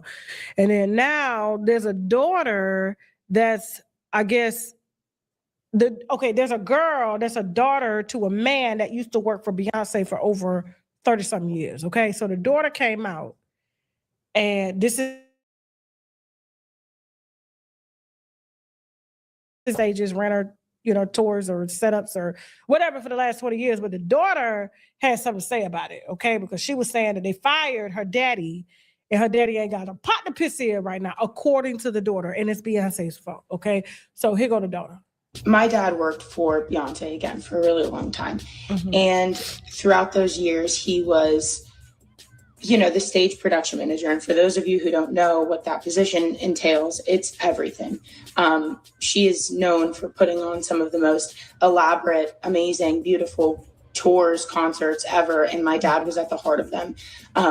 And he was elated when he got a job opportunity to go with Beyonce to a hotel opening, if I'm remembering correctly, in Dubai. And so, this was a big deal. This was the first time my dad had gone back out into the field since his injury. He was excited. He missed his work. He needed the money, right? So he goes out to Dubai. And I can't remember exactly how long he was out there for, but essentially he got fired because of his physical state. The team that was working for Beyonce at the time. And mind you, again, my dad has been not only on Beyonce's team, but one of the head people in Beyonce's team for 20 plus years since he was working with Destiny, since she was in Destiny's Child. They decided that he just wasn't keeping up enough because he couldn't walk fast enough and he couldn't move quickly enough, even though there are plenty of positions that they could have given him where he could sit behind a desk and help design the stage or, have fewer, maybe not be expected to work 24 hours straight. Right. But rather than make accommodations, they made the determination to let him go. He put his heart and his soul into Beyonce's career and other celebrities too, but primarily her. And they cut him loose and fired him. after 20 something years of service, after he gave his health and his body to helping her succeed, and without so much as a livable or a you know, substantial severance. So listen, after that we posted that video, she hit me saying that there's the daughter. She said, "Ma'am, please, can you take that video down? A lot of has gone on behind the scenes, and I really need to get this video down for the platform. My dad is in a lot of trouble right now. Because your daddy was on a damn NDA." I like how you got her damn daddy was on, and I said, "Ma'am." Do y'all want to see the rest of that girl's video? It's kind of long. Tasha strike channels for you. Does she? Tasha, please don't strike my channel. Do y'all want to see the video of the daughter?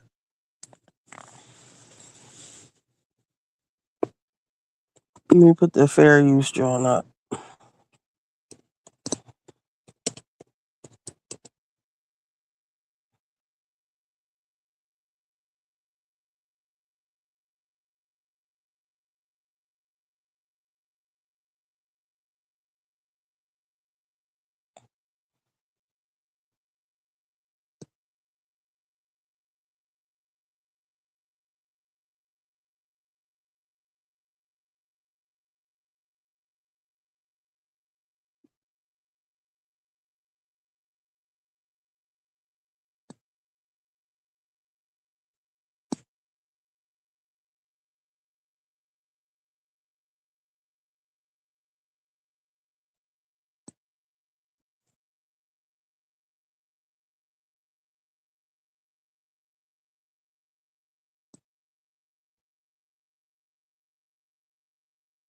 We're doing this for educational purposes.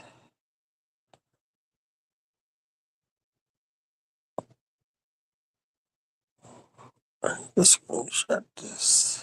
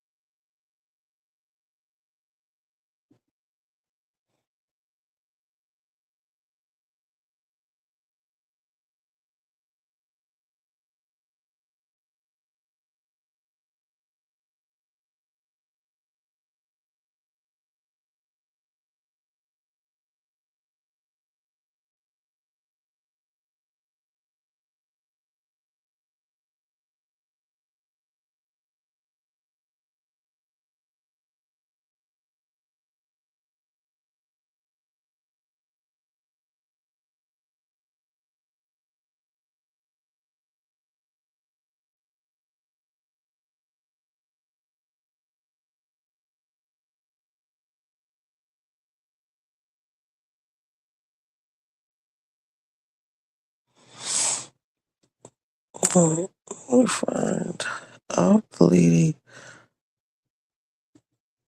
Earlier we was looking at this witch. Remember when somebody put a community note on this? Hold up, let's watch it real quick.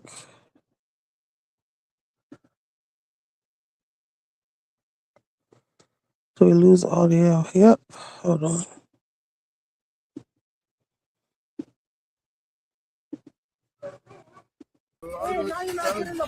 Help! Why you took his phone? What's wrong with you? Don't touch your phone. Do not touch his phone. I'm not touching you. You putting your stomach on my hand. No, dude, stop. No, dude, stop. No. I said no. I said sit down. Please, she's just crying. You're not crying. I got you on video. Wait, you pulled it out? Hassan, you pulled it out? Hassan, you pulled it out? This is my bike. It's on my account. Please move. All right, so why don't we reset the bike? I'm not resetting the bike. It's his. Reset it. I'm gonna pull it out on your account. You're an actor. Stop fake crying. Just fake crying. Stop fake crying. Hey, stop touching me. Don't touch me. Hold up. Hey, stop touching me. Why don't you take this bike? Stop touching me. I will. Exactly. So take it. You're stupid ass. Fuck out of here. Dumbass. The baby gonna come out with Wait, how you stop crying? This is the baby. Tear came down, miss. Not a tear came down.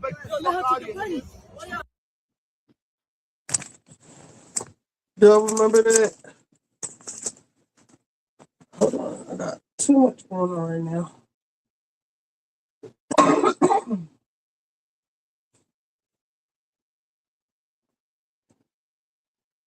Somebody put a community note saying that she paid for the bike, and she did not. She paid for a bike. It wasn't this one. So the whole thing with this, if y'all remember, hold on.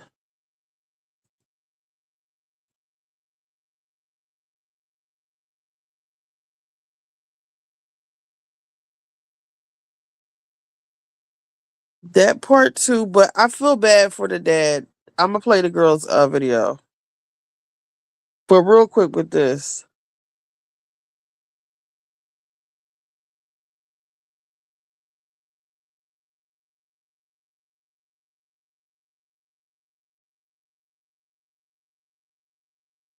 Well, we're actually done with her thing.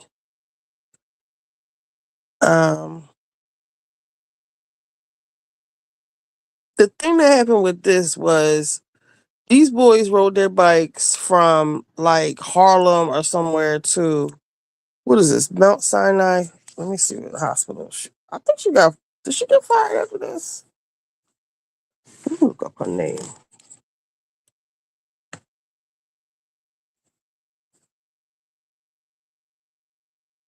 I can't get any closer. I think that says NYC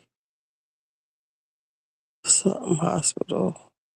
Health hospital. I don't know.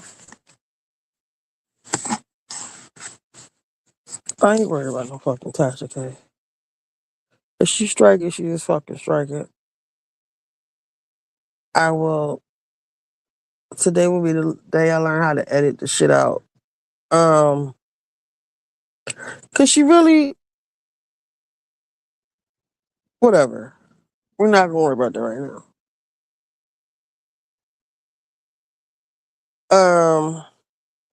What happened was this boy. The issue is her actually lying and talking about help me and calling the cops and all that. Woman pinned by collapsing bank glass. I saw that. Dallas woman born in U.S. regains SSI after wrongful suspension. The video shows Epstein relaxed in jail weeks before his death. Did y'all see the video of Ghislaine chilling? So anyway, long story short, when you rent these bikes, you can only rent them for an hour at a time. 60 minutes. So these boys, and so they have a mixture of regular bikes and electric bikes. So she saw him with this electric bike, and they only have regular bikes. And I think she's claiming that she's pregnant as well. So, like I said, you can only rent them for 60 minutes at a time. You have unlimited use, but only an hour at a time. So he went to dock the bike in and take it right back out. But she tried to hurry up and take it when he was doing that. And it showed, I remember this, my fucking head is itching already. I had a hat on for 5 friggin' minutes. I don't know what I want to do with this scalp of mine.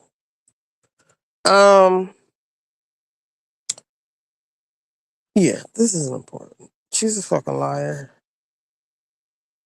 All right, let's find a Beyonce video. Beyonce.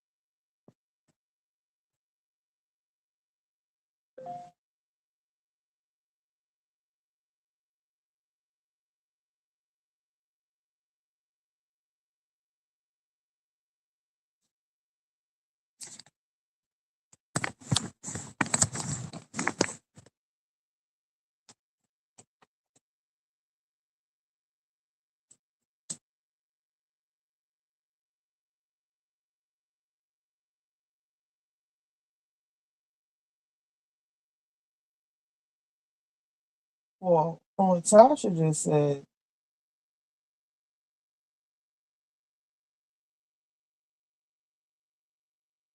the girl wants the video down.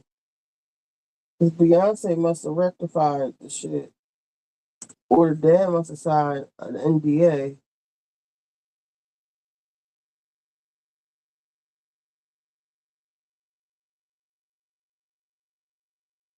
I'm gonna go. Cross your heart. Yes, go complain. Okay. Tell them you want me specifically all year round. Yes, I'll go. Today I'm gonna go. Can I trust you? Yes, today I'm gonna go. Cross your heart. Cross my heart, hope to die. Oh.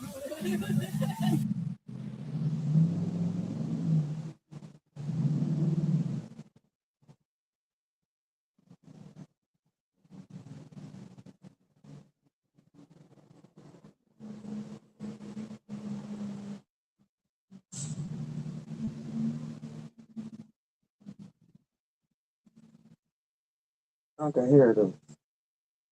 I have considered making this video for a few years and I didn't because I was nervous to record myself and post it. But I'm at the point where why not? So this is a story time, kind of, but also kind of a plea for help from the TikTok fam about my dad and Beyonce. Yes, that Beyonce. So my dad was Beyonce's stage manager and production manager for over 20 years. You can look him up. His name is Terry Cooley. And this is him. This is also him. This is back in 2013. This is a meme that went viral on TikTok, on Twitter a long time ago of him. And this is him. And this is actually, I'll link it in the bottom. This is actually a short film that Beyonce had her team make. It's about 2.5 minutes. I encourage you guys to go watch it. It'll really substantiate what I'm about to say. But it was about the work. It's called Mrs. Carter Go for Terry. And it's about the work that my dad did with her and did for over 2 decades. And this is my dad. And this is me and my brothers and my mom. And this was at my graduation. And so that's my family. So here it goes. My dad worked for Beyonce again for a really long time.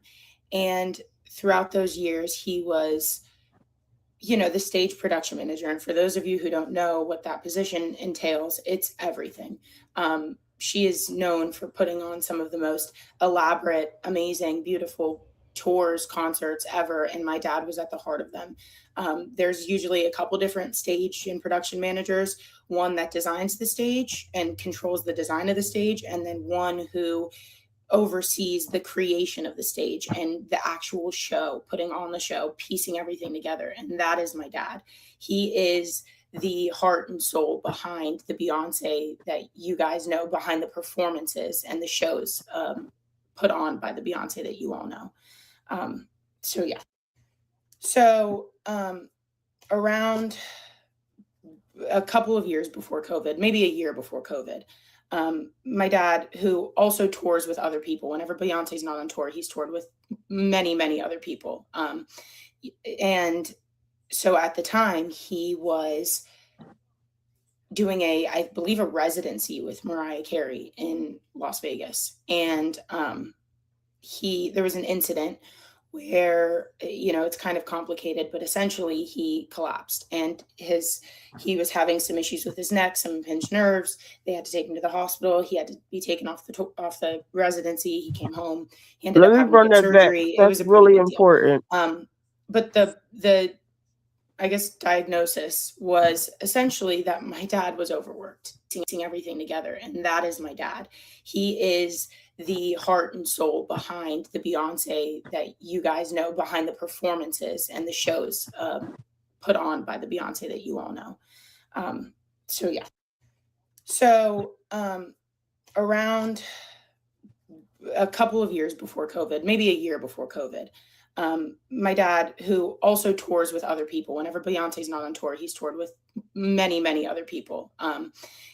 And so at the time, he was. I feel like that's the part, even though it's honest, that's the part she shouldn't have said, or shouldn't have said so much, or shouldn't have emphasized, or maybe just left that part out. Is doing I believe, a residency with Mariah Carey in Las Vegas. And this is really the part that makes this not.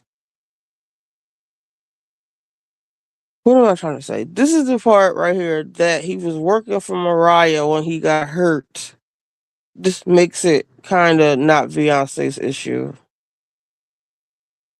And there was an incident where, it's kind of complicated, but essentially he collapsed, and he was having some issues with his neck, some impinged nerves. They had to take him to the hospital. He had to be taken off the residency. He came home. He ended up having to get surgery. It was a pretty big deal.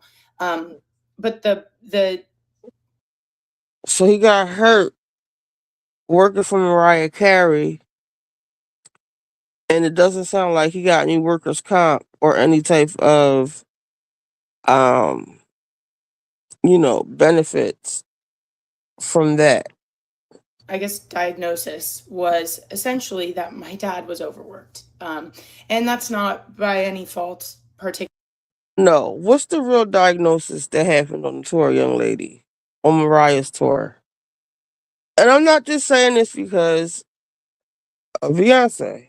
Particularly of Beyonce or anybody else, my dad's just a really hard worker. And going back, if you go watch this video, it will exemplify that. My dad worked 22-hour days when he was on tour, and he'd be on tour for months at a time, traveling the world. So you go from airplane to tour bus to working 24-hour days, setting up, starting, closing down a show, sleeping for 3 hours, and then doing it in another city the next day. So my dad worked his ass off my entire life. And as a result, he ended up having some very extensive and severe physical trauma. So he ended up getting treated. He got his surgery, and then COVID happened. And when COVID happened, there were no tours, and my dad got paid on a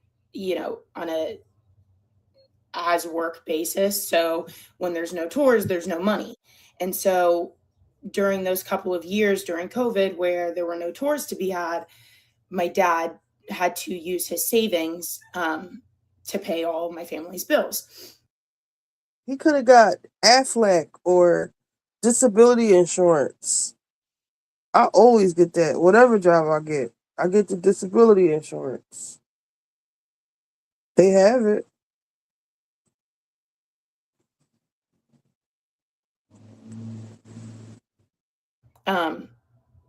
And that ran out.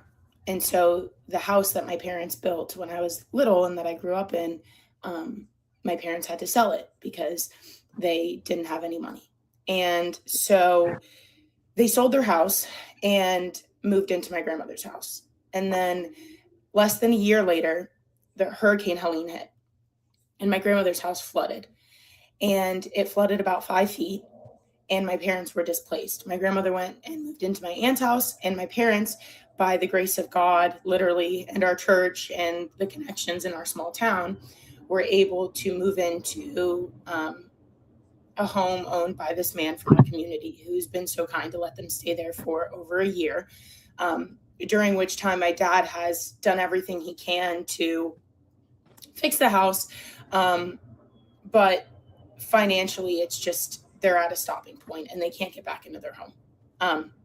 But nevertheless, going back into how this is relevant to Beyonce, my dad spent a few years during COVID rehabilitating, and he never fully got back to, the physical ability level that he was at before his incident. But nevertheless, he rehabilitated himself extensively, and he was elated when he got a job opportunity to go with Beyonce to a hotel opening, if I'm remembering correctly, in Dubai. And so, this was a big deal. This was the first time my dad had gone back out into the field since his injury. He was excited. He missed his work. He needed the money, right?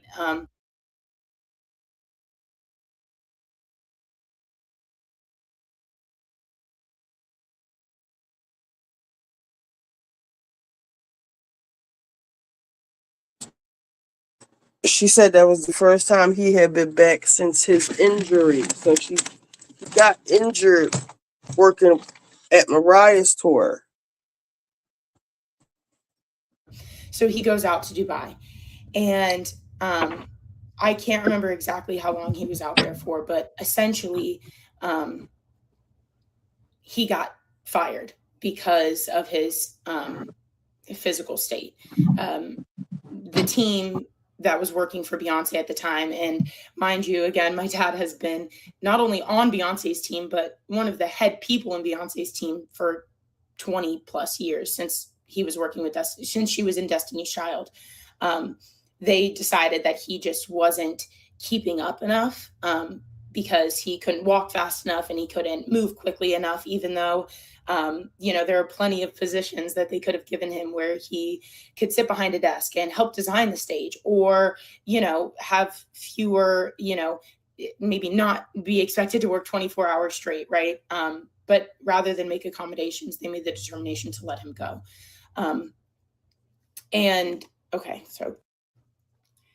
So long story short, here we are today in 2026.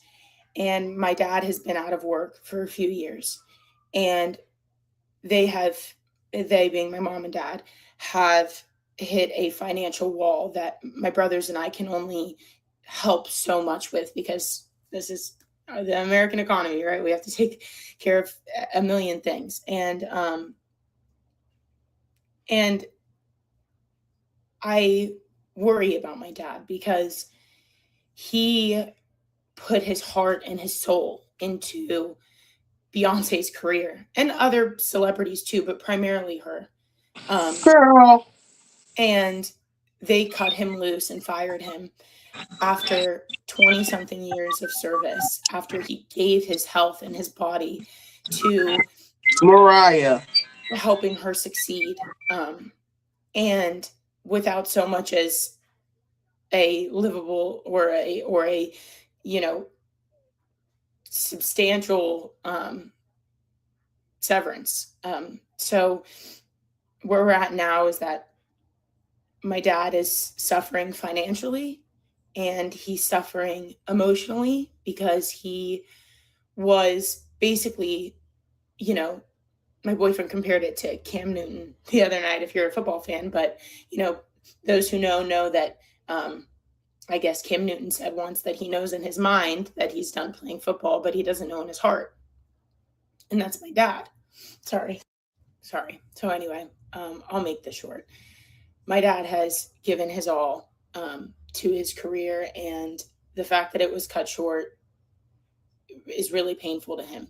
And so that, plus the fact that financially it has crippled him, has put him in a terrible place that I never want to see someone that I love, let alone my dad, who I look up to and is the light of my life. So if you could go watch the video, that'd be great. And if you could tag Beyonce and ask her to make things right with my dad, and you know, maybe apologize for disregarding the career that they had, that would be great. I don't know. And if you have anything nice to say that I could pass along to him, that would be great, because he deserves it. And that's it. Thanks for watching. Get ready to go, guys.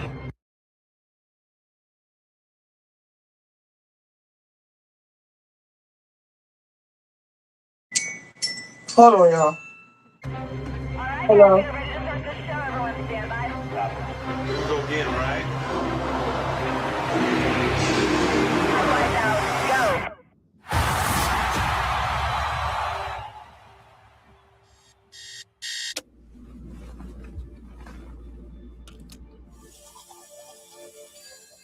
Hey Derek, on my way down, cab already been advanced. I see myself as someone who basically can get a show built, create a consistent performing environment, and to be connected to the show is really important to me.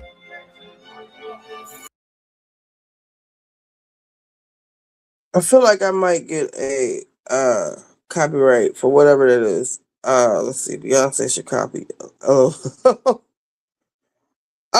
I do understand, and I feel bad. Tasha had just said that. Here, I'll tell you what Tasha just said.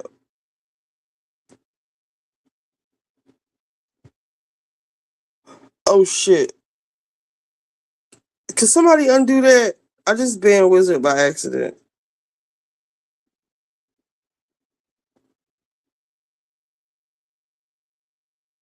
Does anyone know how to unban him? I forget. I think I got to do it through YouTube. Shoot. Hold on, let me see.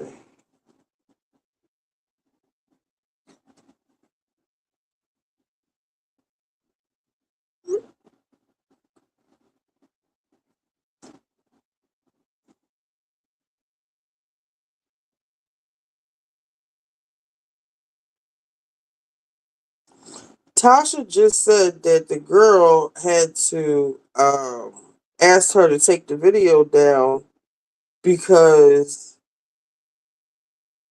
let me see what Tasha just said.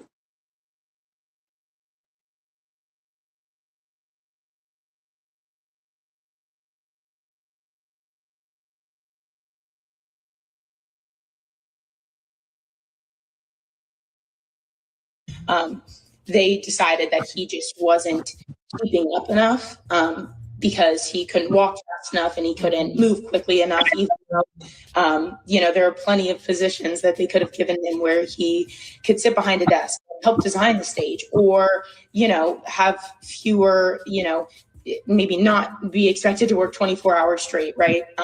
But rather than make accommodations, they made the determination to let him go.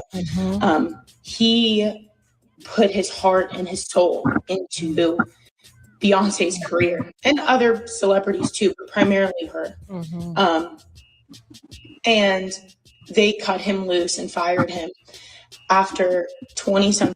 Whereas they joined unions, and it was on a damn NDA.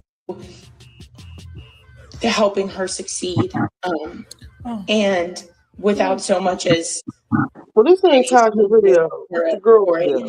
You know, substantial severance. So listen, after that we posted that video, she hit me saying that there's the daughter. She said, "Ma'am, please, can you take that video down?" A lot of has gone on behind the scenes, and I really need to get this video down for the platform. My dad is in a lot of trouble right now because your daddy was on a damn NDA. I like how you got her. So yeah, maybe Beyonce made it right. Maybe he is on the NDA. Couple of things. X, B. Number one, you said that he was hurt on Mariah's tour. So Mariah, why isn't Mariah being named in any of this? Why isn't she pleading to Mariah to at least, if he got hurt on Mariah's thing, I know he's not a formal employee, but don't they have unions? I think Tasha was about to say something about that. I think Mariah bears the responsibility, the financial responsibility of what happened to him while he was hurt on her tour. Number one. Number two, when he came back, he couldn't do the job, so they had to let him go. Now, what I will say is, I do think that dedicating 20 years, he was the stage manager or production manager, making sure everything runs smoothly. I do think that is, something to be said for that. And I do think that it's fucked up that they don't have some type of union or that's how these companies get all over on gig workers. You see it with Uber and DoorDash and Lyft, and they, those companies trick you into thinking, oh, be your own boss, but you don't have any benefits. That's the thing of being a contract worker. I don't think that kind of job, being a production manager for 20 years, should be contract work, honestly. So he should have some type of benefits. But, that's in a perfect world. The fact is he got hurt on Mariah's tour. And then there was a series of unfortunate events. The hurricane, the house thing, the COVID, all of that. So, I don't know. But hopefully Beyonce will make it right. Beyonce's not an evil queen. She's a generous queen.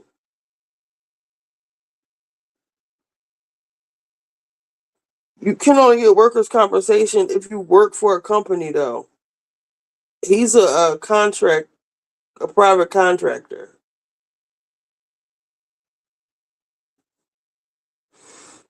All right, so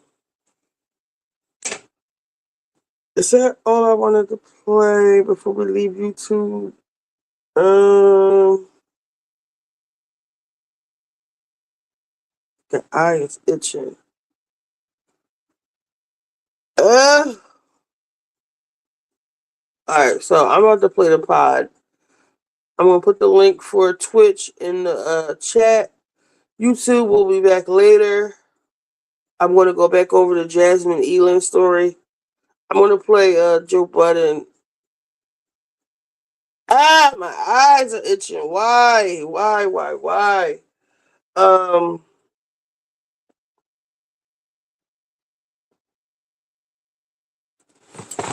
Well, apparently at Parkwood they ain't got no union, or the man didn't join one.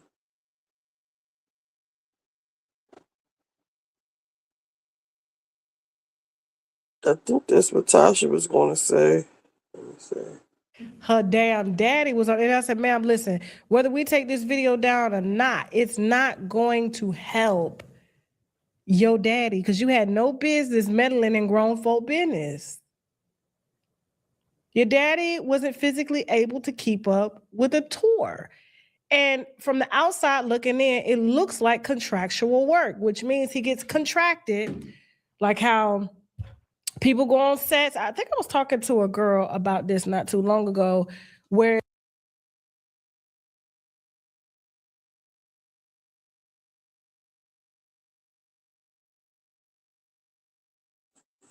I don't play too much with her stuff, so let's just put the Twitch link up.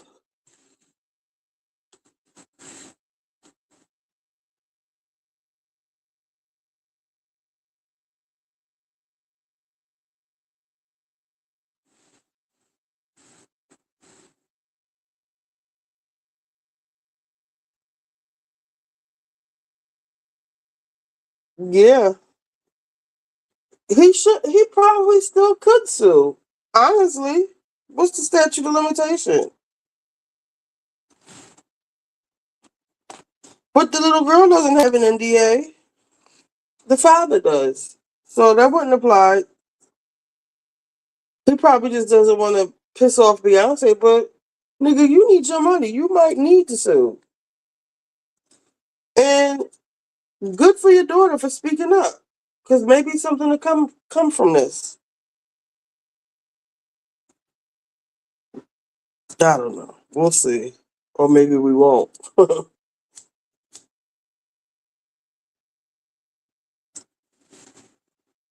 All right. So YouTube, we'll see y'all later.